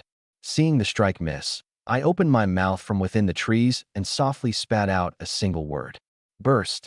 Duan Hong, who'd already dodged the ice spike, felt his heart clench for no apparent reason. Bang! The ice spike behind him instantly exploded, countless fragments fine as silver needles spraying toward him. The tinkling, ringing sounds echoed through the forest, and a mass of red numbers popped up over his head. Each one small, but there were an overwhelming number of them. And under the cover of those fragments, 3 floating blades quietly closed in, spiraling into an arc of light. Duan Hong could only raise an arm to take it head-on. Black mutated scales instantly covered his forearm, and the blade light struck them, kicking up a shower of sparks. He was knocked back half a step, his feet plowing 2 furrows into the loose gravel before he finally steadied himself. He lifted his head, bloodshot eyes fixed on the direction the attack had come from. Damn it, is this a trap? He thought that corrupted creature and Kangwu tree scent had been a setup laid specifically for him, and despair had already begun welling up. But when he made out the figure walking out of the trees, a young man in a suppression envoy uniform, the ferocity in his eyes froze up. He quickly scanned his surroundings and activated his recon skill, wary of ambushers elsewhere. The next second, that stiffness turned into pure bewilderment across his face. Just you? By yourself? Wasn't this a trap, then? Was this suppression envoy a corrupted creature? No, that didn't fit either. Then why did he carry a corrupted creature's scent? And the smell of the Kangwu tree, too? Who the hell was he? While his mind was still tangled in knots, my next ice spike had already arrived. Duan Hong cautiously retreated several steps, stamped a foot, and an earthen wall shot up in front of him. At the same time, he focused all of his attention on me. But when he made out my information, his movements clearly turned a shade more rigid. Level 26. The guy really wasn't a corrupted creature. And his level was only 26. The corner of his mouth twitched. He'd actually been fooled by me? Then a cold, sinister smile crept across his face. Set against his blood-smeared skin and shattered scales, that smile looked especially vicious. Level 26, he said coldly. Is the Suppression Bureau out of people? Sending a level 26 to stop me. He let out a long breath, put away the smile, and looked at me seriously. Tell me, why do you carry the scent of a corrupted creature in the Kangwu tree? I couldn't be bothered wasting words on him. I slammed down hard on the ground, and my figure shot out like a cannonball, my necromantic greatsword going straight for his neck. A flash of anger crossed Duan Hong's face. All the pent-up fury from being chased around like a stray dog by those constables came surging up at once. You've got a death wish. He threw a punch. His mutated scale-wrapped right arm, sheathed in corrosive green energy, so thick it was nearly liquid, drove straight for my chest. He held nothing back. The full-force punch of a level 36 SSS grade mutant was more than enough to blast any professional below level 30, shield and all, into fragments. But at that very moment, countless tiny crystals laced with frost force suddenly condensed around his body, worming their way in through the gaps in his scales. The mutated tissue at his joints was the first to let out an ominous cracking sound, and a layer of frost, growing thicker by the second, formed over the surface of his scales. His speed was dragged down by more than 30%, and his punch, sapped by the ice crystals, lost nearly half its force. My greatsword swept across in a horizontal slash. Fist and blade collided, and the shockwave of energy smashed a shallow crater into the ground beneath us. Duan Hong felt a force that in no way belonged to a level 26 transmit back through the blade, numbing the base of his palm. In that close-range clash, he'd also gotten a clear look at my face. In those eyes, there was no fear, no tension, not even a trace of unnecessary emotion. Only focus. Pure, wholly undistracted focus, like looking at a man who was already dead, for no reason he could name. A chill shot through Duan Hong's heart. He retreated half a step, black scales spreading from his shoulder all the way to his wrist, the claws on his 5 fingers growing 3 inches long. 3 corrosive green blades of light tore through the air toward me, sealing off any room to dodge to the left or right. I didn't dodge. A life shield unfolded in front of me, its blood-red glow taking the 3 light blades head-on, bursting them into 3 warped ripples. The shield didn't budge an inch. Duan Hong's pupils contracted violently. He was a genius the Kangwu world had poured all its resources into cultivating, and he'd fought in more battles than he could count. One glance told him, the thickness of that shield did not belong to a level 26. And it was right then that a powerful surge of energy came from the dense forest behind him. Damn it, those rabid dogs from the Suppression Bureau have caught up again. He realized he couldn't afford to get bogged down and killed here, so he immediately changed tactics. No more head-on clashes. Instead, he tried to circle around my flank and force a breakout. His speed really was fast enough. Back at Blue Brick Fortress, he'd once used a burst of speed to shake off an entire pursuit squad. Too bad. He couldn't outrun my soul perception. The moment he moved, the floating blades split into 3, sealing off his breakout routes from different directions. Boosted by the frost domain, the ice spike's cooldown was terrifyingly short, firing one after another, each one nailing itself precisely into the seams of his scales. Seizing the instant he was forced back, Sword Light arrived like a shadow. 3 slashes. The first slash split open the scale armor on his right shoulder. The second shattered the corrosive green light shield he'd hastily formed. The third ran clean through the old wound on his back, the one Xin Dao had critically dealt him, still oozing blood. Duan Hong let out a low, muffled roar, staring at me in disbelief. He'd treated every constable-level combatant in the Suppression Bureau as a hypothetical opponent, but he'd never once imagined he'd be pushed this far by someone at level 26. Attack power, shield, reaction speed, every single one of mine landed squarely in his blind spot. Was this any level of combat power a level 26 should have? Seeing that he couldn't break out anytime soon, Duan Hong gritted his teeth hard, a flash of viciousness crossing his face. You forced me into this. Dying at the hands of my above SSS grade talent is an honor for you. I frowned slightly. Too much talk. I hefted the necromantic greatsword, meaning to chop him into a whistle full of holes. But the next second, all of my senses erupted in a droning hum at once, and a feeling of chaos, disorientation, of being utterly unable to bring any strength to bear, instantly wrapped around me. My whole body was slowly lifted into the air, like an astronaut who'd lost all sense of weight. Right after that, a massive pressure came crashing down onto my back like a meteor slamming into the earth, and from the ground in front of me, several spikes of stone suddenly erupted. Bang! Smoke burst everywhere. Duan Hong wiped the blood from his nostrils, excitement showing on his face.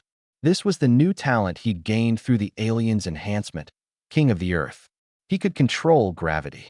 This power drained him enormously, but it stayed within what he could bear. Escaping from the hands of the Suppression Bureau constables back then, he'd done it with exactly this. He turned, intending to come over and search my corpse for that thing carrying the scent of a corrupted creature in the Kangwu tree. But right then, a dangerous, stabbing sensation flashed across his brow. Whoosh, whoosh, whoosh. 3 floating blades tore through the dust, driving straight for the point between his eyes. Duan Hong hurriedly raised his hand to block. 3 crisp clangs ringing out, sparks flying. Squelch. He lowered his head in slight disbelief. An extremely fine ice spike had, at some point, already pierced into his chest. Within the smoke, I, who had been playing dead, slowly rose to my feet, my gaze at him carrying an extra measure of wariness and an extra measure of curiosity. 2 completely different powers. How did you manage that? My soul perception pieced together his stat panel for me. Name, Duan Hong. Class, Corrupted 1/SSS Grade Battle Mage. Level, 36. Talent, SSS Grade Rock Sorcerer. Current status, Critically Wounded, Corrupted, Anxious, Enraged. Current HP, 43%. Clearly, he could manipulate earth and rock. But that force from a moment ago wasn't earth at all. In that instant, it was as if I'd lost the pull of the ground itself, my whole body drifting up into the air, robbed of any footing for a moment. That was how his attack had landed. If I hadn't had a life shield, that single blow alone would have been enough to critically wound an ordinary professional. Seeing that I stood completely unharmed, Duan Hong's expression shifted bit by bit, as if he were looking at a monster. That strike would critically wound even an unprepared constable, and yet this tiny level 26 suppression envoy in front of him wasn't hurt in the slightest. Gripping my necromantic greatsword, I gave it a spin, a flourish. "Never mind," I said. "Either way, your soul fragment will tell me." The words had barely left my mouth when the rock beneath my feet shattered, and, like a cannonball leaving the barrel, shot toward Duan Hong. Bracing his discomfort-racked body, Duan Hong looked dead serious. I refused to believe this. The next second, that weightless sensation came again. But this time, I wasn't caught flailing. In the air, all around me, several walls of ice instantly condensed, footholds secured. Toe-tapping off them, I actually moved faster, borrowing the buoyancy of the weightlessness. In the blink of an eye, the frigid wind was upon him. Swish! The necromantic greatsword howled through the air and slammed down hard into Duan Hong's chest. Crackle, crackle! The blade scraped across the black scales, kicking up a burst of sparks and a thread of blood. The defense was broken.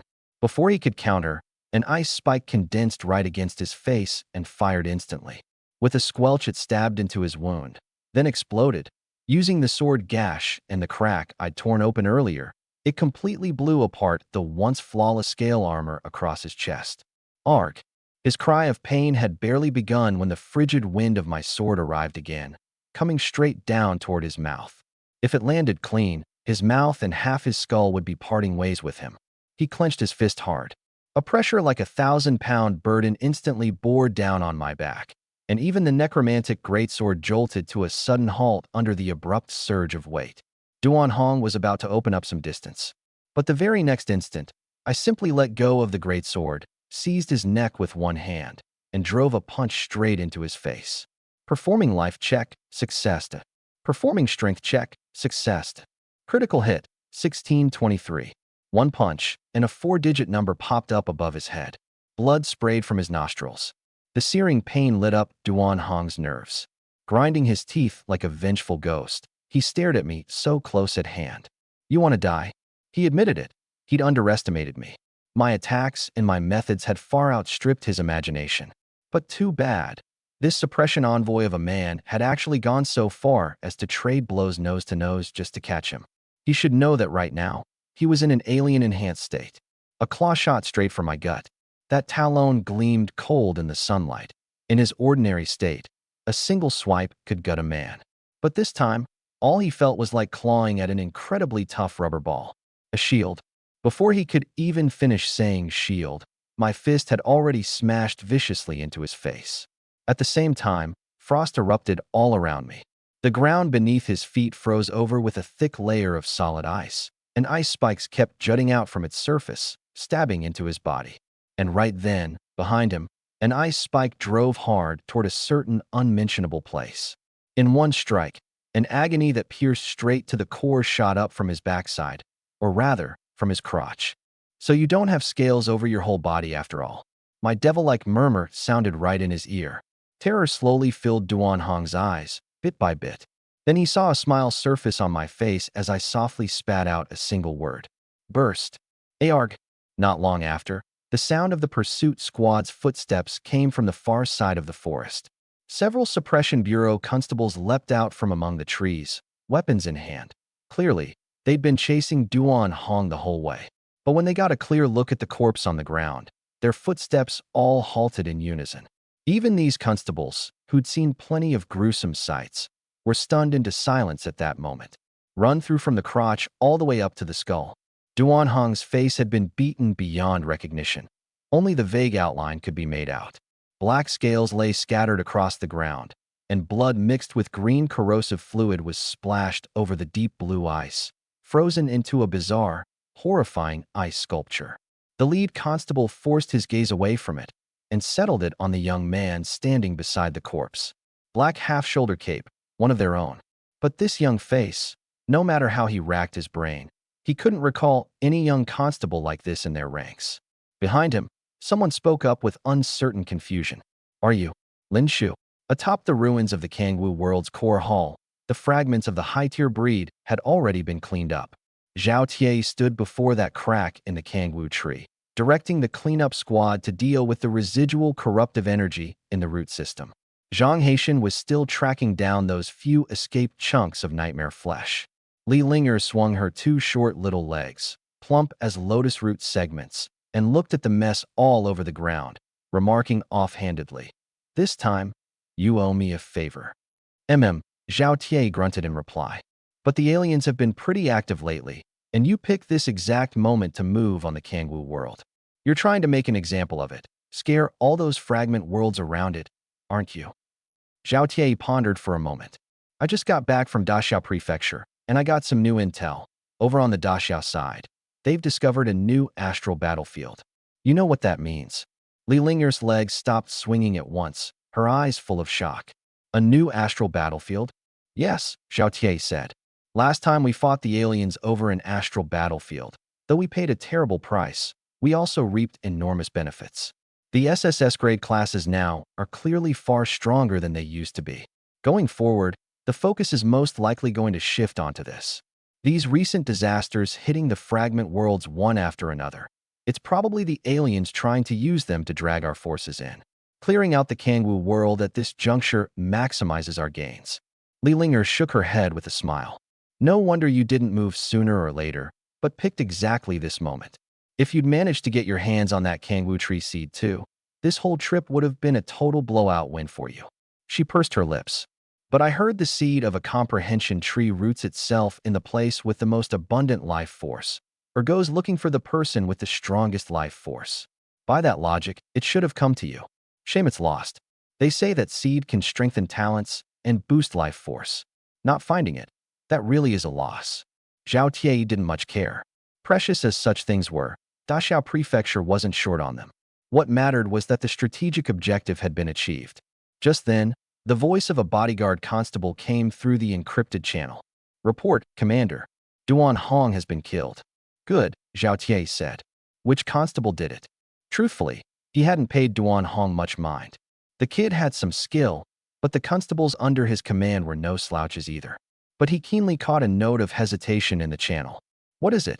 "Report, Commander, it wasn't a constable. It was a suppression envoy. That new recruit, Lin Shu." At that name, Zhao Tie's eyes slowly went wide.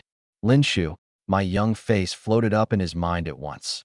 I'd been promoted to suppression envoy through a special exception, on an order he'd personally issued. Yes. The other side paused. And what's more, he also found a chunk of corrupted creature flesh. Zhao Tie whipped around, his expression turning grave. "Bring him over." Soon enough, several constables escorted me before Zhao Tie. He first looked me over carefully from head to toe, and only after confirming I hadn't been infected by that flesh did he let out a long breath. One overlevel kill might be called luck, but a second overlevel kill was definitely not luck. Duan Hong, a genius of the Kangwu world, was hardly comparable to a city lord of some crippled world like Mirror Lake City. On top of that, he'd had the aliens enhancement and reportedly gained a talent above SSS grade. Even so, I'd cut him down. That could only mean one thing. I was the kind of genius who surpassed even these geniuses. A person like that must not be allowed to slip up. Good thing you weren't infected. Zhao Tie eased up. "So where's that chunk of flesh?" I pulled a piece of shattered ice out of my professional space. "Right here." The moment the ice came out, both Zhao Tie and Li Linger caught the scent of the Kangwu tree inside it. Truly, we're out iron shoes searching to no avail, then stumble on it without any effort at all. Zhao Tie applied a little force with his hand, and the ice, along with the flesh inside, crumbled into flying ash.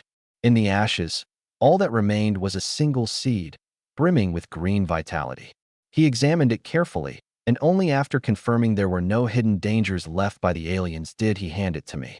"Since you're the one who found it, this belongs to you," he said. "This is the seed of the Kangwu tree. If you plant it, it'll bear fruit in 100 years, and the fruit can extend lifespan. If you consume it directly, it'll instantly raise your HP cap and strengthen your talent. But I don't recommend eating it raw. You can spend some of the mission score you've saved up and have an in-house alchemist at the Suppression Bureau refine it for you. The effect will be better." He clapped a hand on my shoulder. Planting it maximizes the value, of course, but never mind that. Dachau Prefecture isn't short of a single seed. Don't feel any burden about it. He paused, then added, but you, kid, your luck really is something else. You actually intercepted that chunk of nightmare flesh. If it had really burrowed into your body, even with a purifier, you wouldn't have gotten away without losing a layer of skin. I took the seed and stowed it in my professional space. But I'd paid more attention to the key point in his words. If that flesh is dangerous, I said, there's still quite a bit of it here on this plaza. Zhao Tie was taken aback. You can sense it. I can. I turned my head and pointed toward a hidden corner. The most crucial ability of soul perception wasn't sensing energy. It was distinguishing souls, so I was especially sensitive to things like this, where corruptive energy and souls were intertwined.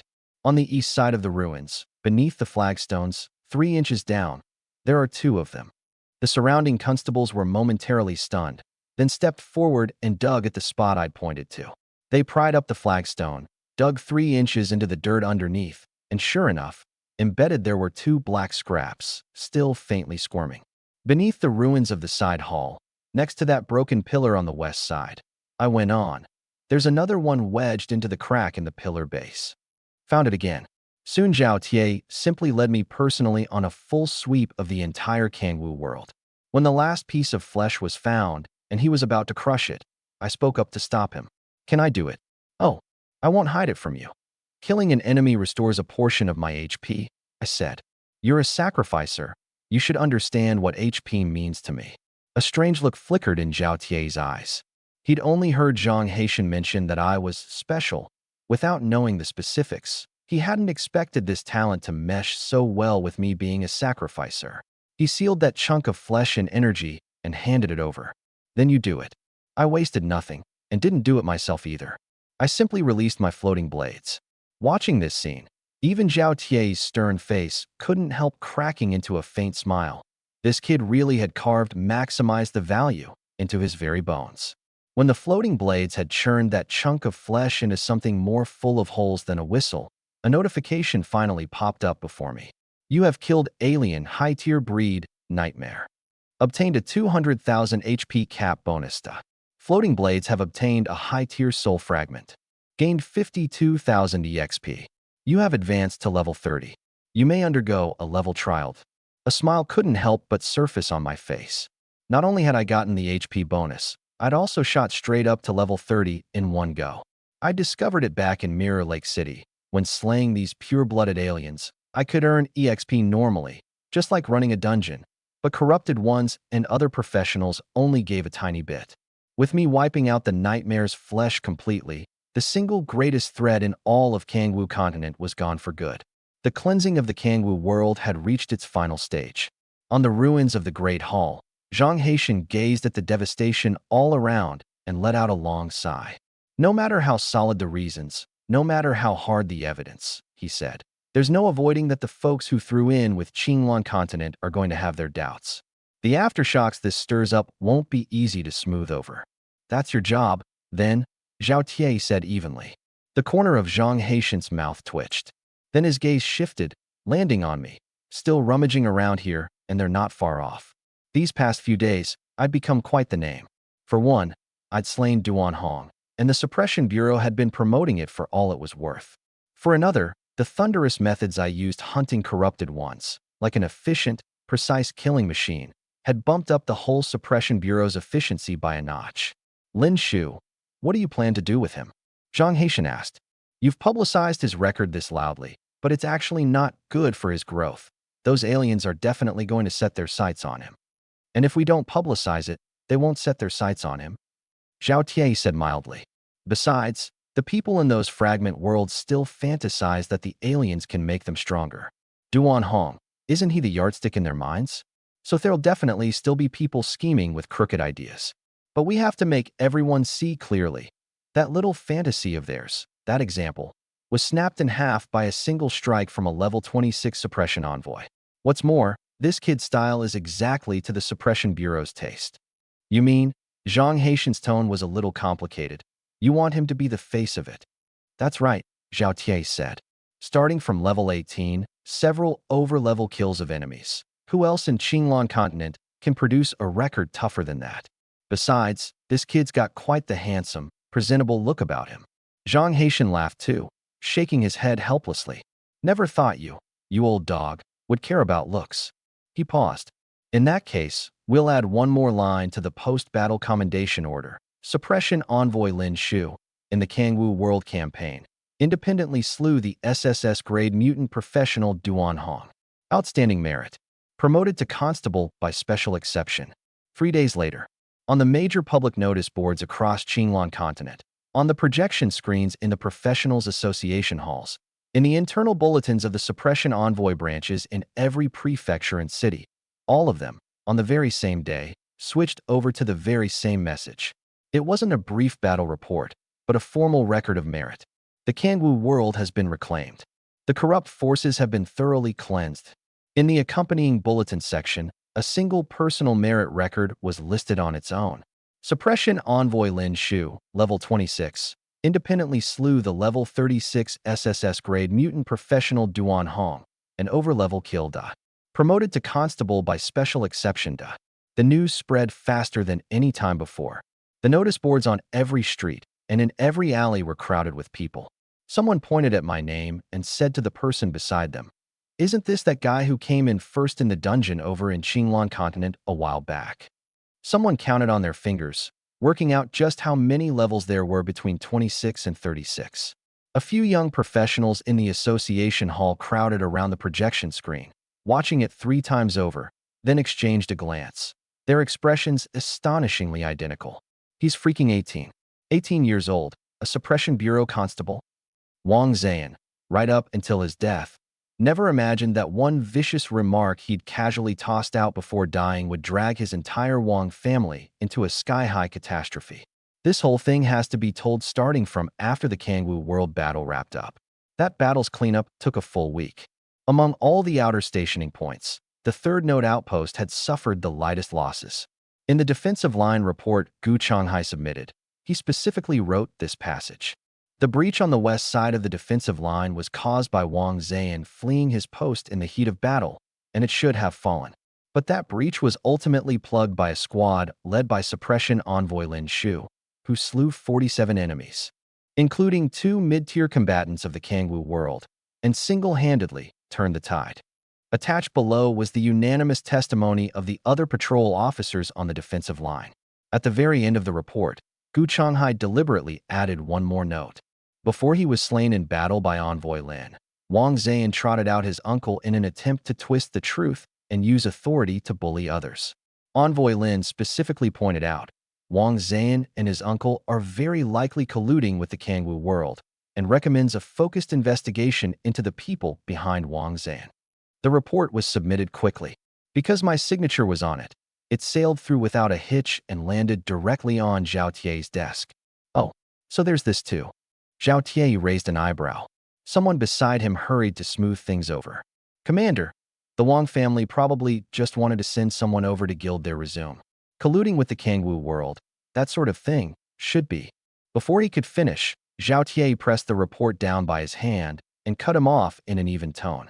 Since Constable Lin says the people behind Wang Zhan should be thoroughly investigated, then I think this matter deserves to be taken seriously.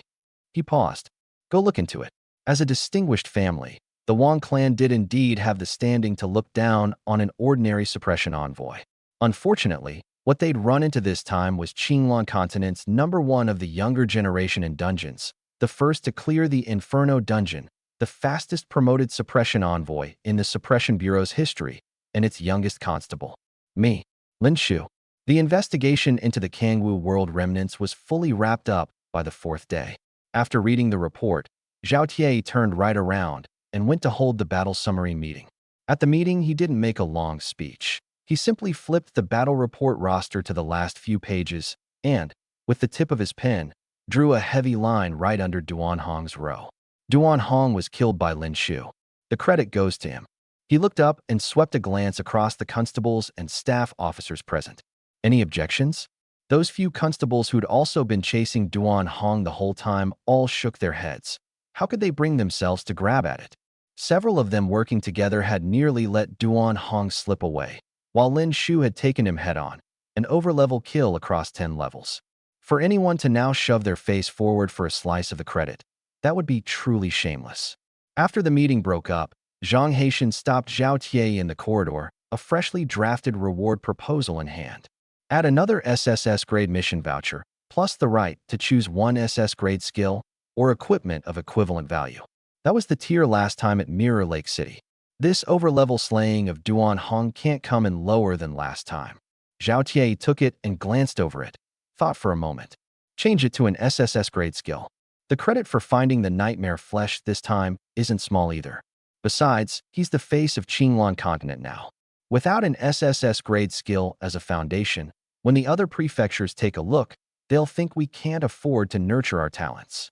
The corner of Zhang Haitian's mouth twitched, his expression a little peculiar.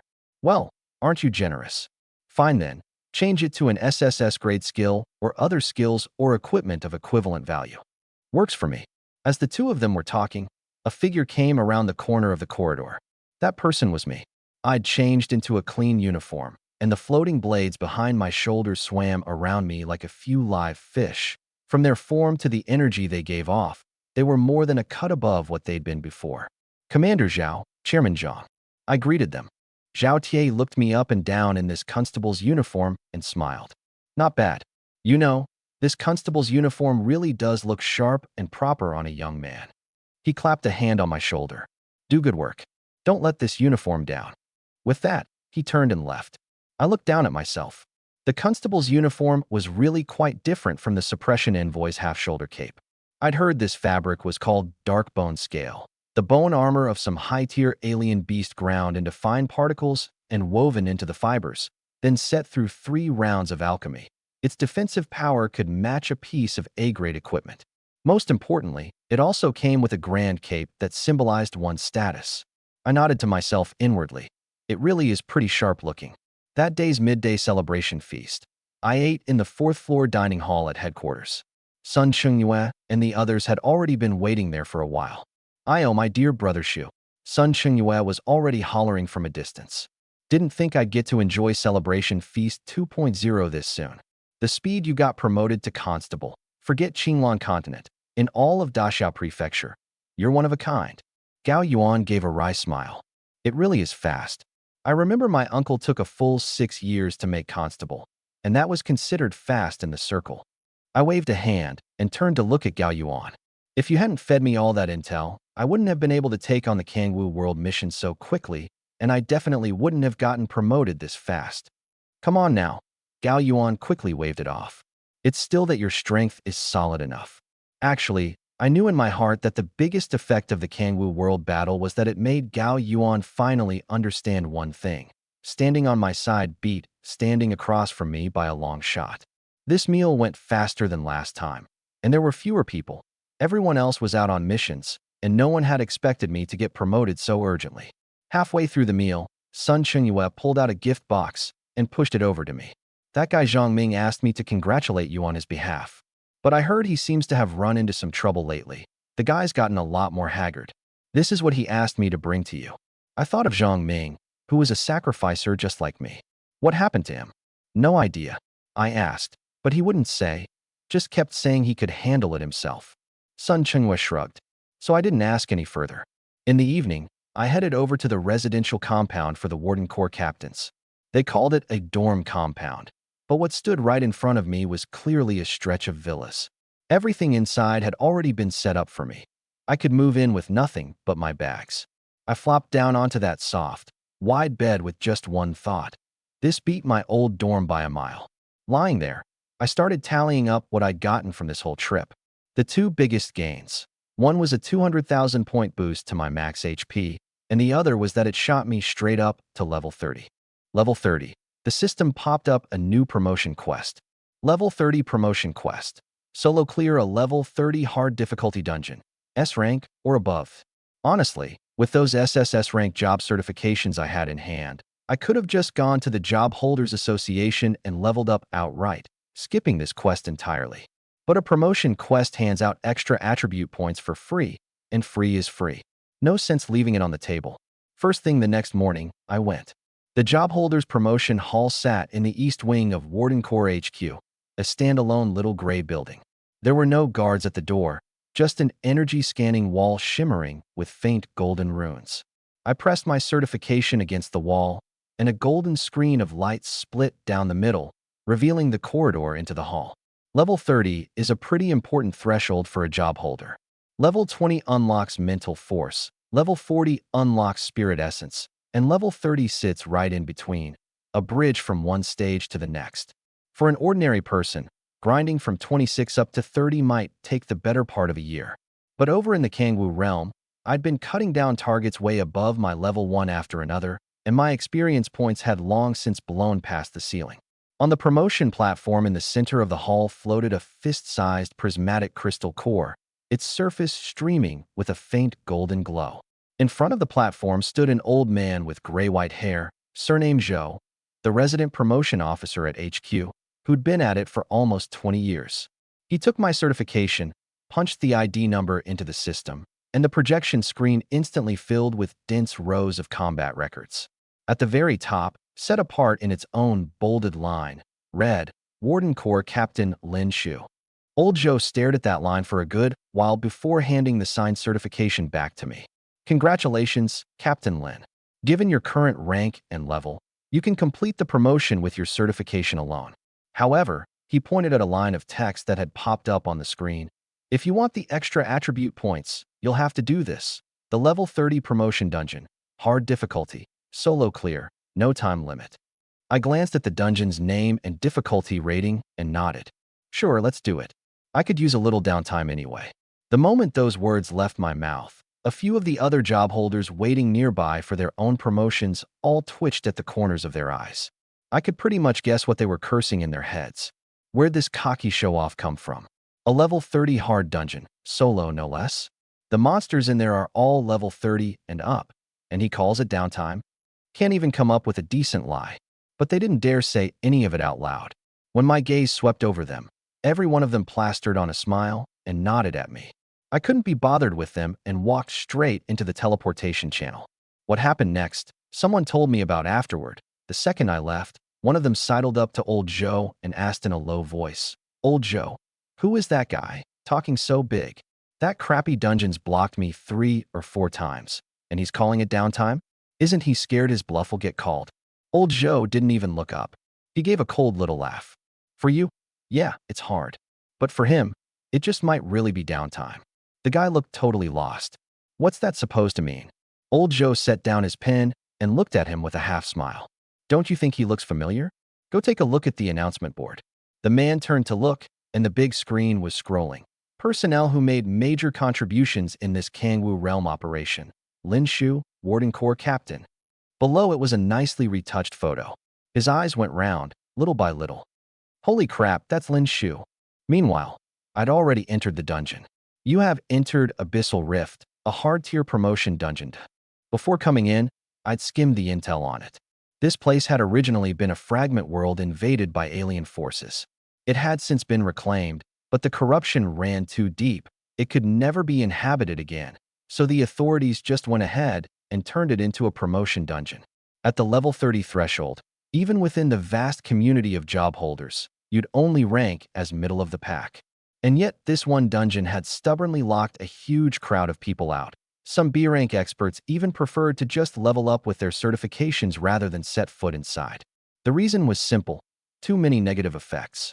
There were 6 layers of debuffs in the dungeon: dark element corrosion, doubled gravity, sense suppression, mana burn, HP drain, and mental pollution. The moment you stepped in, all 6 activated at once. Skills couldn't dispel them. You could only grind through them with abilities and potions.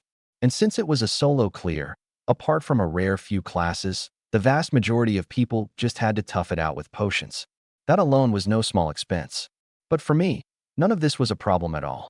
My SSS rank skill, Undying, made me immune to every negative status. I raised a hand, pushed open the stone door in front of me, and walked in. The instant I stepped inside, the runes on the stone door representing the 6 debuffs all flickered at nearly the same moment. And then, like a bank of light bulbs losing power all at once, they all went dark.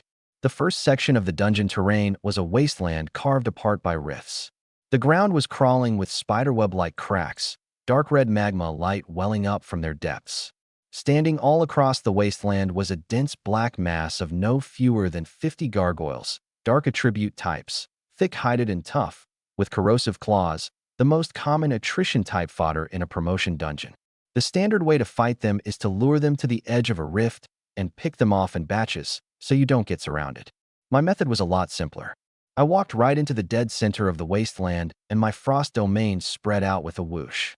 Deep blue frigid force radiated outward with me as the center, blanketing the entire wasteland in an instant. Those gargoyles hadn't even had a chance to spread their wings before their claws were frozen dead to the ground. My floating blades split into three, and the three streaks of cold light wove a crisscrossing cutting net through the swarm. Whatever pitiful defense the gargoyles had was like wet paper in front of the floating blades. Frozen solid, they couldn't even dodge. One after another, they shattered, fragments scattered all over the ground. I strolled forward slowly, like I was touring some winter wonderland. A few of the higher-level ones that managed to break free of the ice got skewered on the spot by ice spikes before they could even pounce. 50 gargoyles, from the first blow to the last one down. Call it fast, call it slow. Slow, only because I walked the whole way through. The second section was an underground labyrinth. The maze itself wasn't hard. What made it hard were the 10 elite-tier shadow stitch monsters crammed inside. These things had high attack, thick HP, and they'd hide inside the walls, specifically ambushing you around corners. Tons of people on the forums had cursed them out and given them a nickname, the Campy Stitch Freaks.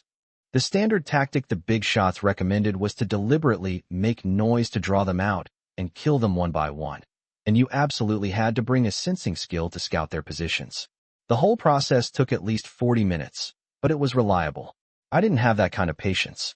The moment I unfurled my soul sense, every stitch monster hiding in the wall cavities was crystal clear to me. I raised a foot and kicked the stone wall in front of me to pieces. The whole labyrinth shuddered along with it. Then the next wall. There'd been no path through the maze, but I was strong enough that now there was. And precisely because I made no effort to hide the racket, every stitch monster in the whole maze got drawn to me all at once. 3 burst out of the walls at the same time. 6 shadow tentacles sealing off the left, center, and right. I didn't dodge. I just let them whip at me. The result? Those tentacles only sent a few ripples across my shield before frost force froze them bit by bit, and then the floating blades shredded them to pieces. Ice spikes and floating blades ran a little weak on damage when it came to genuinely strong enemies. But against fodder like this, they were downright lethal. Solid damage, short cooldown, and instant cast to boot. In no time, every stitch monster in the entire maze had been cut down in the first half of the fight. The third section was the final boss, the Abyssal Lord. A giant half-man, half-beast shadow creature, its whole body wrapped in a shell condensed from dark element, 3 times thicker than the stitch monsters. Its core move was Shadow Breath, wide area, lingering corrosion, and a high firing rate. The standard approach was to use the 6 ceiling pillars on the field to whittle away its shell little by little. Activate 1 pillar to strip 1 layer, light up all 6, and your damage against it would multiply. But activation took time, and the Lord would prioritize smashing whichever pillar was being activated. So you had to activate, hold aggro, and dodge the breath all at once, and on top of that deal with the small shadow beasts it summoned. This stage tested battlefield info processing, aggro control, and stress endurance. Plenty of people had wiped on a single positioning mistake. On the forums, the average clear time for this stage was an hour and a half. But me? I really didn't have time to babysit those 6 pillars. Cold light flashed in my hand as I charged in gripping the Necro Greatsword. Circling to pull mobs, breaking pillars to hack at the boss, I picked none of that. I went with the most direct route. Skip the seals, and hack the boss and the ads altogether. Frost domain spread out, and both the Overlord and armor strip effects triggered at once. My HP was several times the Lord's, and my strength completely overwhelmed it. My first slash landed on the edge of its shell and gouged out a fist-sized crater. If the ceiling pillars hadn't been suppressing my damage, that one blow would have been enough to split the shell open. Even so, the Abyssal Lord let out a deafening roar and slammed its shadow breath down right over my head. I stood dead center in the breath and didn't so much as think about dodging. If it had a problem, it could take it up with my HP shield. Since I hadn't activated the ceiling pillars, its damage really was high, and my shield value visibly dropped. Crack! The shield shattered. But before it could land its next hit, I blasted it flying with a single strike, a blood-red 4-digit number popping up over its head. By the time it snapped back to its senses, my shield had already gone back up. Just a few exchanges like that, and I'd hacked away so much of the Abyssal Lord shell it was practically down to a tank top. Finally, my 3 floating blades merged into one, drove straight through a crack in the shell into its core, and Frost Force detonated inside. Its entire body froze from the inside out, ice crystals shooting up wildly through the seams in the shell, splitting that massive frame with countless cracks. The final swing of the Necro Greatsword came down. The Lord's husk collapsed thunderously inside the ice. The system popped up the clear notification. I withdrew the Greatsword. The floating blades floated back into place behind my right shoulder, and an ice blue light flickered softly across the settlement screen. I let out a long breath. That felt good.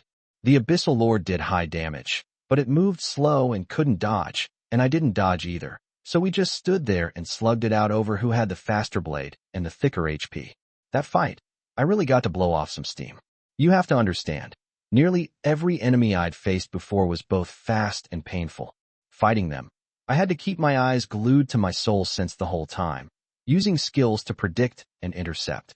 Nothing like this Abyssal Lord. A pure, straight-up slugfest. In a great mood, I pushed open the stone door at the dungeon exit. In the promotion hall, old Joe was still sitting behind that desk, holding half a cup of tea, my clear data displayed on the projection screen in front of him. His tea was still steaming, probably still too hot to sip. And on that clear record, the final result was written plain as day. 6 minutes flat. Nearly 10 minutes faster than their all-time record. Old Joe watched me walk up and stop in front of the desk. He was silent for the space of one breath before hurriedly put the signed confirmation form over. Your promotion quest is fully complete. Level 30 is confirmed, and the Job Holders Association will register it in sync. Congratulations. I took it, glanced over the data, nodded, and casually pulled up my attribute panel in my mind. Level 30, EX rank Sacrificer. Max HP 510,000, Mana 640, Strength, Agility, and Mental Force at 426, 429, and 390. The 60 free attribute points I'd racked up from 26 to 30, I split evenly into Strength, Agility, and Mental Force, 20 each. Skill slots, 7 filled out of 8. I closed the panel, paid no mind to the young man beside me still gaping at me, turned, and pushed the door open on my way out. The announcement screen out in the corridor was still scrolling the wrap-up bulletin on the Kangwu realm, along with my promotion commendation order. And right then, I received the official reward for that Kangwu realm mission. In recognition of Lin Shu's outstanding performance in the Kangwu realm, he may proceed to the armory of the Warden Bureau's Qinglong Continent branch and choose any one SSS rank skill or equipment of equal value. I looked at the message and couldn't help but smile. Last time I'd been in the armory, I'd already gotten a look at the SSS rank skills the Warden Bureau had. But honestly, even in Qinglong Continent, SSS rank skills weren't exactly plentiful, and I wasn't sure I'd find one that suited me.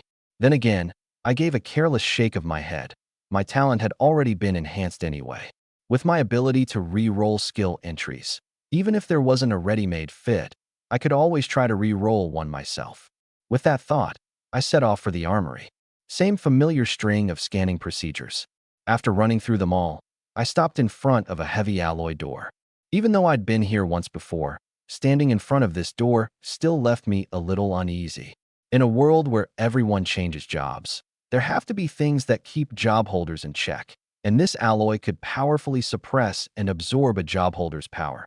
It was exactly what Mayor's son had used back when he went to arrest Li Jianya. The moment the energy skin finished, the stone door slowly opened. Behind the wooden desk inside sat a man with half-gray hair, early 50s, head down, writing something. Hearing the door, he looked up, revealing a sharply angled face that didn't look too healthy, sunken eye sockets, an old scar over his left brow bone, as if something sharp had sliced across it at an angle. His name was Qin Yin, keeper of the armory. Last time I'd been brought here by someone else and hadn't dealt with him directly. But from Song Yin and the administrative staff, I'd heard about him. Word was he'd once been a frontline fighter in the Warden Corps, said to have brushed the edge of commander tier strength. Then a mission left him badly wounded, and he stepped back, volunteering to manage the storerooms. Captain Qin. I gave a salute. Qin Yin recognized me, and his pen tip paused. Lin Shu. He looked me up and down, the captain's cloak on my shoulders, the floating blades hanging behind my right shoulder, and the corner of his mouth twitched. Last time you came to the equipment armory, you were still a reservist. Didn't think you'd be walking into the skill armory in a captain's uniform this fast. He set the pen down on the register and shook his head. The younger generation is something to fear. The Warden Bureaus cultivated you well. I really don't think the Warden Bureau cultivated anybody. Qin Yin suddenly laughed out loud, and that laugh brought a bit of life back to his still sickly face. It just provided good conditions for raising the strongest of the venom brood, that's all. He shook his head again after laughing. Still, hearing that come out of your mouth is pretty interesting. He flipped the register forward a page, pulled a thick catalog volume out from under the desk, and pushed it in front of me. Commander Zhao personally signed the exchange order, 1 SSS rank skill, or equipment of equal value, your choice. All the SSS rank skills are cataloged in here. Take a look first. I took the catalog and opened it. The first page was an index of the SSS rank skills, marked with category, attribute, and a brief effect. I flipped down page by page, reading very carefully, every description, every entry annotation. I read from start to finish without skipping a single word. Qin Yin didn't rush me. He held his teacup and sipped slowly. About 2/3 of the way through, my finger stopped on one page. Hellfire Descent, SSS rank mage class attack skill. Consumes a large amount of mana to summon hellfire covering the battlefield, dealing continuous true fire damage to all enemies within range. I flipped a few more pages and stopped on another. Soul Prayer, SSS rank priest class burst skill. Consumes a set percentage of the caster's own HP and mana to provide, for a short time, massive HP recovery to allies and the caster, while comprehensively boosting all attributes. I stared at these two for a good while. Compared to the rest, these were the only ones that had any connection at all to my skill rotation. Hellfire Descent was clearly an AoE, and one with true damage. Pick it, and it could replace my Frost Sovereign, or Frost Sovereign could be folded into it. But for me, that was too much of a stretch. Frost Sovereign didn't just have area AoE, it also had ice spikes for single target output, could reshape terrain, and stacked all kinds of buffs, meshing perfectly with my melee combat. A single skill that simultaneously covered control, output, and AoE. So after a few seconds thought, I set Hellfire Descent aside. As for Soul Prayer, what tempted me was that attribute boost. With Undying backing it, it could very likely turn into a pure stat monster. But at the end of the day, it was a group heal skill. If there really was nothing else suitable, I could consider it. I kept flipping. Before long, I'd read through every SSS rank skill in the entire Qinglan Continent Armory. Attack, defense, support, special. Each one meant a whole new direction, but each one also forced me to make compromises on my existing skill system. Either swap out a skill slot, or change my playstyle, or reconfigure my entire rotation just for one high-tier skill. The cost of the overhaul outweighed the gain. I closed the catalog. Captain Qin, these skills are definitely strong, but none of them are what I want. Can I take a look at others? Qin Yan's teacup froze halfway to his mouth, and he looked at me, a little surprised. Other skills? Yes. SS rank, S rank, A rank, those are fine too. He didn't answer right away, just studied me for a moment. You want the lower tier ones because these don't fit your system? Right. I nodded. Some look stronger, but the entries don't mesh. Trading for one to replace a skill I already have wouldn't be much of an upgrade. Qin Yin actually smiled. Fine.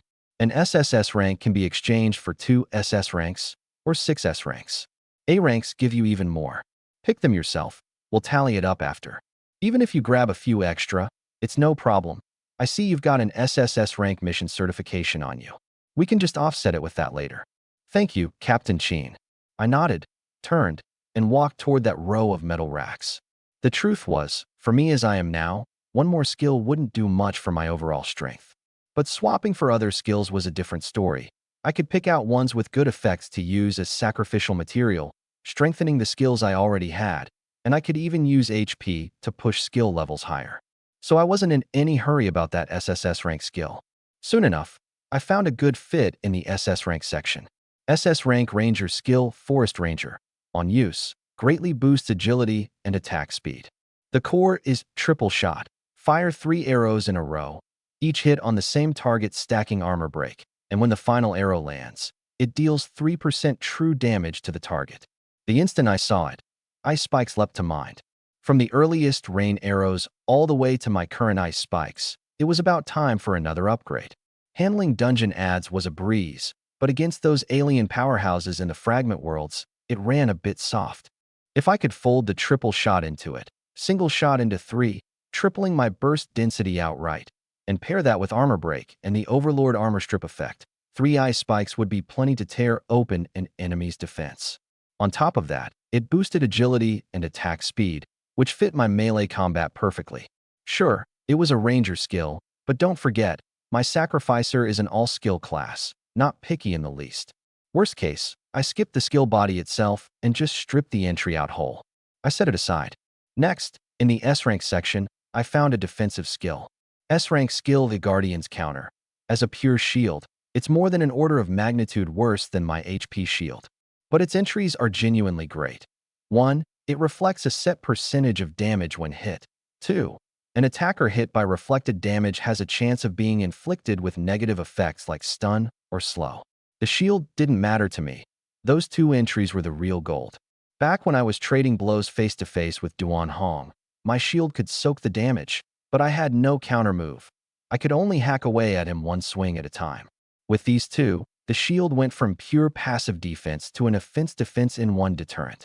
Picking one skill that fit me out of a pile of SSS rank skills wasn't easy, but cherry-picking the right entries out of a vast ocean of SS-, S-, and A-rank skills, that was almost too easy. Not long after, I dug up another one in the recon category. S-rank Ranger skill, Eagle Eye. After marking a target, all attack damage against that target increases. The mark duration scales with mental force. This one meshed absurdly well with my soul sense. Soul sense was already the core of my wide area recon and targeting. If I could absorb this entry, I'd be able to slap damage boost marks over a huge area, then combine that with Frost Sovereign, Floating Blades, and Ice Spikes to push my kill threshold up another big notch. And with my mental force, the mark duration bonus would be quite considerable. Healing Spell and HP Diversion, I grabbed one entry from each 2. The Priest's A-rank Holy Light Splash. When you cast a heal, it can also slap a debuff on enemies, or add a buff to allies.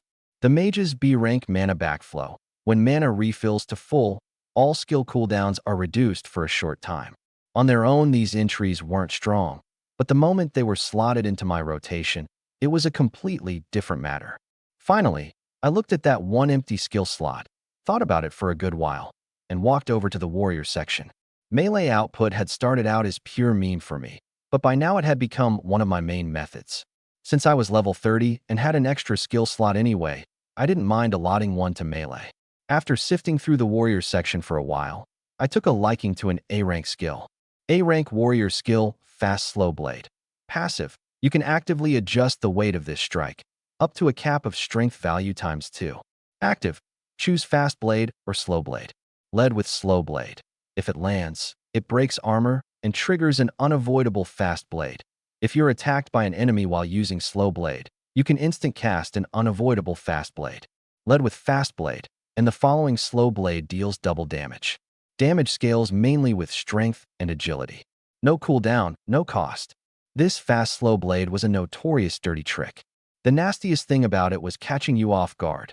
If an enemy saw you winding up for a slow swing and figured they'd rush in to steal a hit, they'd have to eat an unavoidable Fast Blade first. Seriously, sneaky beyond words. I scanned the passive section again too. Compared to the dazzling variety elsewhere, the passive section had pitifully few skills. But even so, I was practically drooling. I wanted to learn them all. They didn't take up a skill slot anyway. Soon, I zeroed in on one. A-rank passive skill, War Trample. When dealing trample or kick-type damage, damage increases by 50%. Simple, direct. And this was without any sacrificial enhancement. Once I bumped it up, that boost had to hit 100%, easy. With my current stats, one stomp followed by a fast slow blade. Now that was sneaky to the max. I gathered up these transcribed skill books and brought them all over to Qin Yen. 1 SS rank Ranger, 1 S rank Guardian, 1 S rank Recon, 1 A rank Priest, 1 B rank Mana Backflow, 1 A rank Warrior Fast Slow Blade, plus 1 A rank Passive. Qin Yen looked down at the pile, looked back up at me, then down at the pile again. Seasoned as he was to big scenes, a giant question mark had popped up on his forehead now, and he stared at me in disbelief. 1 SSS rank, traded for this whole pile of stuff. Ranger, Priest, Mage, and Warrior Melee. He was completely thrown. This skill system of yours, what in the world even is it? I stayed calm. Sacrificer. A sacrificer. Qin Yen held it in for a good while. And what do you want a fast slow blade for? I just smiled and didn't answer. Qin Yen let it drop, then. Everyone has their own understanding and their own build, and I obviously had mine. Otherwise, there was no way I'd have landed the seat of Qinglan Continent's youngest captain this fast. He opened the register and wrote down the exchange record word by word, finishing with a line. Conversion complies with equal value rules, verified correct. In truth, what I'd picked slightly exceeded an SSS rank's allowance, but not by much, and Qin Yen just waved it off and wiped it away. Qinglan Continent's youngest captain still commanded that much courtesy. He pushed the list over, watched me finish signing, and a smile surfaced on his face. SSS rank skills look high tier and pack a heavy punch, but sometimes they're not necessarily as useful as these lower tier ones. He tipped his chin. I trust you've got your reasons for choosing them. To have your own judgment, your own understanding of skills, at your age, that's good. I believe you won't stop at just captain someday. Go on. Leaving the armory, I headed straight back to my quarters. By the time I got back to my room, it was pitch black outside the window. I laid the 6 skill books and the 1 passive book out in a row on the desk. SS rank Forest Ranger, S rank Guardian's Counter, S rank Eagle Eye, A rank Holy Light Splash, B rank Mana Backflow, A rank Fast Slow Blade, plus War Trample, which I'd already slotted in. These skills had originally been scattered across the Ranger, Guardian, Priest, and Mage systems. Under normal circumstances, a sacrificer wouldn't touch them in a lifetime. But I didn't want their main bodies. I only wanted to strip the entries out and fuse them into my own skills. Which raised the question, how do I reroll? I tried my hand on the B rank Mana Backflow first. I hit Learn, and it immediately appeared in my skill bar. Then I pulled up Sacrifice, selected HP Diversion as the sacrifice target and Mana Backflow as the offering. Consume max HP to lock in the original entries. I chose to lock. This lock consumes 1,000 points of max HP. In the past, 1,000 points would have been more than enough to set me cursing up a storm at how ruthless this sacrifice was. But now, as a filthy rich guy sitting on 500,000 max HP, I couldn't be bothered to give this pocket change a second look. Sacrifice, straight away. Sacrifice complete. HP Diversion has gained a brand new entry. The new HP Diversion. Consume a small amount of current HP to instantly refill mana, then continue to boost mana recovery rate for a period afterward. And that reduce all skill cooldowns when mana refills to full effect got swallowed up right along with it. You may consume 1,000 HP to reacquire the entry. Consume. I looked at that golden entry. This was exactly what I wanted. I chose Don't Consume. A ring of pale blue halo had appeared on the HP Diversion icon, and that B rank Mana Backflow in my skill bar had vanished completely. Watching that whole process play out, my eyes slowly went wide. Damn, it was that simple. I'd imagined it beforehand, sure, but only after actually trying it did I get a handle on what really made this intro rolling broken. A first-tier skill was lucky to have one effect, but now, I could not only stuff another entry into these low-tier skills, I could also reroll over and over with HP, cherry-picking only the effect that fit best to keep. To play it safe, I ran another test with the A-rank Holy Light Splash. This skill could originally choose, slap a debuff on enemies, or add a buff to allies. I followed the same routine, Learn, Sacrifice, lock in the original effect. The first reroll came out as can only add buffs to allies. Missing the mark, so I re-rolled outright. The second time it became, can cover both allies and enemies at once, minor ally attack up and minor enemy defense down. A change, but that little minor down couldn't hold a candle to a proper negative effect. I kept rolling. 3,000 more HP down the drain before I finally rolled back the one I wanted. Freely choose to buff allies, or slap a debuff on enemies. I locked it immediately. Holy Light Splash entry locked. Between locking and re-rolling, this one skill cost me a full 6,000 HP. That number really made me feel how terrifying the new talent was. Hit the roll on the first try, and fine, but miss, and the blood would just pour out with no limit in sight. But it had come to this. There was no point hesitating. I grabbed the first one, the SS rank Forest Ranger. The moment I mastered it, the reroll panel actually changed appearance, sprouting a distinction between primary entry and secondary entry. The primary entry was the skill's original effect, and the secondary entry was that triple shot I'd had my eye on. I test ran 1,000 points first. The ice spike's firing mechanism flickered on the panel, going from single shot to double, 2 ice spikes flying out side by side, their trajectories way too far apart. It still carried armor break, but I couldn't accept this form. Reroll, double went back to single. Roll again. On the third try, the panel finally became what I wanted. Triple shot, 3 ice spikes stacked on the same trajectory, fired in sequence at extremely short intervals, consecutive hits breaking armor. Triple shot entry locked. Max HP consumed, 1,000. Once it was locked, I couldn't leave well enough alone and sacrificed to re-roll further.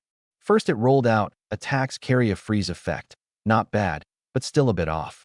I kept rolling like that, 8 times running. Gained a brand new status type skill. After activating Frost Domain, greatly boost the holder's agility and attack speed, with attacks carrying a freeze effect. This entry faintly glowed with a layer of red light. I immediately realized it was different from the ordinary ones. That earlier triple shot had dropped from its original gold down to purple, but this one now, the red glow effect, was clearly a full tier above gold. It can even go higher? My mind stirred, but after a moment's hesitation, I still didn't keep rolling. Gold was already good enough, and besides, I had a whole pile of skills lined up to re-roll. Who knew how much blood I'd have to pour in to roll something even better? Next was Guardian's Counter. The damage reflection entry came out on the first roll, clean and decisive. Lock. The negative status add-on. I rolled 7 times. The first was a slow, tossed. By the 7th, both stun and slow effects coexisted, and though the trigger rate wasn't high, so long as even one landed, the opponent's offensive rhythm would break instantly. Locked. A ring of dark red halo appeared at the edge of my HP shield icon. The third book, Eagle Eye. I didn't get greedy with this one. I just wanted to add an entry on top of the original. But it seemed my luck had run dry. A dozen odd rolls, and either there was no damage boost, or it came with a pile of costs and time limits. Just as I was about to settle, entry mutation detected. The original entry, Eagle Eye, has transformed into Soul Gaze. Soul Gaze. Brand the target with a soul mark, boosting all my attack damage against it. The mark duration scales with mental force. Once every 10 minutes it can stack a layer, and with enough layers, it can even affect the target's thoughts. The effect is determined by my mental force and the target's soul strength, and only one target can be affected at a time. I stared at that deep red entry, my eyes going wide all at once. A mutated entry? You could even do this. Not only was this effect stronger than Eagle Eye, it threw in a control-leaning ability for free. Without the slightest hesitation, I locked it. A half-open, dark gold eye appeared beneath my soul sense icon. Rerolling 5 skill books, just on the entry rolling alone, I'd burned close to 50,000 HP. To me as I am now, that was barely a drizzle. But the real blood-burning bulk was still to come, skill upgrades. I opened the panel, my gaze landing on the HP shield line. This skill's foundation was C rank. Sure, I'd trained it all the way up to EX proficiency, but its base rank was just too low. The higher the levels climbed, the more it would eventually fall short. I'd originally planned to upgrade it and then replace it with some other skill, but the new talent could actually raise skill rank directly through sacrifice. I drew a deep breath and sank my consciousness into the sacrifice pool. C rank HP shield, EX, B rank HP shield. Max HP consumed, 50,000. Confirm. Confirm. 50,000, docked straight from the sacrifice pool. Once it hit B rank, the shield's effect changed with it, still deducting 15% of HP, but the shield value from 5 times. No, both the deduction ratio and the multiplier got adjusted in one pass, finally settling at. Consume 25% of current HP, generate a 5-fold shield, lasting 30 seconds, 15-second cooldown. With a wave of my hand, I maxed out its proficiency too. Next was HP diversion. It was the engine of my entire skill rotation, yet its foundation was F rank, dead last among all my skills.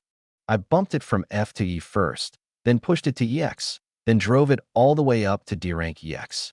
The effect shot up dramatically. Less cost, more mana return, plus continuous mana regen and huge cooldown cuts. In its current state, as long as I kept Frost Domain up, I could fire off a triple ice spike almost every fraction of a second. Soul Sense, I pushed from C rank to B rank. Healing Spell, from B rank to A rank. As for Frost Sovereign, it was S rank to begin with, but because I'd added the new entry, its proficiency actually dropped from EX back to max. Another 50,000 burned. I checked the panel again. Max HP had shrunk from 510,000 all the way back down to 105,000. Looking at that number, I gave a bitter little laugh. Right back where I started, in one fell swoop. But then I looked at those reborn skills, and I couldn't help the smile creeping back onto my face. Hollow HP traded for solid, tangible combat power, worth it. And this whole run had thoroughly proven one thing. I didn't need to knock myself out searching for something to replace my existing skills. I just had to hunt down skills carrying the right entries, strip them off, and fuse them in. The only slight shame was that after pouring in such a huge amount of blood, my talent still hadn't evolved another time. But I didn't dwell on it too much. Even if it had evolved, my remaining reserves wouldn't be enough to spend on more enhancing anyway. 100,000 was my absolute floor, and that was a line I wouldn't touch again. Still, dropping from 500,000 to 100,000 in a flash left a certain emptiness gnawing at me. I flopped onto the bed, pulled out my phone, and started scrolling through missions, hoping to find something suitable going on recently. But after browsing for a good while, I could only shake my head helplessly, probably because the whole business of purging the Kangwoo realm had blown up so big. The Warden Bureau had barely any subjugation missions lately. The ones left were patrol jobs, no real use to me. I'd be better off running a couple more dungeons than doing those. Right then, Zhao Tie sent me a message. Come to HQ for a meeting tomorrow. There's some important business I need to tell you in person. I replied, got it, and went back to scrolling through missions. The next day, Warden Bureau, Qinglan Continent Branch. The meeting room was at the far end of the third-floor corridor. I pushed the door open and walked in. One long table, both sides lined with people. The black cloaks of captain rank made up more than half. The rest were chief officers from the various continental and city branches, and a few representatives from the Job Holders Association. I took a seat by the window, swept a glance around the room, and then obediently lowered my head to look over the materials in front of me. For one thing, I didn't know a single person in this room. The few who looked familiar were just people I'd crossed paths with once over in the Kangwoo realm. For another, right now a lot of eyes were flicking my way. Oh, so this is that Lin Shu. Really young, still just a kid. A captain this young, definitely a different breed from those seasoned old hands. A few female captains huddled together, teasing under their breath. When my gaze swept over, they even flashed me a charming smile. Compared to the me who'd gone on a killing spree over in the Kangwoo realm, the me right now was, honestly, a little self-conscious.